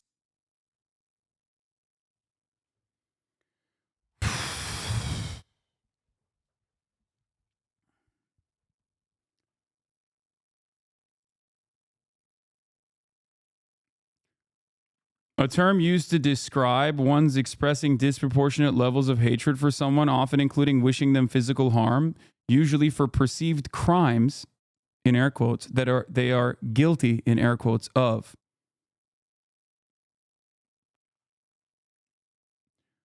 The question I have always is like, why would you reveal that? You know what I mean? If like that is your legitimate point of view, why would you ever reveal that? Like, how hugboxed are you? How echo chambered are you into thinking that like, nah, this is fire. Like I'm going to admit to every single person that's watching right now that I would probably kill myself if it wasn't for the fact that I have a hyperfixation on a content creator who didn't even know I existed until this fucking very moment. From 4chan site, A-logging is a term used to describe the act of overplaying or exaggerating the negative traits of someone lulzy at irrational levels.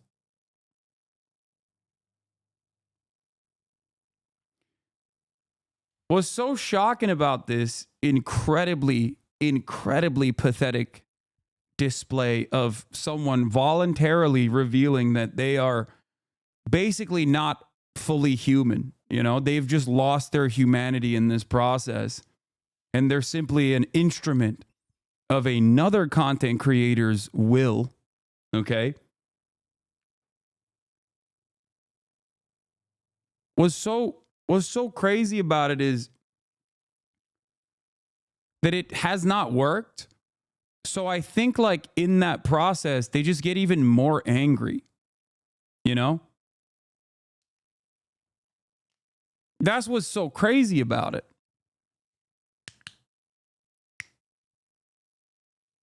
I feel bad for them too, chatter. That's not even a joke. I do. Might be weird to say this, but this makes me feel bad for him, them. I agree. I do too. They'll never they'll never believe me when I say this, but yeah, I do. Like, doing this stuff is crazy.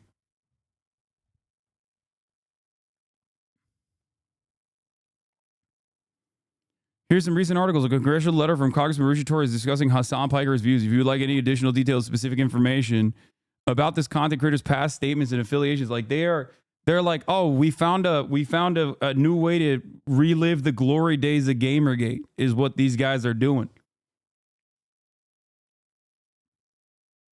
To be continued. What is this? Okay, within minutes, folks. I need someone to find clips of Hasan discouraging people from voting. This might have some helpful things from the article. Biden shouldn't expect any little support Hasan Piker offered last time. They're probably in here watching right now, by the way. Like a couple thousand of them. Definitely in here right now. Very excited at the prospect of, getting noticed. And apparently, I guess, like, what, Ethan was DMing this guy? I'm sure I could find something about that. I'm not back to digging for stuff until Friday. Twitch bans Israel. That's the name in the Discord server. I'm sure I could find something about that. And share stream gotta wait now. Okay, within minutes, folks. I need to find some clips of Hasan discouraging people from voting. Give me what you can. On Wednesday's episode, Ethan reviewed several clips of Hasan's content. Several times throughout the episode, he started texting with someone, and it appears they were sending him links. What the There fuck? was an influence he had on them. It was to not vote. Could be wrong, and maybe I haven't heard that from him. Dude, I've seen so many clips. I've seen so many clips. I'll pull them. Sorry, I'm catching up on. Sounds like Ethan needs clips of Hasan encouraging people not to vote. Something. He's actually saying. Here, I don't know. Pull this video up. I don't know if it's good or not. It's the Spriggs guy. Ethan Klein was messaging. The Spriggs guy made the logo for that terrorist site. I heard Reddit nerds echoing this talking point. Yeah, I mean, Reddit is endlessly brigadeable.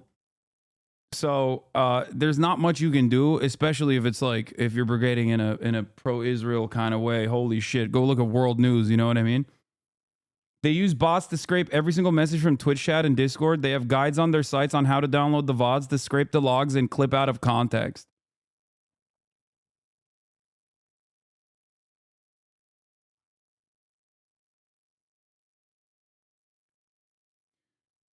That is the reason why I originally made the VODs.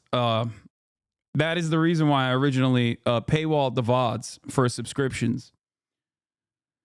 Because I was like, if you're going to do all that, might as well give me some money for it, bitch. But a lot of people in my community were like, well, I rely on the VODs to keep up. So I was like, you know what? Fuck it.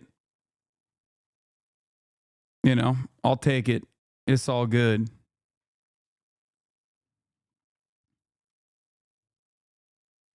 Maybe it's time to get some restraining orders. There is nothing you can do to cyber harassment. There's nothing you can do about it. There is no apt legislation to stop something like this from happening. Just so you understand, it does not exist. Okay? Yeah, they have a Hustler U for basically slandering me. I think it's time for their Discord to get nuked. Yeah, I don't know why Discord allows them to do this kind of insane brigading and harassment campaigns. I think Ethan realizes that the hate D community has for you is so unhinged, so he's afraid to admit using them to further his own campaign. It seems like even Ethan wants to not hurt his credible attacks on you and admit he's using that community to find avenues to attack you. Yeah, well,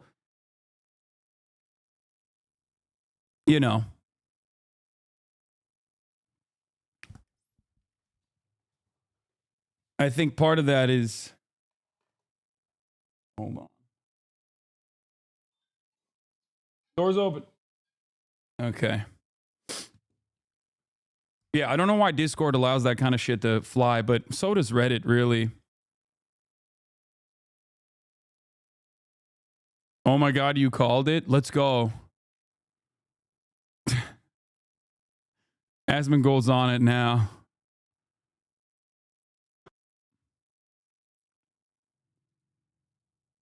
Give me what you got if you can. From Destiny's community, 2 white millionaires argue. What? Destiny's mods originally asked for a clip of Hasan discouraging people from voting, 3:55 p.m. Pacific. Someone sends the Destiny mod this post. Back to the H3 podcast a few minutes later. Week of the election or something. This one's recent. Let's see what this one is. What this fucking I like that the crew's like, come on, let's speak of the election, please. And he's like, no, we have to speak on Hasan, who does not vote for sure and tells people not to vote. 3:57 p.m. PST. Look at the copy on the bottom left of the screen. And all the efforts. Oh, 2 white millionaires argue that voting. Oh, yeah, it's directly from Reddit.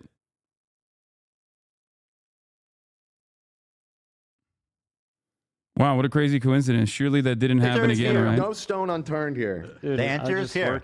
The proof is right here in the pudding, and we're about to taste the pudding. Can you send? I just need another clip.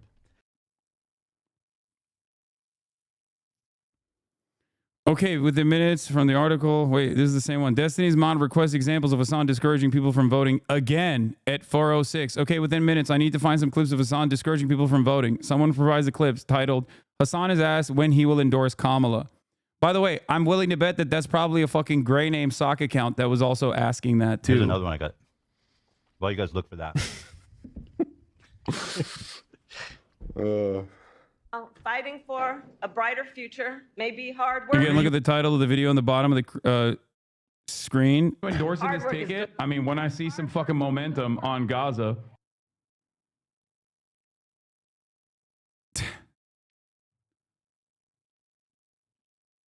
By the way, in that clip, you want to know what's funny? I think in that clip, I literally talk about how if Kamala Harris actually changes trajectory on Gaza, I would start my door knocking operation tomorrow. That very same clip that they're using. Ethan is in direct contact with people who are creating these websites, doxing and sending mass emails.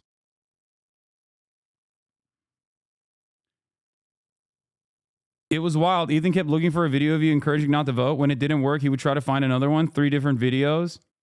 Yeah. And it's ironic because I think the day prior to that, prior to the election, I quite literally voted on stream. And I have always urged people to vote. Always.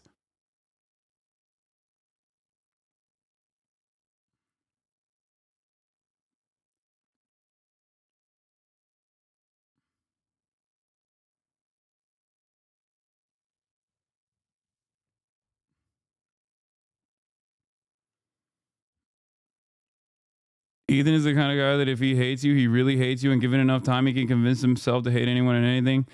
Yeah, look,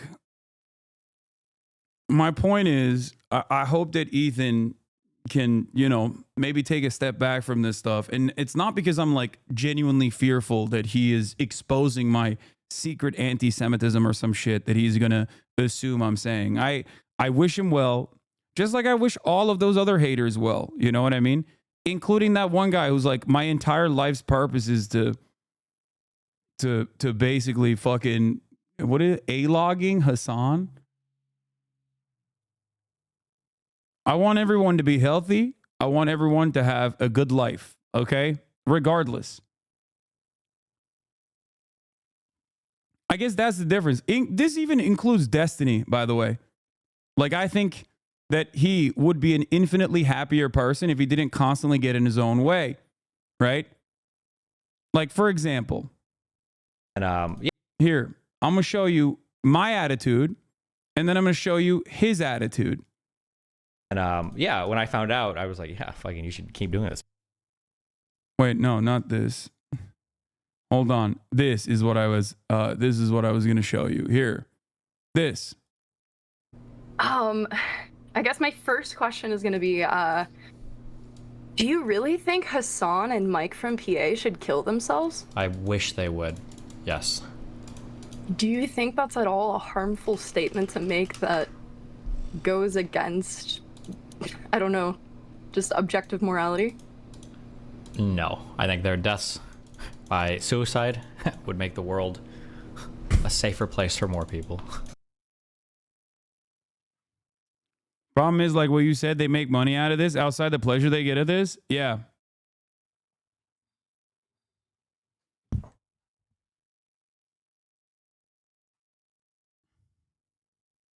But you Like, you have a kid, man. You have a child. Like, go take care of your kid. What the fuck? This shit is obviously not good for you. Like, why? Why are you festering in your own anger and resentment and envy? The drama is definitely profitable. I think that's a key point around this stuff, for sure. But here's the thing, okay? Here's the problem. While the drama is profitable, okay? While the drama is profitable, and I'm sure Asmongold is going to cover what Destiny said here about me and Mike from PA anytime, any day. I'm waiting on it. I'm sure when Asmongold catches wind of this clip, he's going to be very upset, and he's going to denounce Destiny and be like, we got to stop that. Just like, you know,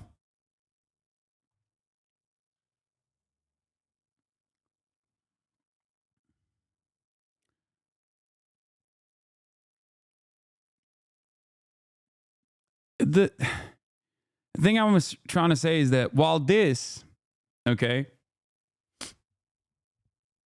while this right here, okay, is I mean, and I don't give a shit for the record. While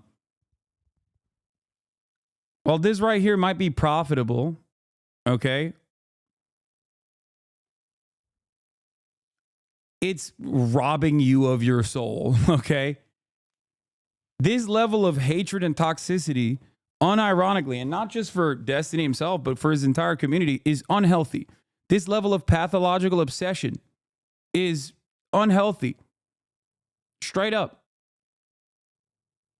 Working so hard to tear someone down may get you money in the short term, but it's corrosive. Absolutely, dude. Abso-fucking-lutely. D lost a debate to Mike on the most basic shit of all time like 6 years ago and still holds on to this anger. Yeah. The technique is common, okay? If he feels embarrassed or slighted by you, and it hurts his like narcissistic ego, he will never let you forgive it, or he will never let you forget it, and he will make your life living hell permanently. He will always try to lolcow you and bully you and attack you and use his community, who is willing participants in this process, forever. There's a reason why so many people that have encountered Destiny who aren't still firmly within his orbit, never to get larger than him, mind you, you know, because God forbid, that would be terrifying.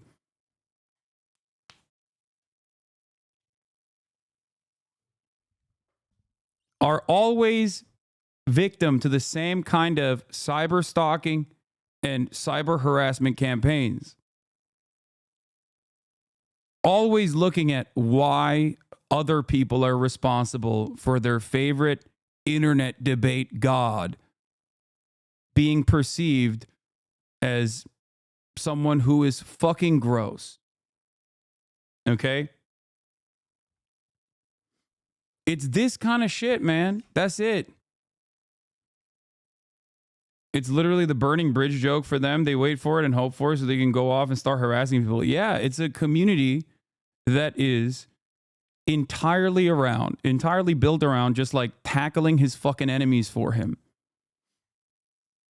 And it's ironic that like most people don't even touch it. Like most people don't even bother to turn Destiny into a lolcow when he is a fucking target-rich environment for such an activity. 2-time divorce champion, constantly having a hard time like keeping up relationships with people because he's so fucking gross, rapacious little nerd, you know? But the real reason why most people don't even bother to fucking lolcow him in this way is because they don't even want to deal with the repercussions, drawing the ire of his community. That's it. Why are you projecting so much? Yes, brother, I'm projecting. There's not much else you can do in this process. Like a lot of these dudes, and many of them are in here right now, are straight up like they're straight up delusional. Like they will genuinely repeat the most delusional shit. Like they'll be like, "Oh, you're obsessed. You're obsessed with him." It's like, come on, brother. Just key search Destiny in my fucking YouTube or my Discord, and then key search Hasan in his, and you will understand who's actually fucking pathologically obsessed with the other person. And by the way, 2011 account.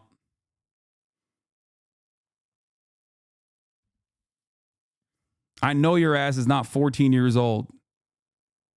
You're fighting as a grown-ass man, another grown-ass man's battles, okay?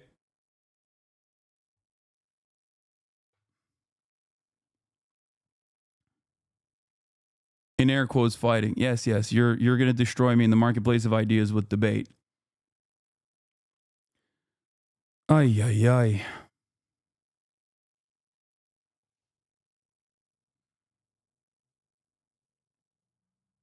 Lol, just did the key search and it's fucking wild how many Hasan vids he has. Yes.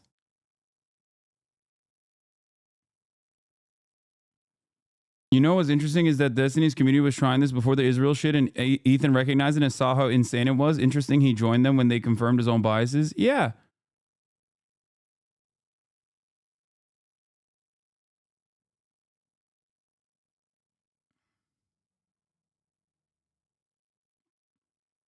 Like him on Dr. K basically explains why in his communities like that is so sad.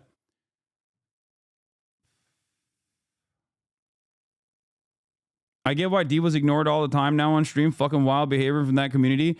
The craziest part is, despite my best attempts of ignoring and hoping that like he will find some success in his life and fucking move on, he never did. This has been ongoing for 5 fucking years. And it's hilarious because it leads to shit like, yeah, Ludwig barely talked about him. His community swarmed him. Weird behavior on their part. They fucking hate Ludwig now. And they were trying to debate Ludwig on how their favorite internet debate lord's vibes were unparalleled and unmatched. Like, think about that, man. What are you doing? Like, you're trying to debate somebody else on fucking vibes? You didn't even you weren't there. You don't know what his own personal feelings on the matter are. Like, that's crazy. Why are you doing that? Yeah, cheeseball gate. Yeah, or whatever the fuck it was. How the fuck are you gonna hate on the human equivalent of a goddamn golden retriever, dude? That's insane to me, okay? Ludwig is like mathematically the least hateable person. That's crazy. Like, being like, no, I hate him because he's Hasan's a bitch boy. Hasan is like mind controlling him.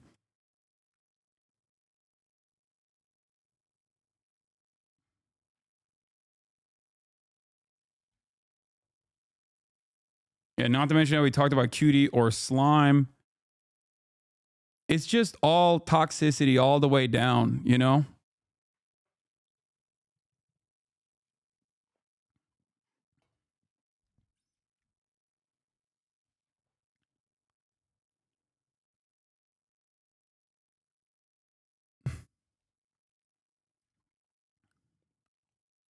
With all that said, I do have to pass the question off to you, though. I do want to segment this. Like, for the more general audience, I'd love to know your thoughts here specifically, right? Because this is just one chapter in a much larger saga of a fallout. But then also separately, for people that are a part of either of these communities, right? The H3 community.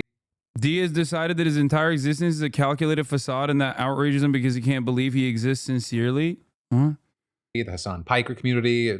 There was some overlap for a while. I don't know how much exists now. What's your take on this whole situation, including where we are right now? And then I go to the comments and everyone's talking about the Onion buying the Infowars. All right. Your video on that drama is excellent and still relevant. Oh, yeah, this was so funny, dude. Destiny's community is insane. Ludwig said Destiny's vibes were off and Destiny's community made a whole documentary about the situation.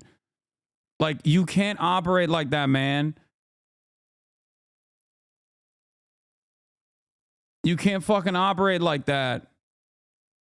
That's not good for you, big dog. I promise that's not good for you.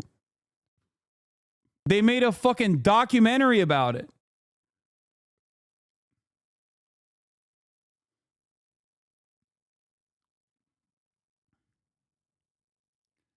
Anyway.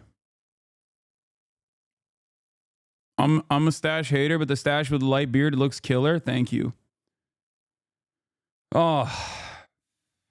Ben Shapiro, Trump's 2 controversial picks for today. I mean, we're skipping it.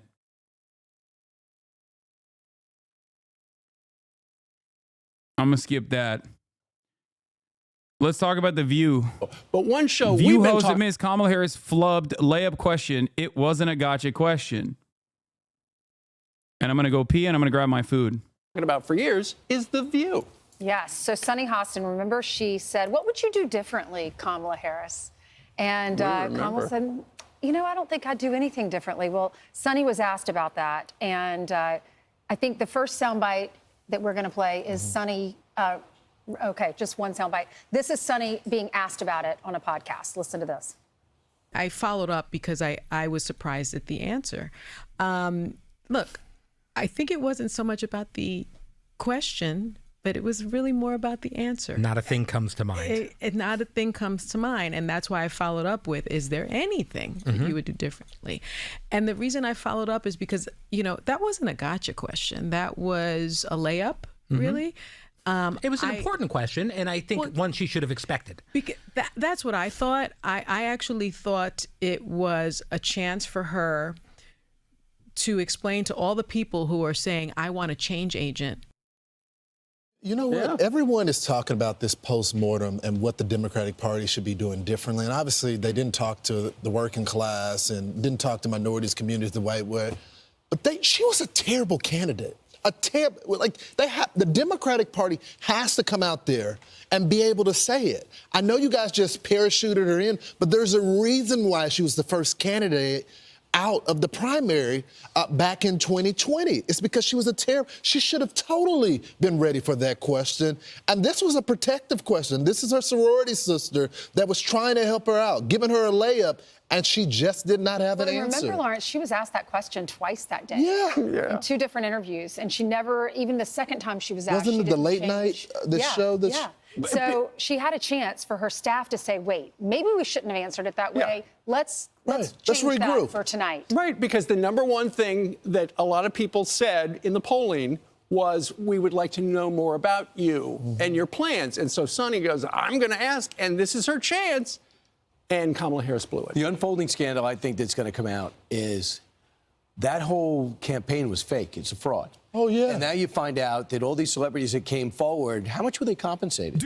And whether it's to a foundation. I will never forgive nor ever forget how insane it is that American celebrities who are just outright mercenaries were charging unimaginable fees to go and stand by a fucking candidate and do performances. Oprah Winfrey getting $1 million is so nutty. It's like, bro, you are a multi-billionaire. What the fuck were you going to do with a $1 million, dude? Pay for it out of pocket for the production cost. Like, the fuck?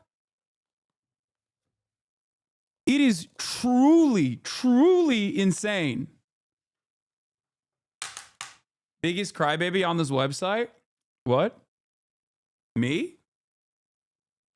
Oprah said it's not true?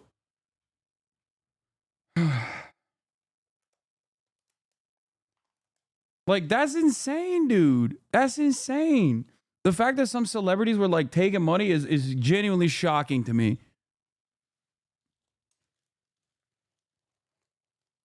She'd probably say times are tough.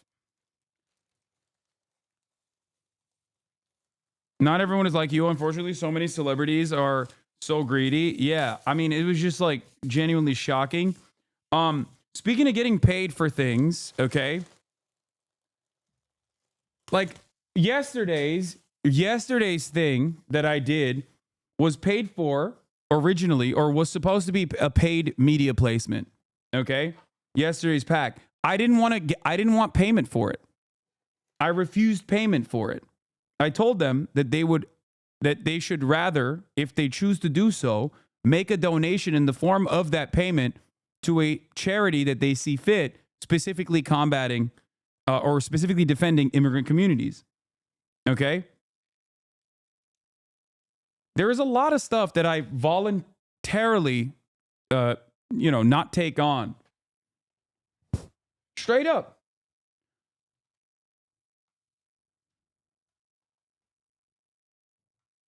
Just like and this is a fun time to reveal this, and I talked about this last night. One of those gambling sites, I forget which one it was, offered me $1 million. Starting. Like they were like, let's start the conversation at $1 million, apparently. Yeah. So that they could sponsor my election day coverage. I was like, fuck off. Obviously, we're not going to do that. That's insane. No, not like stake. I'm talking like the gambling prediction betting websites.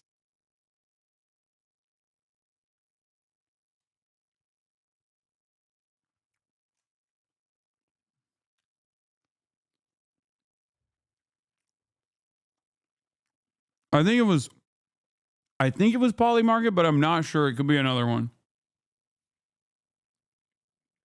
I can ask my manager.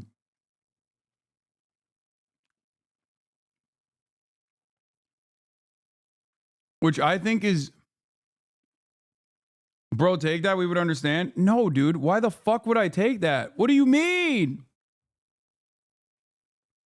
Brother. One, they literally got raided by the FBI. And two,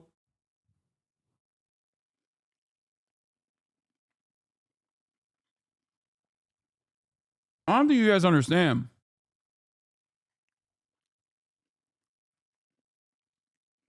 There are people who approach me all the time. And they give me a shit ton of money. Or want to give me a shit ton of money. And I say no. The reason why I say no is not even because like my haters would make jokes about it or whatever. Who gives a fuck, dude? I would fan myself with the $100 bills in the form of $1 million fucking dollars to all the heat I'm getting from my haters if I gave a shit.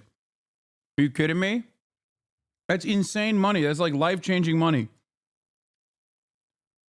But the reason why I don't do it is because it's against my fucking principles. That's the whole point. I'm incredibly fortunate to have as large a community as I do with like-minded individuals who subscribe, not at the top of the hour any longer, because I'm not running ads as well any longer now that I don't have a contract, for $6 or for free with a Twitch Prime. That's right, baby. Editorial independence. It's a wonderful thing.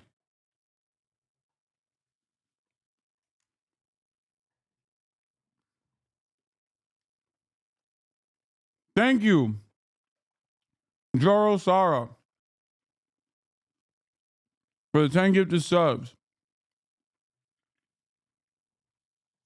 That's the thing. I'm so fortunate that I don't even have to fucking think about it.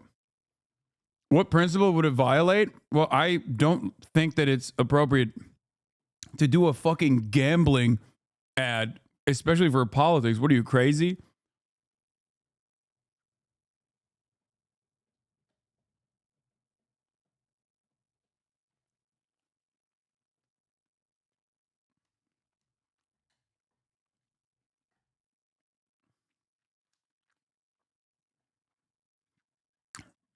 That's nuts. Do broadcasts like the CBC pay you to do this? No.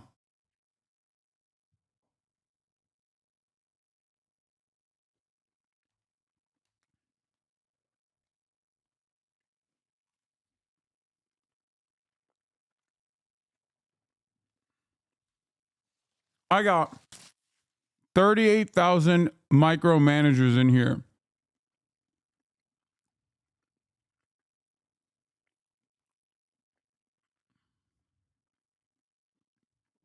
I've spoken with numerous content creators who were offered hundreds of thousands or millions of dollars to do very simple ads for them. They offered me money back in July. The CMO spoke to me and said I didn't have to market as an ad and that I would be paid via PayPal. That's illegal.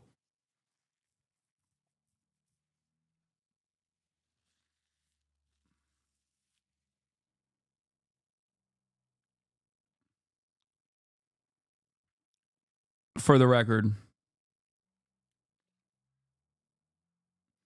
Can I ask, does Phil warn you when he was going to mention you in a video? Nope. Listen, man, there's some journalistic integrity here. It would be unkind if he warned me ahead of time. A juicy little morsel for you that I'm not seeing from any of these fucking influencers about Polymarket. Polymarket is a gambling website. That's not, I don't know if that's how they market themselves, but that's what it is. But, you know, one of the things that you could bet on, for example, is like the outcome of the election. They're not the only type of people to do this kind of thing. Also, just to give you additional context in the situation, this just happened a few hours ago, okay? They approached me about 6 months ago to start doing some paid stuff for them, and they had a lot of fucking money that they were throwing around. They are paying people hundreds, if not thousands of dollars just for tweets. Probably 5 to 10x that for video format stuff. What's funny is now learning that Peter Thiel and Elon Musk had a relationship with Polymarket is funny to me, because the guy who spoke to me on the phone, who clearly was completely full of shit, was saying like how progressive they are and their values. They were trying to get a spot at the DNC, like they were going to get a space there because they were going to donate so much. What's funny is I think this might actually be a story that I'm accidentally breaking right now. But basically, they sent me a folder, and I don't have access to the folder anymore. But they sent me a folder and they said, here are the campaigns that we've done. And those campaigns included like B-list celebrities like Billy Baldwin, but also people like Lindy Lee, who's literally a campaign strategist for Kamala Harris. Yep. And they were like, these are examples of things that you can tweet. They weren't marked as ads. And a lot of them happened within 60 days of the fucking election, which means that it's probably an FCC violation, but also a fucking FEC violation. And like they sent me the folder. Dude, I remember when Lindy Lee tweeted it. Lock her up. Bernie Bros on top. Let's go.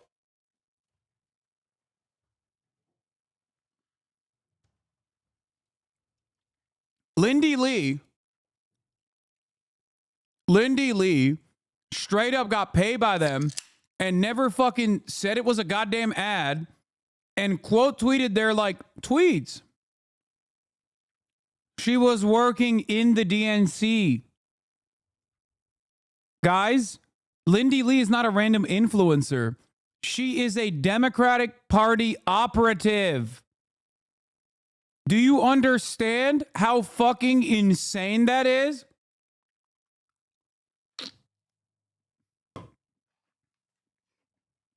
I'm fairly certain she deleted. No, this isn't even it. Or this could be one of them. But there were direct, yep, there it is. CEO of Polymarket, Ethereum since 14. I love music and collect art. Good explainer on the power of betting markets. Polymarket odds may heavily tilt towards Trump because some pro-Trump individuals are placing massive bets in his favor. Maybe not. That said, his allies are also funding pro-Trump polls. Yet no one can deny the power of Polymarket. Oh, here's another Lindy Lee tweet. Vice President Kamala Harris gave the most gracious and classiest concession speech in recent history. She was dignified and poised. Her emphasis on the peaceful transfer of power was so deeply important. Madam Vice President showed the world the best of America today. Quote tweeting Polymarket. But this is the funniest one. Lolo, back in January 27, 2020, obviously put forward a meme. Wow, this is terrible. Directly from the campaign too, shaking my head. Bernie Sanders 2020. I will be direct here, Alex. We need you to keep bullying people online. The strategy is working. Keep going, comrade.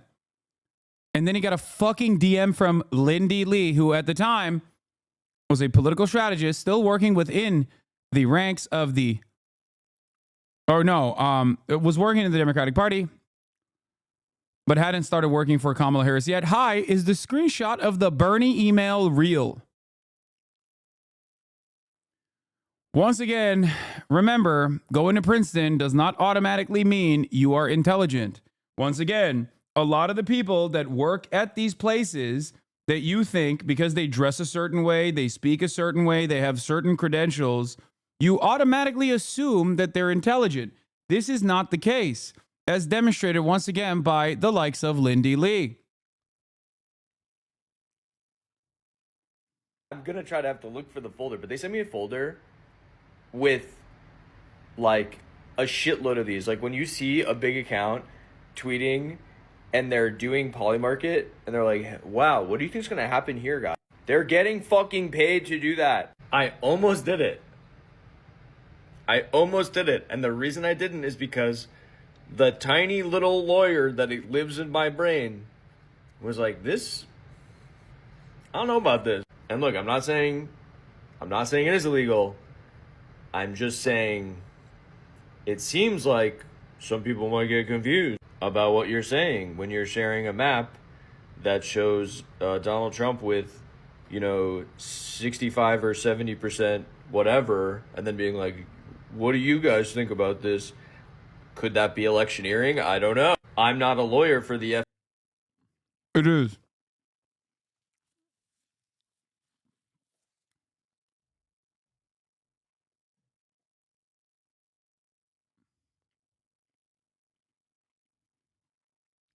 Yeah. By the way, Lindy Lee still went on and talked about how Tim Walz was a bad choice. Like, her first thing was to go on Fox News and shit on the Democratic Party. Not Kamala Harris, mind you, but the progressive base of the Democratic Party.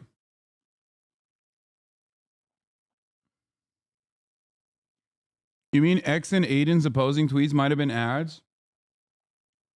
I don't know what XUC or Aiden posted, but there is a very high likelihood that they could have been.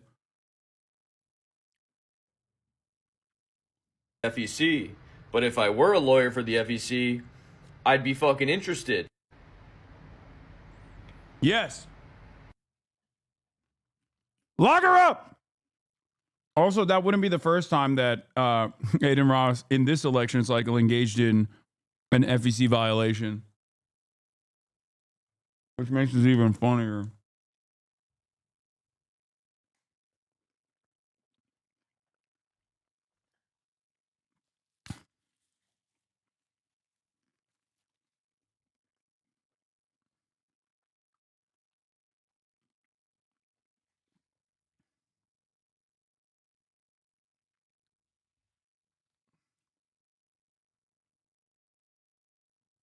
All right.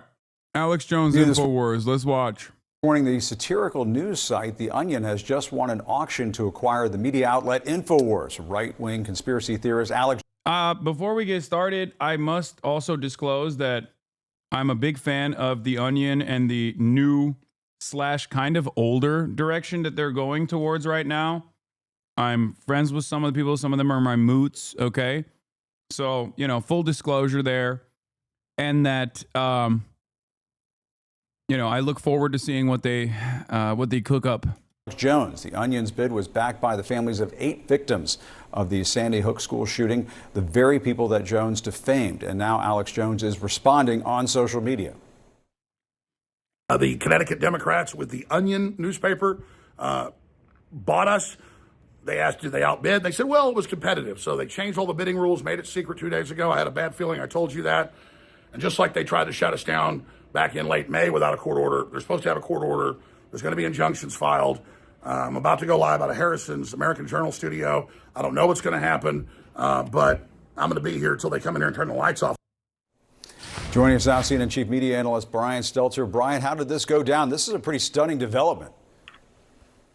It's both hilarious and also very serious, Jim. For those who don't know The Onion, this is the print newspaper of The Onion. The Onion's a longtime comedy brand, a satire brand, making fun of real news. The Onion was fake news before that slogan ever erupted in our politics. Here's an example from the Onion paper, Jim. Trump launches his own brand of voting machines. Like, that's the kind of humor the Onion is known for. But they're doing something very serious here. They were able to bid for the Infowars media empire. Infowars, of course, a very different kind of fake news. Infowars and Alex Jones, he's all about fear of immigrants, fear of Democrats, fear of government. He is a disinformation artist, and it was his defaming of the Sandy Hook families that caused all of this to happen. It was that lawsuit. It was that $1.5 billion judgment against Jones that sent this to auction. And as of today, a judge has ruled that The Onion, a satirical news website, gets to own all of the Infowars assets. So as we speak, Jim, Infowars.com, the website's already been taken down. And now the new owners, whether they use it for comedy or they use it for advocacy, we're going to find out in the months to come. Fascinating, especially after Alex Jones caused so much pain for the families of the Sandy Hook victims, defaming them, just putting them through hell. A lot of people are seeing, and that's why, some justice here. This is another example of the courts bringing real punishment for defamation. Jim, you and I have been covering this for a few years now. We've seen how it's really only the courts that are able to bring justice to the big liars out there promoting big lies. And Alex Jones, in some ways, was the biggest one of them all. Look, he's going to set up shop somewhere else. He's vowing to fight on. He has allies like Steve Bannon. They're going to help him do it. But the Onion was able to partner with the Sandy Hook families, and they've actually struck an advertising deal with the gun control group, Every Town for Gun Safety. So they're trying to do some good, taking out of all the damage that Alex Jones caused, Jim. Well, hats off to them all. Brian Stelter, thank you very much. The satirical news website, The Onion, has won the bankruptcy. Is this real? Site it manages to persuade people to believe itself as the, quote, world's leading news publication, offering highly acclaimed, universally revered coverage of breaking international and local news events. It has 4.3 trillion daily readers. Jones has been saying on his show that if his detractors bought Infowars, he would move his daily broadcasts and product sales to a new studio, websites, and social media accounts. You have to read the Onion's fake parent company CEO's message. Yeah. Global Tetrahedron CEO, chairman, media proprietor, entrepreneur, human trafficker, thought leader, and venture capitalist. This is, once again, for those of you who don't know, because there's, plenty of neurodivergence in this community, satire. Okay? Like they're saying that they're going to continue the brand of Infowars, but in a satirical fashion. Having said that, however, people literally thought this was real and got mad at them.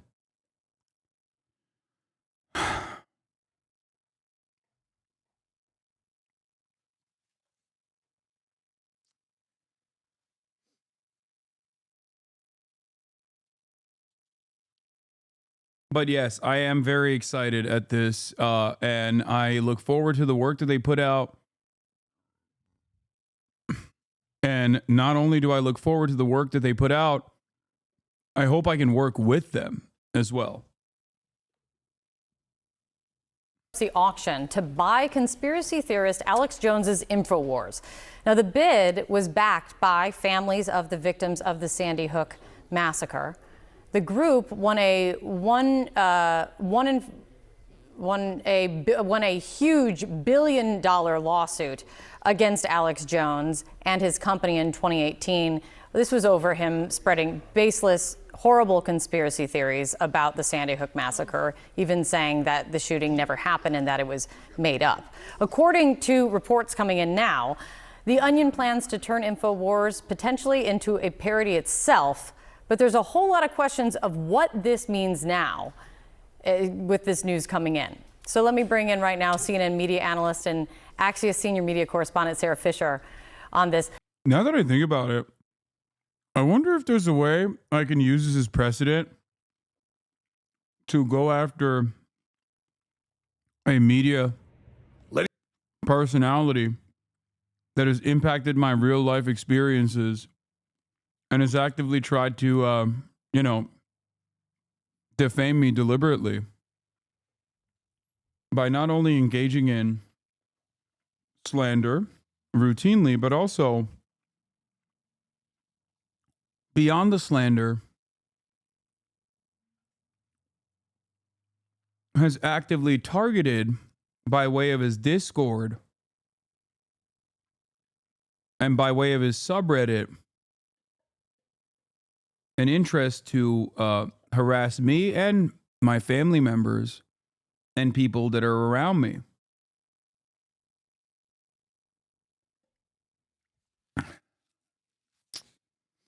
Interesting. I know just the lawyer for the job. Brother, I know the lawyer that successfully sued Alex Jones at the behest of the Sandy Hook victim families. You guys are talking about Lolo, but like, I also know the lawyer who personally successfully sued Alex Jones. Just something to think about. Yeah, maybe others should think about that as well.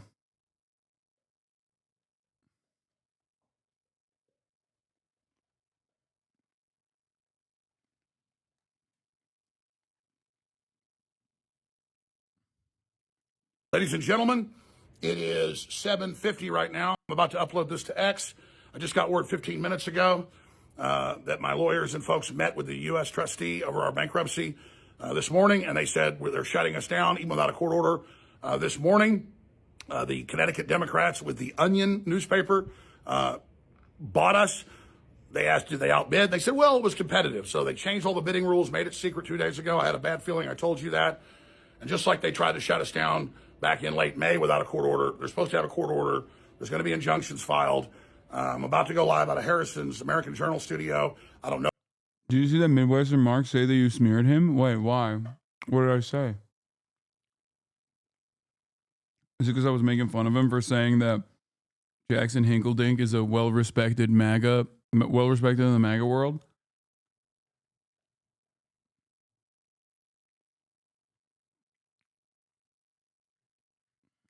How's that slander? Isn't that what he said?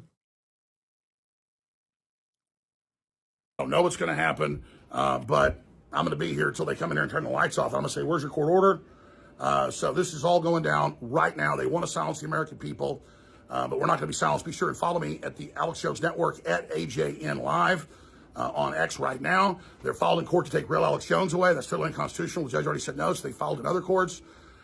So the live feed going up by the time you see this at AJN Live and at Real Alex Jones right now. Share this everywhere. This is a total attack on free speech. The deep state is completely out of control. The private security hasn't even been told. They cut him out.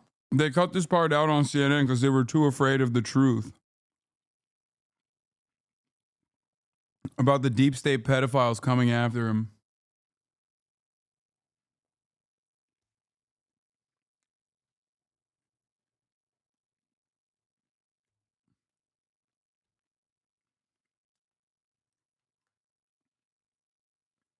I've thought about it.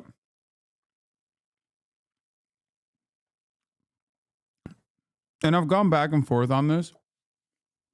I wonder if it would be good for Alex Jones to be the press secretary. Because, like, on the one hand, obviously, it's really damaging for American public consciousness. But also, I think some in the White House press pool deserve that fate. You know what I mean? Like, having to deal with Alex Jones, I mean, that's unimaginable. I would watch that every day. I would watch that fucking press briefing every day. I would sit there tuned in every single damn day. I would never miss a second of it.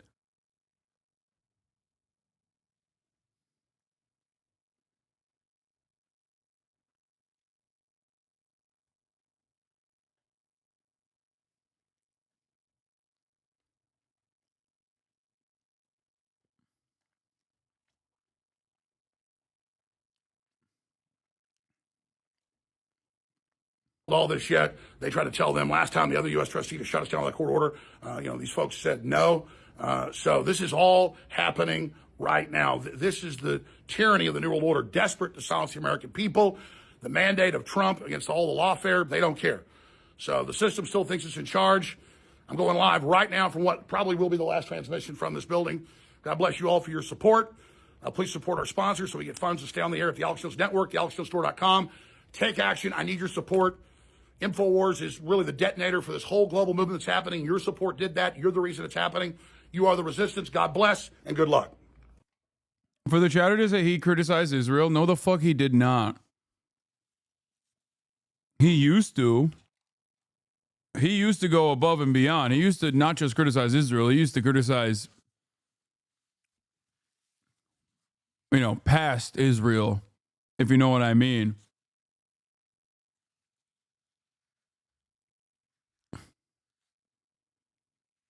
But what's really interesting,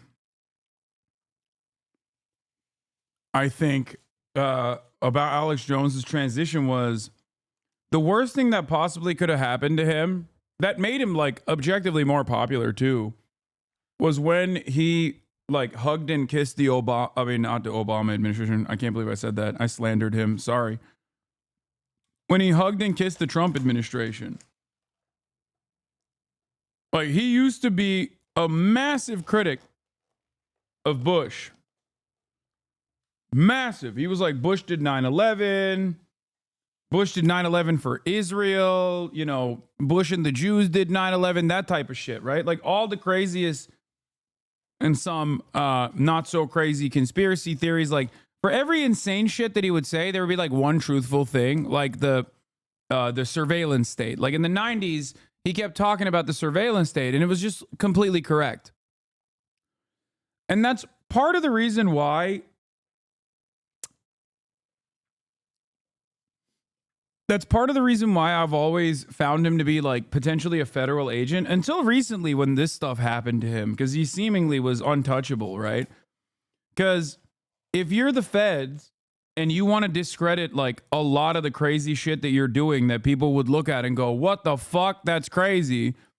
You want a guy like Alex Jones to be saying some of the truthful things and then simultaneously say insane stuff as though there are interdimensional space vampires who are pedophiles who are, existing amongst us. So I think that was in order to discredit the real things he talks about, right? So I've always been this Alex Jones fan, as you guys know, who maintained the position that he might be a federal agent. But the worst possible thing that, in my mind, ruined Alex Jones, which simultaneously made him so much more popular, was when he became a government stooge. When Trump went to his show before he got elected in 2016, he realized oh, it's happening. I am a part of the government now.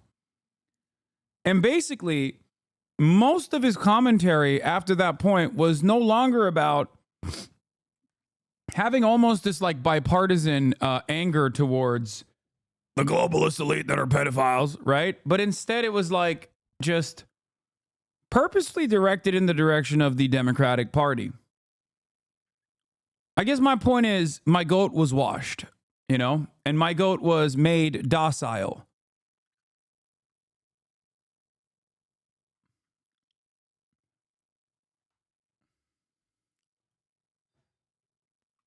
The TYT 2016 almost fight was funny. Yeah. That's the last good thing that Jimmy Dore did was spit on Alex Jones. Sarah, tell me more about what you're hearing as we're learning The Onion won this bidding war for Infowars. For those of you who don't know, I've been a massive fan of Alex Jones for many years. I've actually openly stated that I think we don't deserve him as a society, that he is in many respects, me and Linklater had the exact same bead on Alex Jones, where I think that he was if you could experience him in the way that I experience him and many in this community have, then he's one of the greatest. He's one of the greatest performance artists of all time, right? But the issue is, especially with our level of educational attainment in America, people were not entertained by him. They believed him. Like, the point is that you're supposed to be entertained by him. You're not supposed to believe him, right? And as a broadcaster, I am agnostic in my analysis when I talk about like the content that media personalities provide. And there's not really anyone else like Alex Jones out there.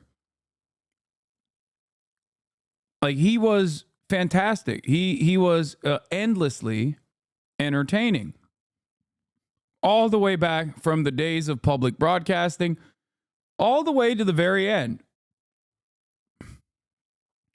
And I think a lot of people might say, Hasan, when did your career peak? Was it at the DNC?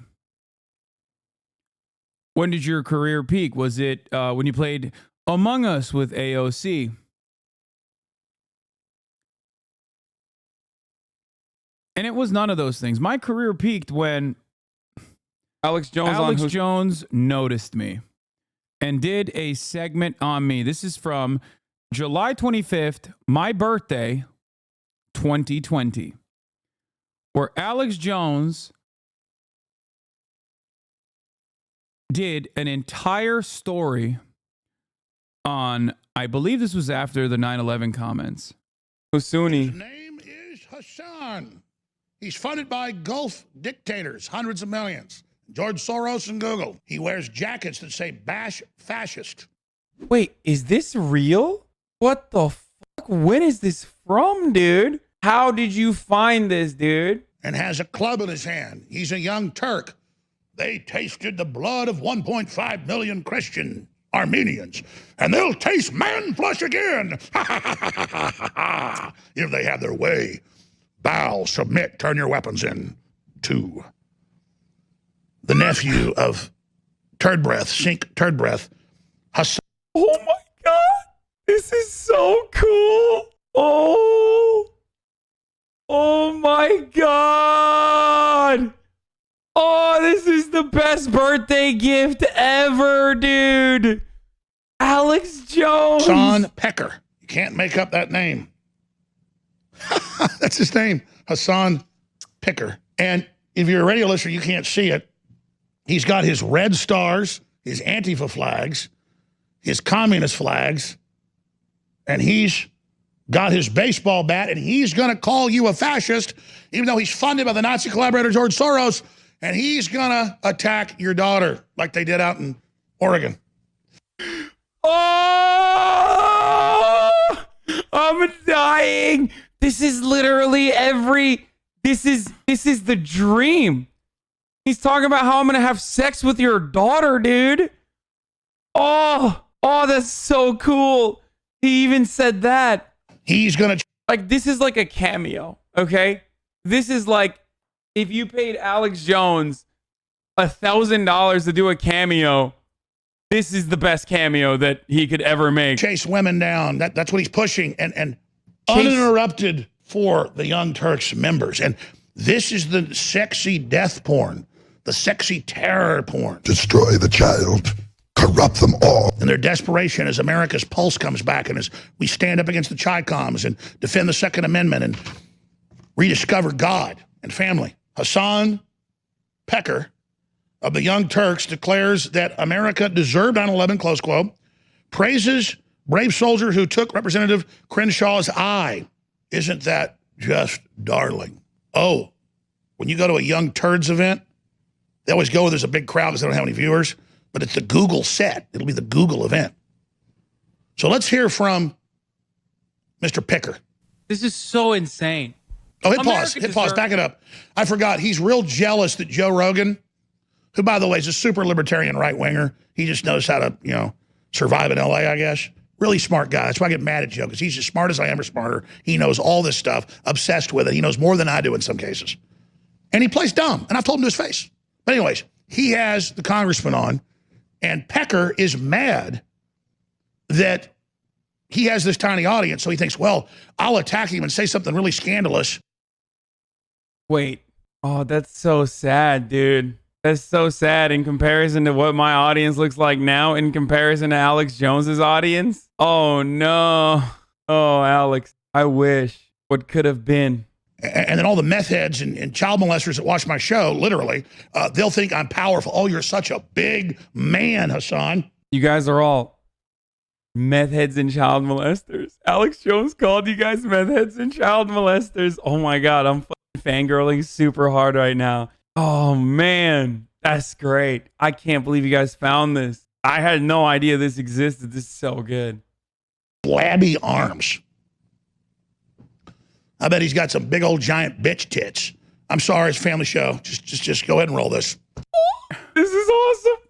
America deserved 9/11, dude. F it. I'm saying it. We're there to partner with them. We're not there doing our own thing. We're there partnering and training In a video and game. equipping and enhancing their capabilities. We totally brought it on ourselves, dude. Holy shit. We did. We did. In a video game, whatever, hypothetically, politically. Then We pause again. did, man. Back it up 10 seconds. Oh, like the Armenians deserved, because they were there before the Muslims took over Constantinople, and then you drove them into the mountains. But because they were Christian, they became still super wealthy because they were such good people. Wait, what? Wait, did he just say that they were good people automatically because they're Christian and they are wealthy because Christian people are good people and wealthy and Muslims are bad? Wait, what? That's so weird. Oh, this is awesome. And so you're named after the group that murdered them. And you've got a club and you say you're coming for us. Let's continue with this psychopathic worm. He's saying that, like, I'm going to do the Armenian genocide on white Christian men in this country. Sure, he gains the Alex to mog his losses. It is kind of sad that we're, like, revisiting this right now in the eve of his destruction. But yeah, flabby arms, dude. Are you fucking joking? Flabby arms, dude? The fuck out of here, bro. Is this why people always claim you're Armenian genocide denier? Well, it's because I'm Turkish. That's the other reason. And people just lie all the time. I wonder if he, like, is he trying to imply that I'm gonna kill Armenians or something? Like, what the fuck? Also, why the fuck would his audience care? Like, honestly, they're fucking Alex Jones fans. It's so weird. Holy He's so intellectual. Look at the way that this dip is running his mouth. I love that they're bleeping my words because this is a family show, as Alex Jones simultaneously is like making an argument about how Muslims are bad automatically and Christians are good and make a lot of money because they're good Christians. It's very weird, but you gotta, it's great. Justifying genocide right now. Like, how is this, how is anything I'm saying controversial? This is a deranged pervert. I apologize. You know what's crazy about that? That literally is about the Saudi genocide in Yemen.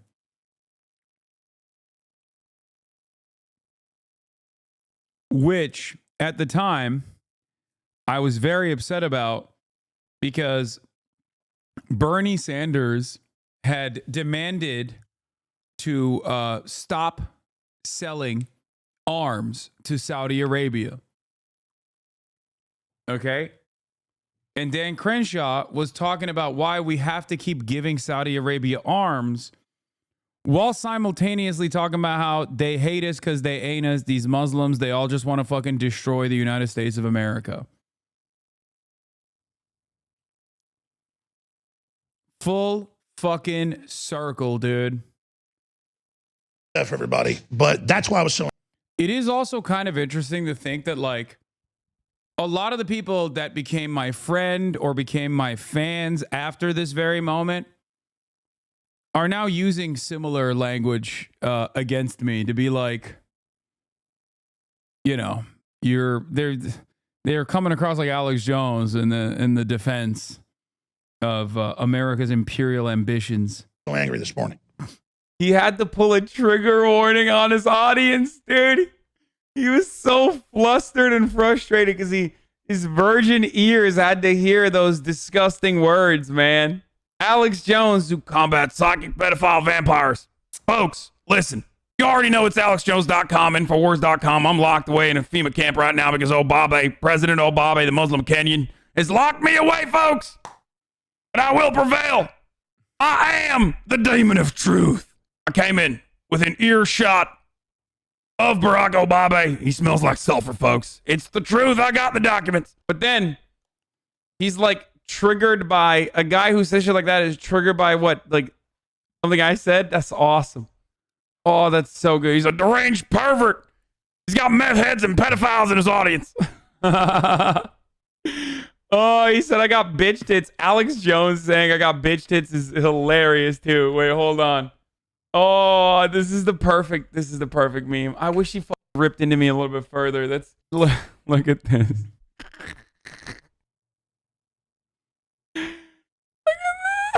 I'll bet he's got bitch tits under there. I'll tell you right now, I'll engage you in a spirited oil wrestling competition. Isn't that what you like? Isn't that what Turkish people like? They like doing Armenian genocide and also oil wrestling. I'll wrestle you, brother. I'll tell you right now, I'll let you do the hook. Little known move in oil wrestling, which I know a lot about suspiciously, is when you put your finger in your opponent's butthole. Psychopathic pervert. I want him to do that to me. I want him to maneuver me. He's got flabby bitch tits. I know it. Unlike me, I got masculine, bodacious body built like an ox. Because I take alpha male supplements, as you all know. Go to AlexJones.com. You can purchase my alpha male supplements. I will eat his ass like my neighbors. This is so good. I can't believe I was able to trigger Alex fucking Jones, dude. That. I'm gonna send this to Tim Onion as my application for why I have to work. Why I have to work with them.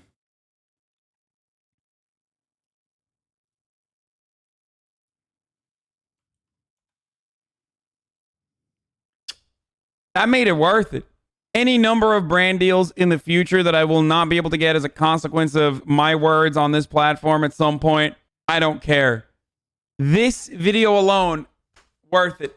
Okay? Oh, will I not be able to attend the speech circuit alongside the likes of Charlie Kirk and whatnot if coronavirus ever goes away?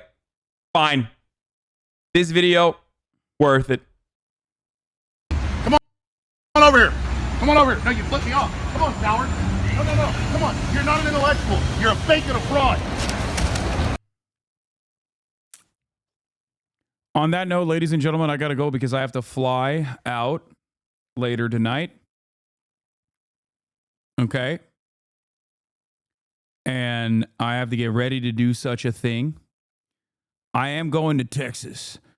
Suspiciously, right after AlexJonesInfowars.com was stolen by goddamn Antifa. Ladies and gentlemen, AlexJones.com, Infowars.com, it was stolen by the likes of George Soros-backed elements. Call the Onion! And in the process, I'm going to go and retrieve the studio.